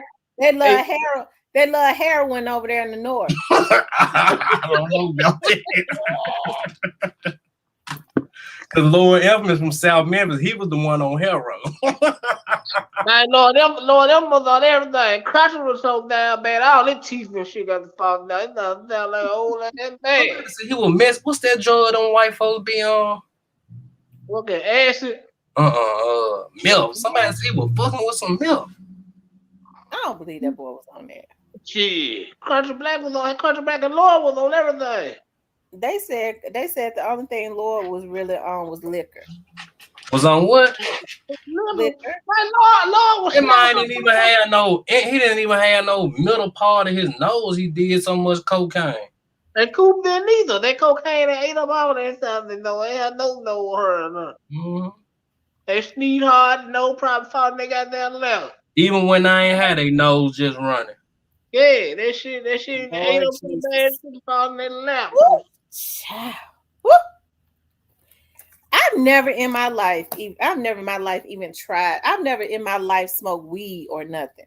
That's good. I never wanted to be addicted to nothing. Except for fighting crime.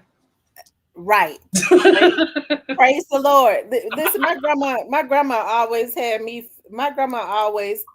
all these stories about when people did drugs and stuff, and she would always talk about like when they smoke weed, how she always knew somebody who weed or who liquor and stuff was spiked, and they lost their mind and they never got their mind back. Or I was smoking weed.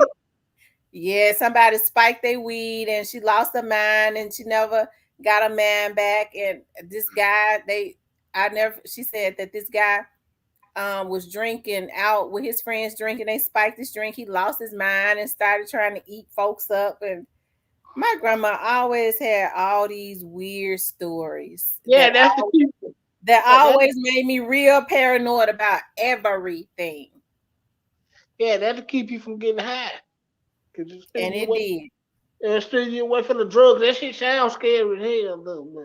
Because to this day, like I will, when I go out, and it has to be from a nice restaurant, I'll drink me something like right when I get ready to go. I have one little small drink.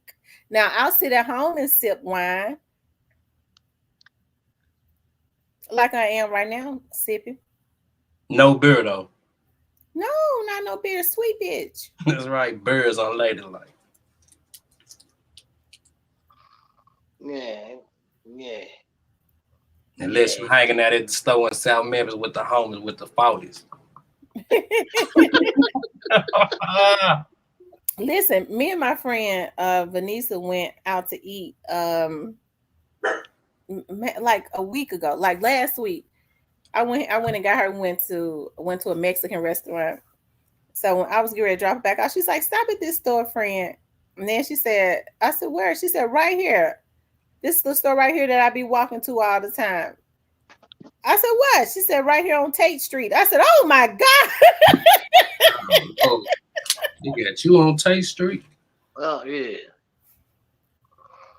Do you know what goes down on Tate? Have you heard about what goes down on Yeah, Tate? She already got a notebook. Okay, yeah, got a black card she over there. told me what be going down on Tate Street, but she had, them dudes know her. I mean, but whatever go down, because she's street too. She don't. I know from the internet, she's not gonna tell me anything. Hey, you seen them girls dugging in them cars? You said, "What is she doing? What's going on?" I don't know. She be up there. She be up there talking to them guys up there, at the store. I'm talking about we seen them girls out there and they peeping their head in them men cars. Oh Lord, I don't know about that. but anyways, I said Tate Street. She was like, "Ain't nothing gonna happen." She was like, "That's all right. I'll get my car, come back up here. I'll walk up here." I said, "Okay." That's when you should have did you a short video. You and your friends saying, "We outside." We outside. No, I ain't get ready. But she said them dudes up there. She said them dudes is real cool with her. She said, I told her, I said, they she said they don't fool with black youngster. They fool with Moneybag and his cousin. You weren't asking them how much Bag paid them for no hit or nothing, was it? No, I ain't asking that. I ain't asking that. But now okay. Then look, True Results popped up on the account. What the hell Tamara doing? I'm trying to get some goddamn cash out. Oh my God. Child. I said, Lord, Tate Street. I had no idea that Tate Street was around there where she lived at.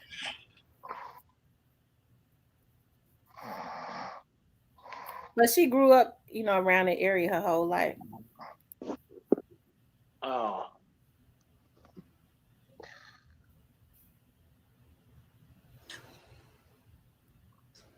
Old Tate Street, huh? Mm-hmm. But she said them guys, they know her. Them guys cool with her.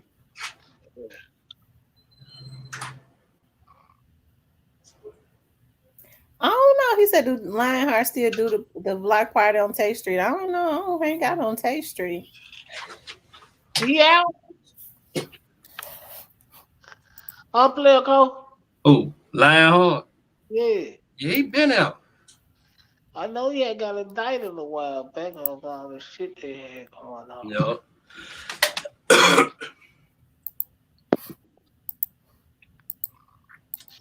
Yeah, he been out the way. Yeah, because they said like they was shooting every week over there on Tate Street. Like, too many. Nah, I'm up. Too many niggas being in one spot ain't good. Especially in Memphis. I used to sniff dope, coke, X, Molly, but it was Tanami. Should have just tried some Novocaine.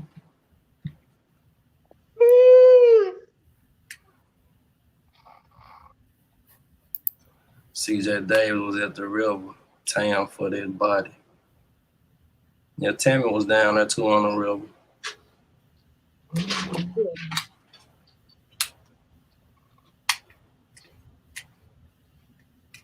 They were doing some G classified 13 shit. I ain't even. Top secret shit. Wow. I would love to be able to one of my I guess what do they call it, my bucket list. I would love to like go out in the ocean and be able to, because when they go out there to tour in the ocean, the big whales and stuff be coming up to the boat and they be wanting people to rub on them and stuff. I would love to do that. I thought you were talking about swimming, and I was so what about the sharks? What all the sharks that eat you up? Yeah, yeah. Go to SeaWorld. No, I don't like SeaWorld because I don't like the way they do those whales. They kidnap them and then those whales get depressed and die because they're supposed to be able to move around in limitless water.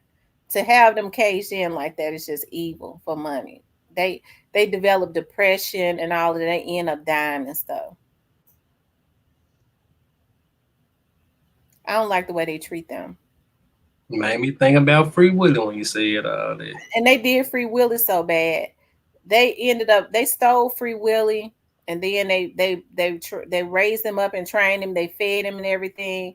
And then after a while they released him. He ended up dying. He didn't know how to go and get any kills and feed himself or nothing because he was used to them putting fish in his mouth and he didn't survive. Damn. Just evil. I liked that movie too. Free Willy's real name was Luna. That must was a book or something. Now that was the whale's name. The real name they had named it Luna, but I guess they call it Willie or whatever in the movie. But they did. I hate they did Free Willy like that, and then just let it back out into the ocean, and he didn't know how to survive. They tried to put him like around, let him out like around other whales, and he didn't. They stole him from his mother when he was a baby, so he didn't know how to interact with other whales or nothing. He only knew how to interact with people.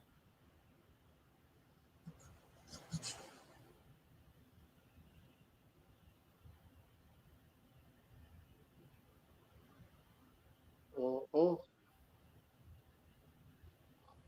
Man doesn't care about us, but cares so much about animals. My show love animals. I be wanting to love people too. People have become worse almost How than about animals. this? Like anytime folks brag about getting bodies up under their belt, killing people just for bragging rights, or feeling like they need to kill somebody just because they're mad at them. These humans have lost their damn minds. What about the ones that like to put people in the wall? I ain't never heard nobody say that. Oh my God. I haven't. Cypress, I said I didn't condone violence. How you mad at me because with your brother in the wall?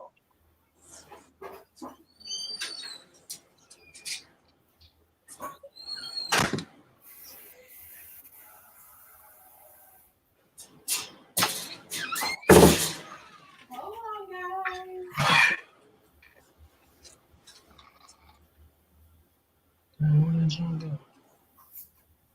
Uh,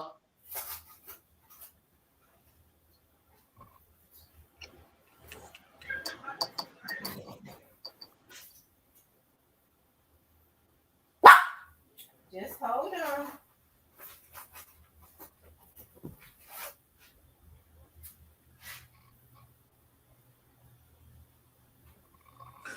Jumping in and out my clothes.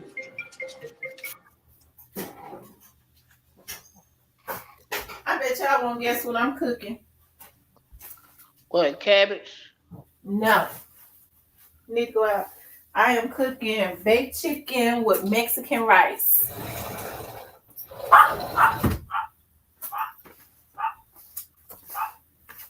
Baked chicken and Mexican rice.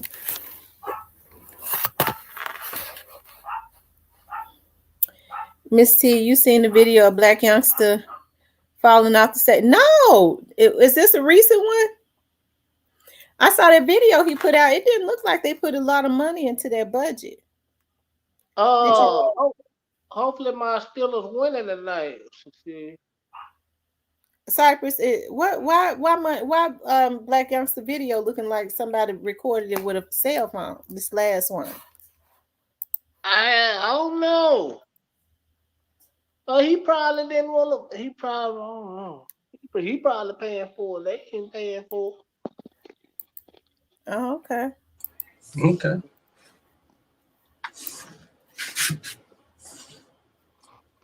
Because nobody really promote nothing he doing. Who you talking about? Black youngster.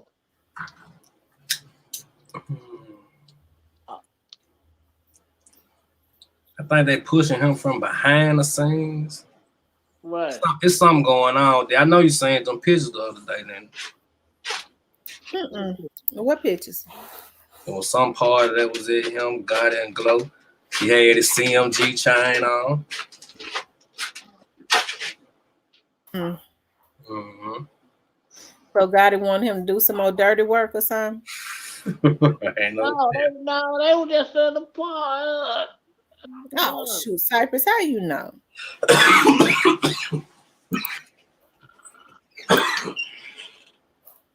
You think God wanted him to do some dirty work?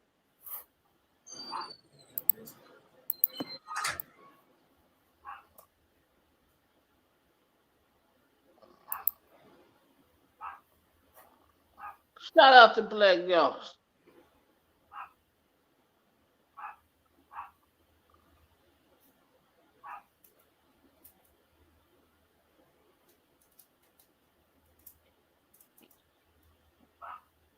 Y'all think Black Youngster ever bounce back from what he was for?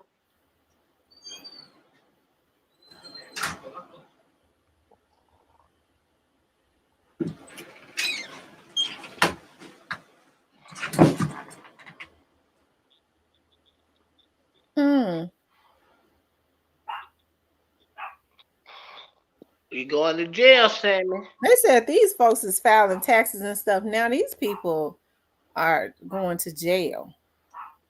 Oh, too thirsty. They filing taxes now. Mm-hmm. It's just a damn summer. I ain't lying. But what the tax commercial said, it's my money and I need it now. I ain't lying.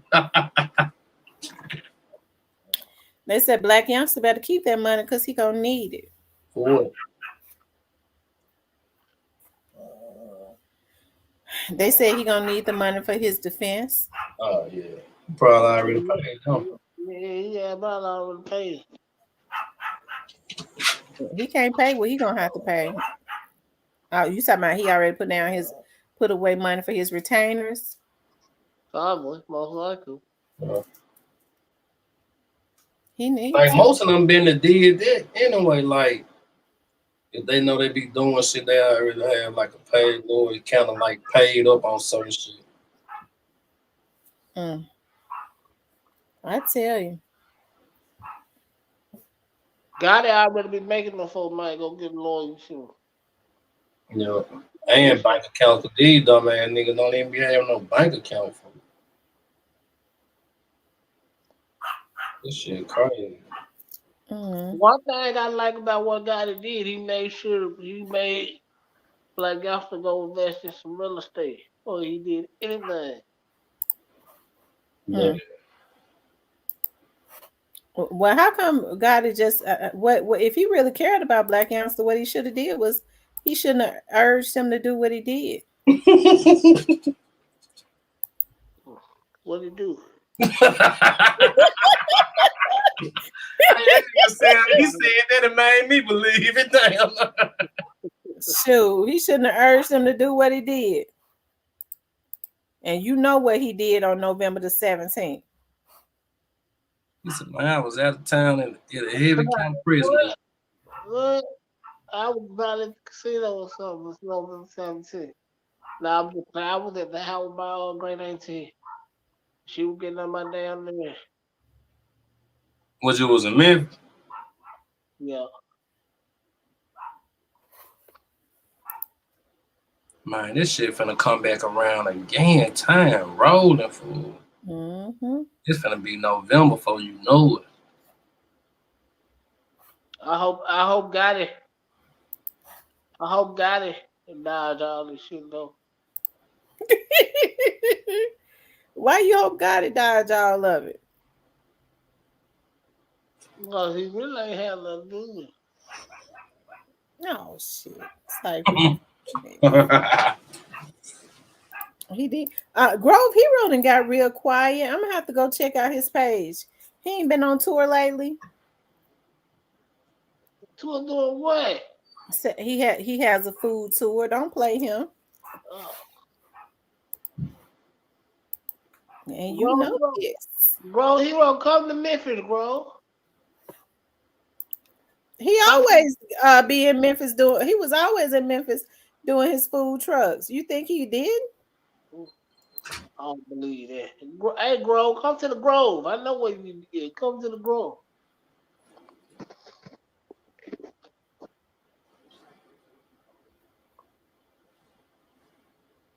He don't come with Memphis Nego.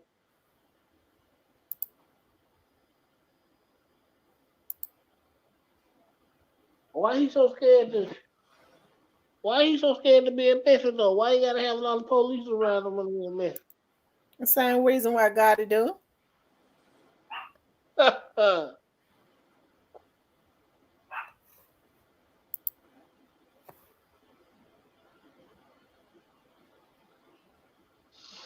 I thought Grove Hero didn't cry. I thought Grove didn't cry. He ain't need no. He don't need them around him. I guess that was a lie, Grove.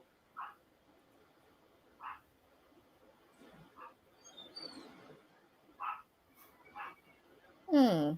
And shout All out right, to y'all. Kim. I'm getting ready to get off so I can eat. We've been on here 4 hours. Okay. I'm tired. All right, you guys. I appreciate you guys getting on today. I didn't even intend to stay on this long, but I appreciate it. I Oh love you hell, you guys. can do 3 more. Make it a whole shift out here. Mhm.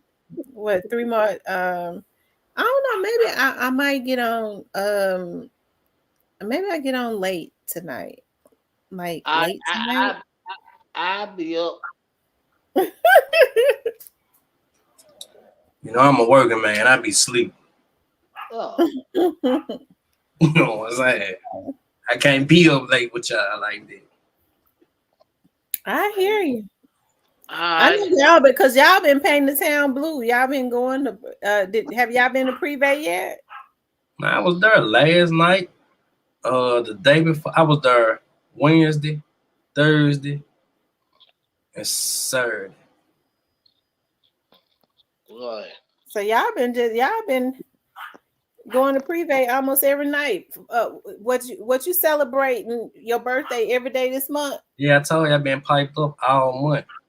All month has been about me. I hear you. You gotta treat yourself, man. We gotta love ourselves. That's true. I agree.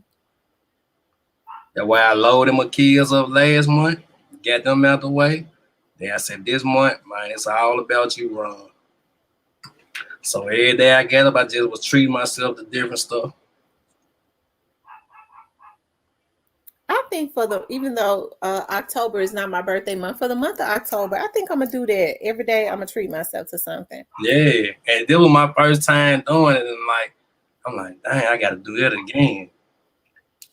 It's a beautiful thing. Like every day, I am going to treat myself to something in October. No, Yeah, I'm gonna do some self care. I think I'm gonna even take a trip. Like it's been I've been saying for like the longest. Like my friends have been trying to get me to come to New Orleans, and I be getting ready to go, and then at the last minute something comes up.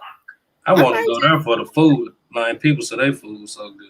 Oh, the food in New Orleans is so good. It is. It is so good. That Cajun food Yeah, I gotta check it that out. is 'Cause I so love good.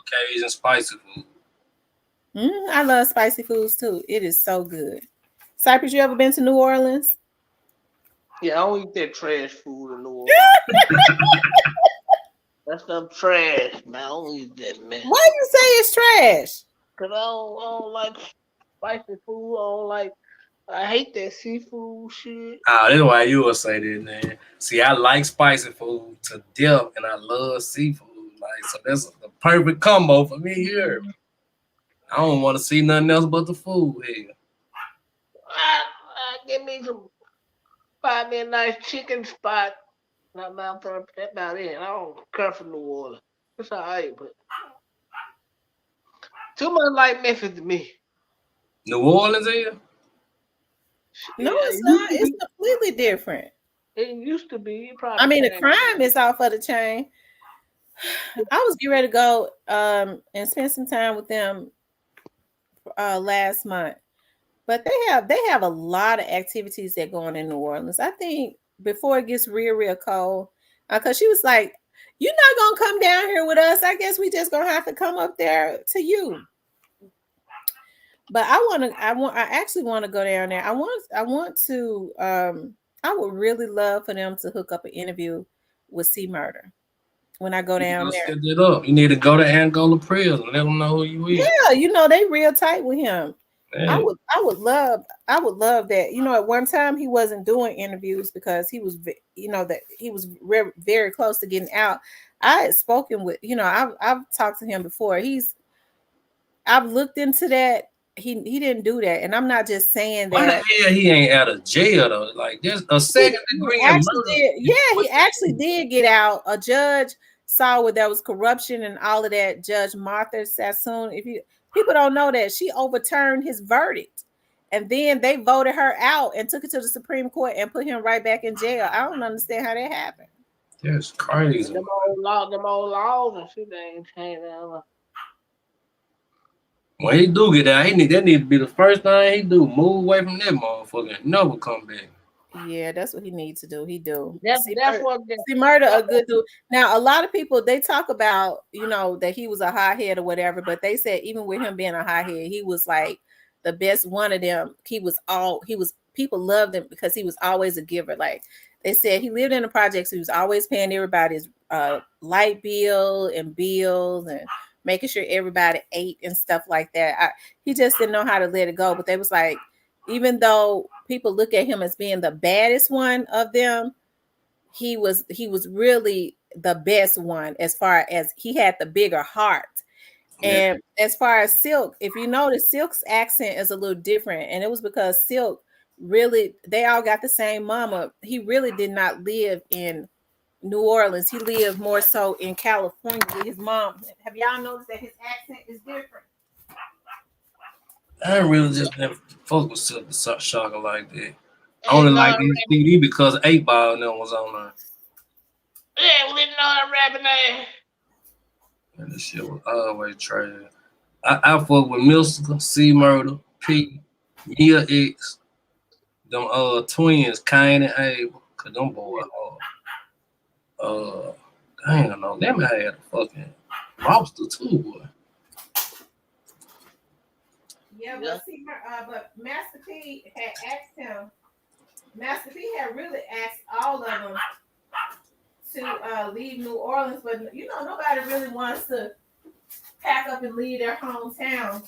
He even asked Matt because they was really after Master P. The government was trying to extort him. A lot of people don't know that. A lot of people in government down there was trying to extort him. And so they thought about getting his artists. Well, hurry up. Behind the scenes that people don't know about. Damn. They got his brother. They got quite a few of his artists. I mean, it's just a lot of stuff that went on that was messed up. See, y'all gonna make me, when I get off her, I'm gonna get them put belt on. Watch that joint throwback. Yeah, that joint that was good, boy. So it was Master P. It was Master P that they was really after.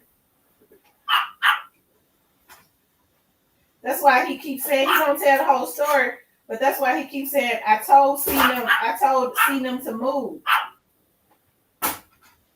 But nobody should have to move away from their city just because the government is corrupt. If you got money, move.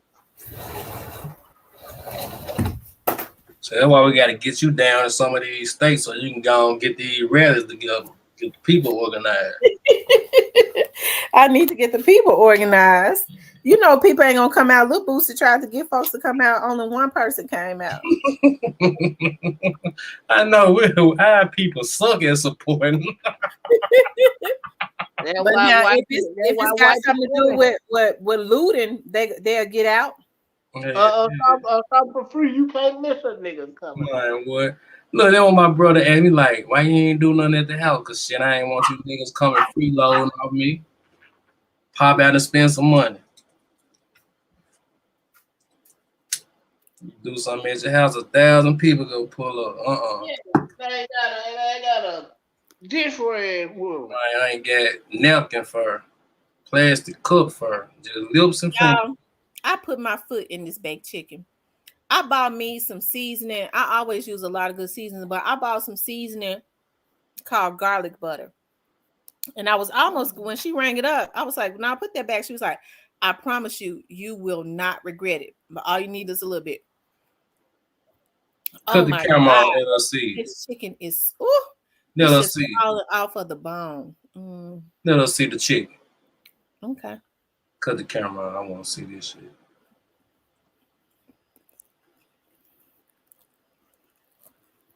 And we're going to know if you went and bought it from a restaurant.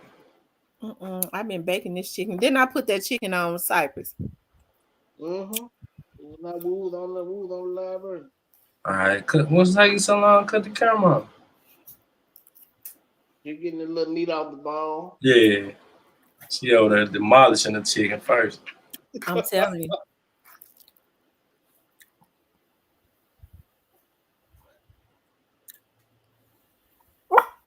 That's why them dogs keep barking. The bone and shit. They used to me feeding them chicken too. You be feeding your dogs chicken? Yeah, but you know, I'm trying to stop doing it. Yeah, you go make sure you begin on worm melts and every night and day. But they stomach might be different, I don't know.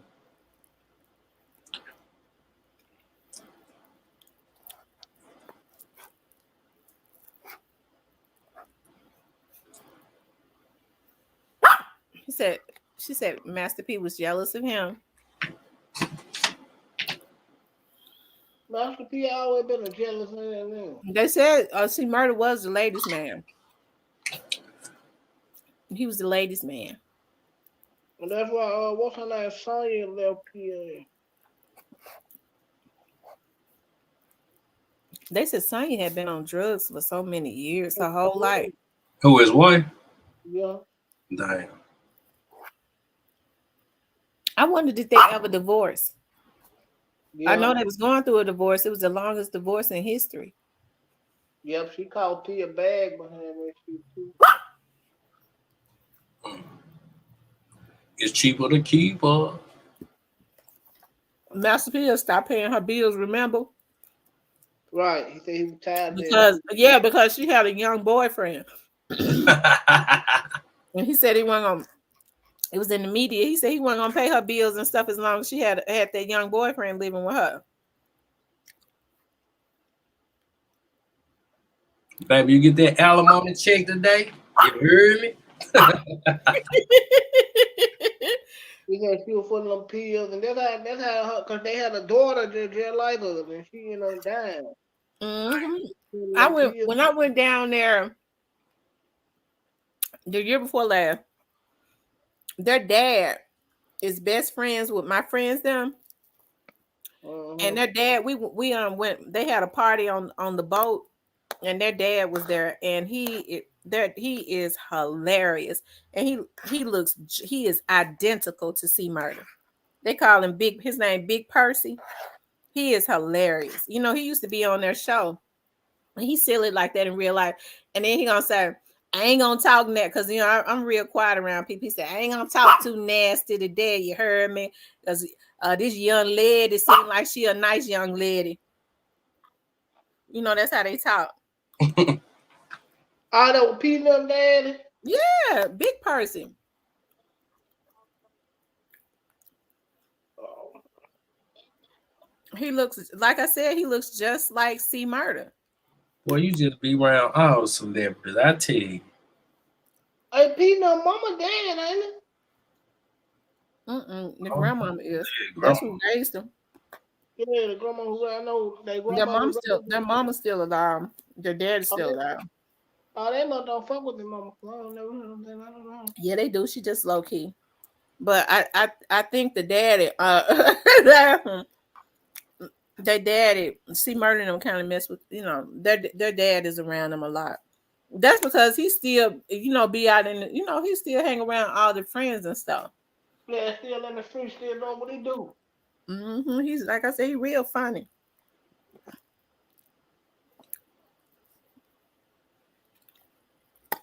My friend said, she said Big Percy. She said normally Big Percy be talking real nasty.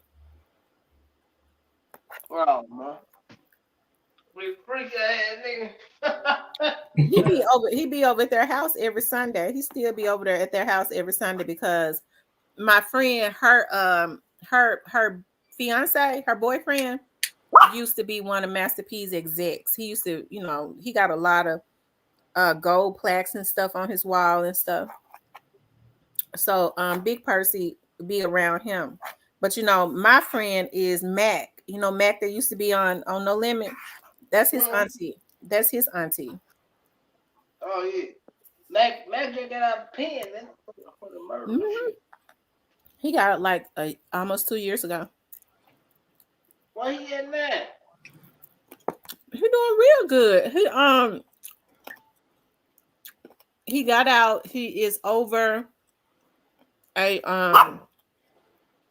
kids facility where he helped a lot of kids. I forgot the name of the facility, but when I talked to his auntie the other day, she said now he's over both of the facilities, and they be going on trips and stuff together. He's a real he had never been in trouble. He's a real mild-mannered, sweet person. And she said he makes a lot of money because he got 2 degrees while he was locked up. They had him locked up for 20 years for a crime that they know he didn't commit. And he still be, when Master P had this tour, they allowed him to travel and he was making money with Master P too. And recently, maybe a few months back, he did a little concert in New Orleans. He did a concert in New Orleans and it was packed. He's a good person, so can't nothing but good follow him. He's a good person. He really is. He's a lyricist. He's a wordsmith. He always was very smart. He was never in any trouble. And before he signed with Master P, he was a conscious rapper. And so Master P had heard him and wanted to sign him because Master P was like, he's a wordsmith. He's a lyricist. And so what a lot of people don't know is that Mac and C Murder wrote a lot of those songs that were hits, like Wobble Wobble, all those songs Master P took credit for. But when he went to jail, the boy had never in his life been in jail. But Mac said on the interview I did with him, he said when they came and got him, they was like, I want, he was like, I was laying in the house in the bed because I had a show prior. And he said that when they came and got him, they was like, we want to take you down to be questioned. And he was like, okay, because I knew I had not done nothing. He said, and one of the officers said, is this Master P? And the other officer said, no, it's one of his artists. And he said the police said that's close enough. Oh. Well, that's jacked up. But they want to get P. I wonder who in the industry. They tried to extort P in their parish. The district attorney just went to jail like 2-3 years ago for rigging up a lot of charges on people and doing corrupt stuff in that little parish that Mac was arrested in. But the district attorney, the sheriff, and somebody else, they were all that owned the bonding company. They were all brothers. And so Mac's mom told me, because she and I used to be real, real close. We used to talk all the time. And she said that the bonding company and the sheriff had told Master P if he came up with 500,000 or something like that back then, and like Mac went to jail in '99. That was a lot of money. And she said that, Master P was talking about coming up with the 500,000. They were trying to extort him. And then he thought about it, and it's like, if I come up with that 500,000, they'll be trying to extort me for more or whatever. So he didn't do it. He should. I would have paid that $5,000 for my nigga. I know he ain't did nothing. 500,000. Okay, fine. I would have paid it if I had for my nigga. If I know he ain't did it, that's a Well, real nigga shit. Well, he knew he didn't do it. He knew he didn't do it. But Master P knew that they were after him. They were after him. Sound like Jay Press pulled that move. That's the reason why he left and went to California. Yeah, sound like a Jay Press move. Cause Jay Press was tied in good with the police. James Smith, aka James Press. That nigga was snitching so good he went from James Smith to James Press. A lot of people don't know that. Yeah, I hate what happened to Soldier Slim. Soldier Slim been dead for, I think Soldier Slim was killed in what, 2003? When he killed in 2003? He been dead 20 years. Yeah, I think so, yeah. Yeah. Did they ever find out who killed him? He dead. Of course he did. Somebody paid to have him killed. But I think the person that killed him, that they paid to kill him, is dead, because they was looking at this guy named Jarrell or something. Yeah, they killed him. I think that. Yeah, he and somebody killed him. Uh-huh. And guess what? They said that somebody paid only $10,000 to have him killed.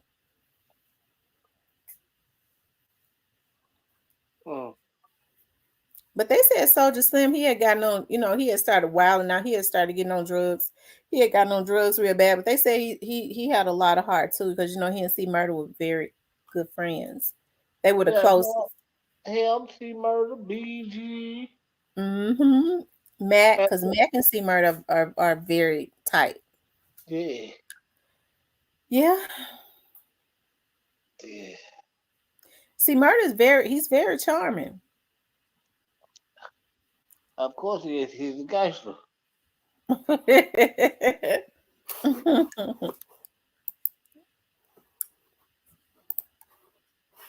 So gangster's charming, huh? Yeah. Probably the roughest, toughest gangsters that kill a nigga. See, what they did was, with that C Murder situation, they tricked a lot of people. Okay, they show a video of C Murder shooting at a guy in the club.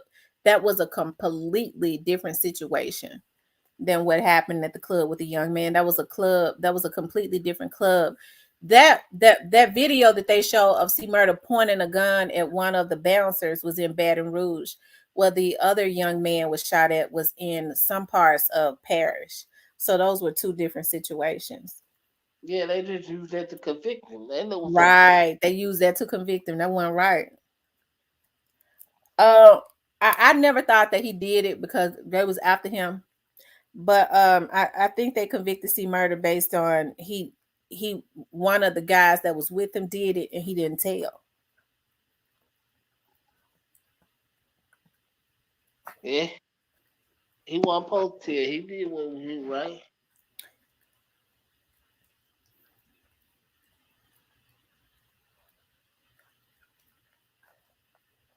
E-Boss He from here. I'm a mentor for his nonprofit. Who E Boss Woman? Who you talking about?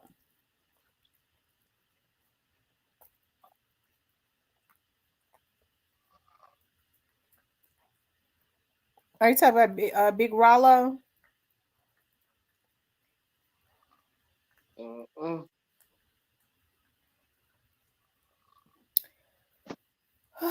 Today has been a good day. It has been a very therapeutic day.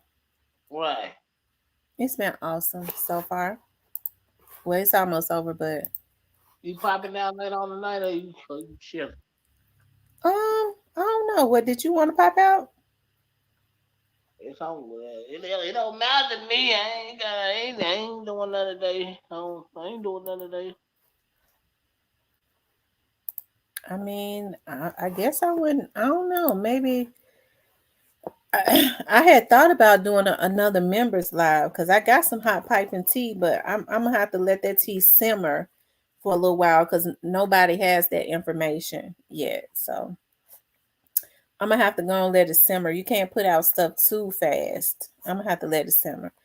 I ain't gonna. I wouldn't. I'm not gonna even put. I'm. Yeah. I'm. I can't do it yet. I gotta. I gotta wait. It's another part to the other situation that you just spoke about in the member the other day. No. It has. It is something. To do with um one of the drivers of the vehicle.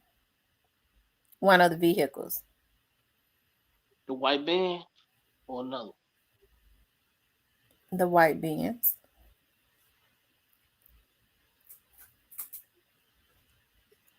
I was Before you bitches get mad and talking about, I could listen. The police know. Leave me alone. I'm just I, not going to. I just don't want for it. It wouldn't be good for me to put that out there, anyways. right. Yet, yeah, I don't need to put that out there yet. Let them folks continue doing their job, Yeah. and Hey y'all. then I mean everything gonna come out in the trial, anyways. What I will say is the police know everything and shit. Who going to trial? Who going? So they saying who all possibly going to trial? Well, we do know straight drop. Yeah, straight drop. I don't know about Cornelius. They say he going to trial. Maybe he is. I don't know. But Mm. you heard what the judge said the other day that he's not looking to have a trial for quit anytime soon, child. We don't know where Jamarcus is. Nobody even talks about him. I don't even know if he had court dates. I know it's Smith. I think he gonna walk on clean with his mom this shit. Everybody in corner here. Oh, Shamarcus. yeah, he probably is. And I guess it wouldn't be a bad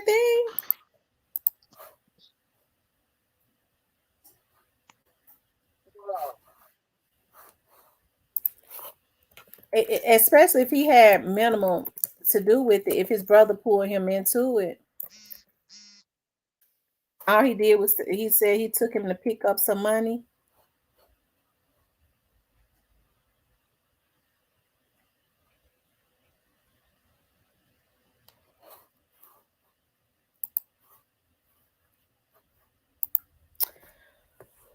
Okay, Cypress, y'all. Y'all, I might get back on later tonight, okay?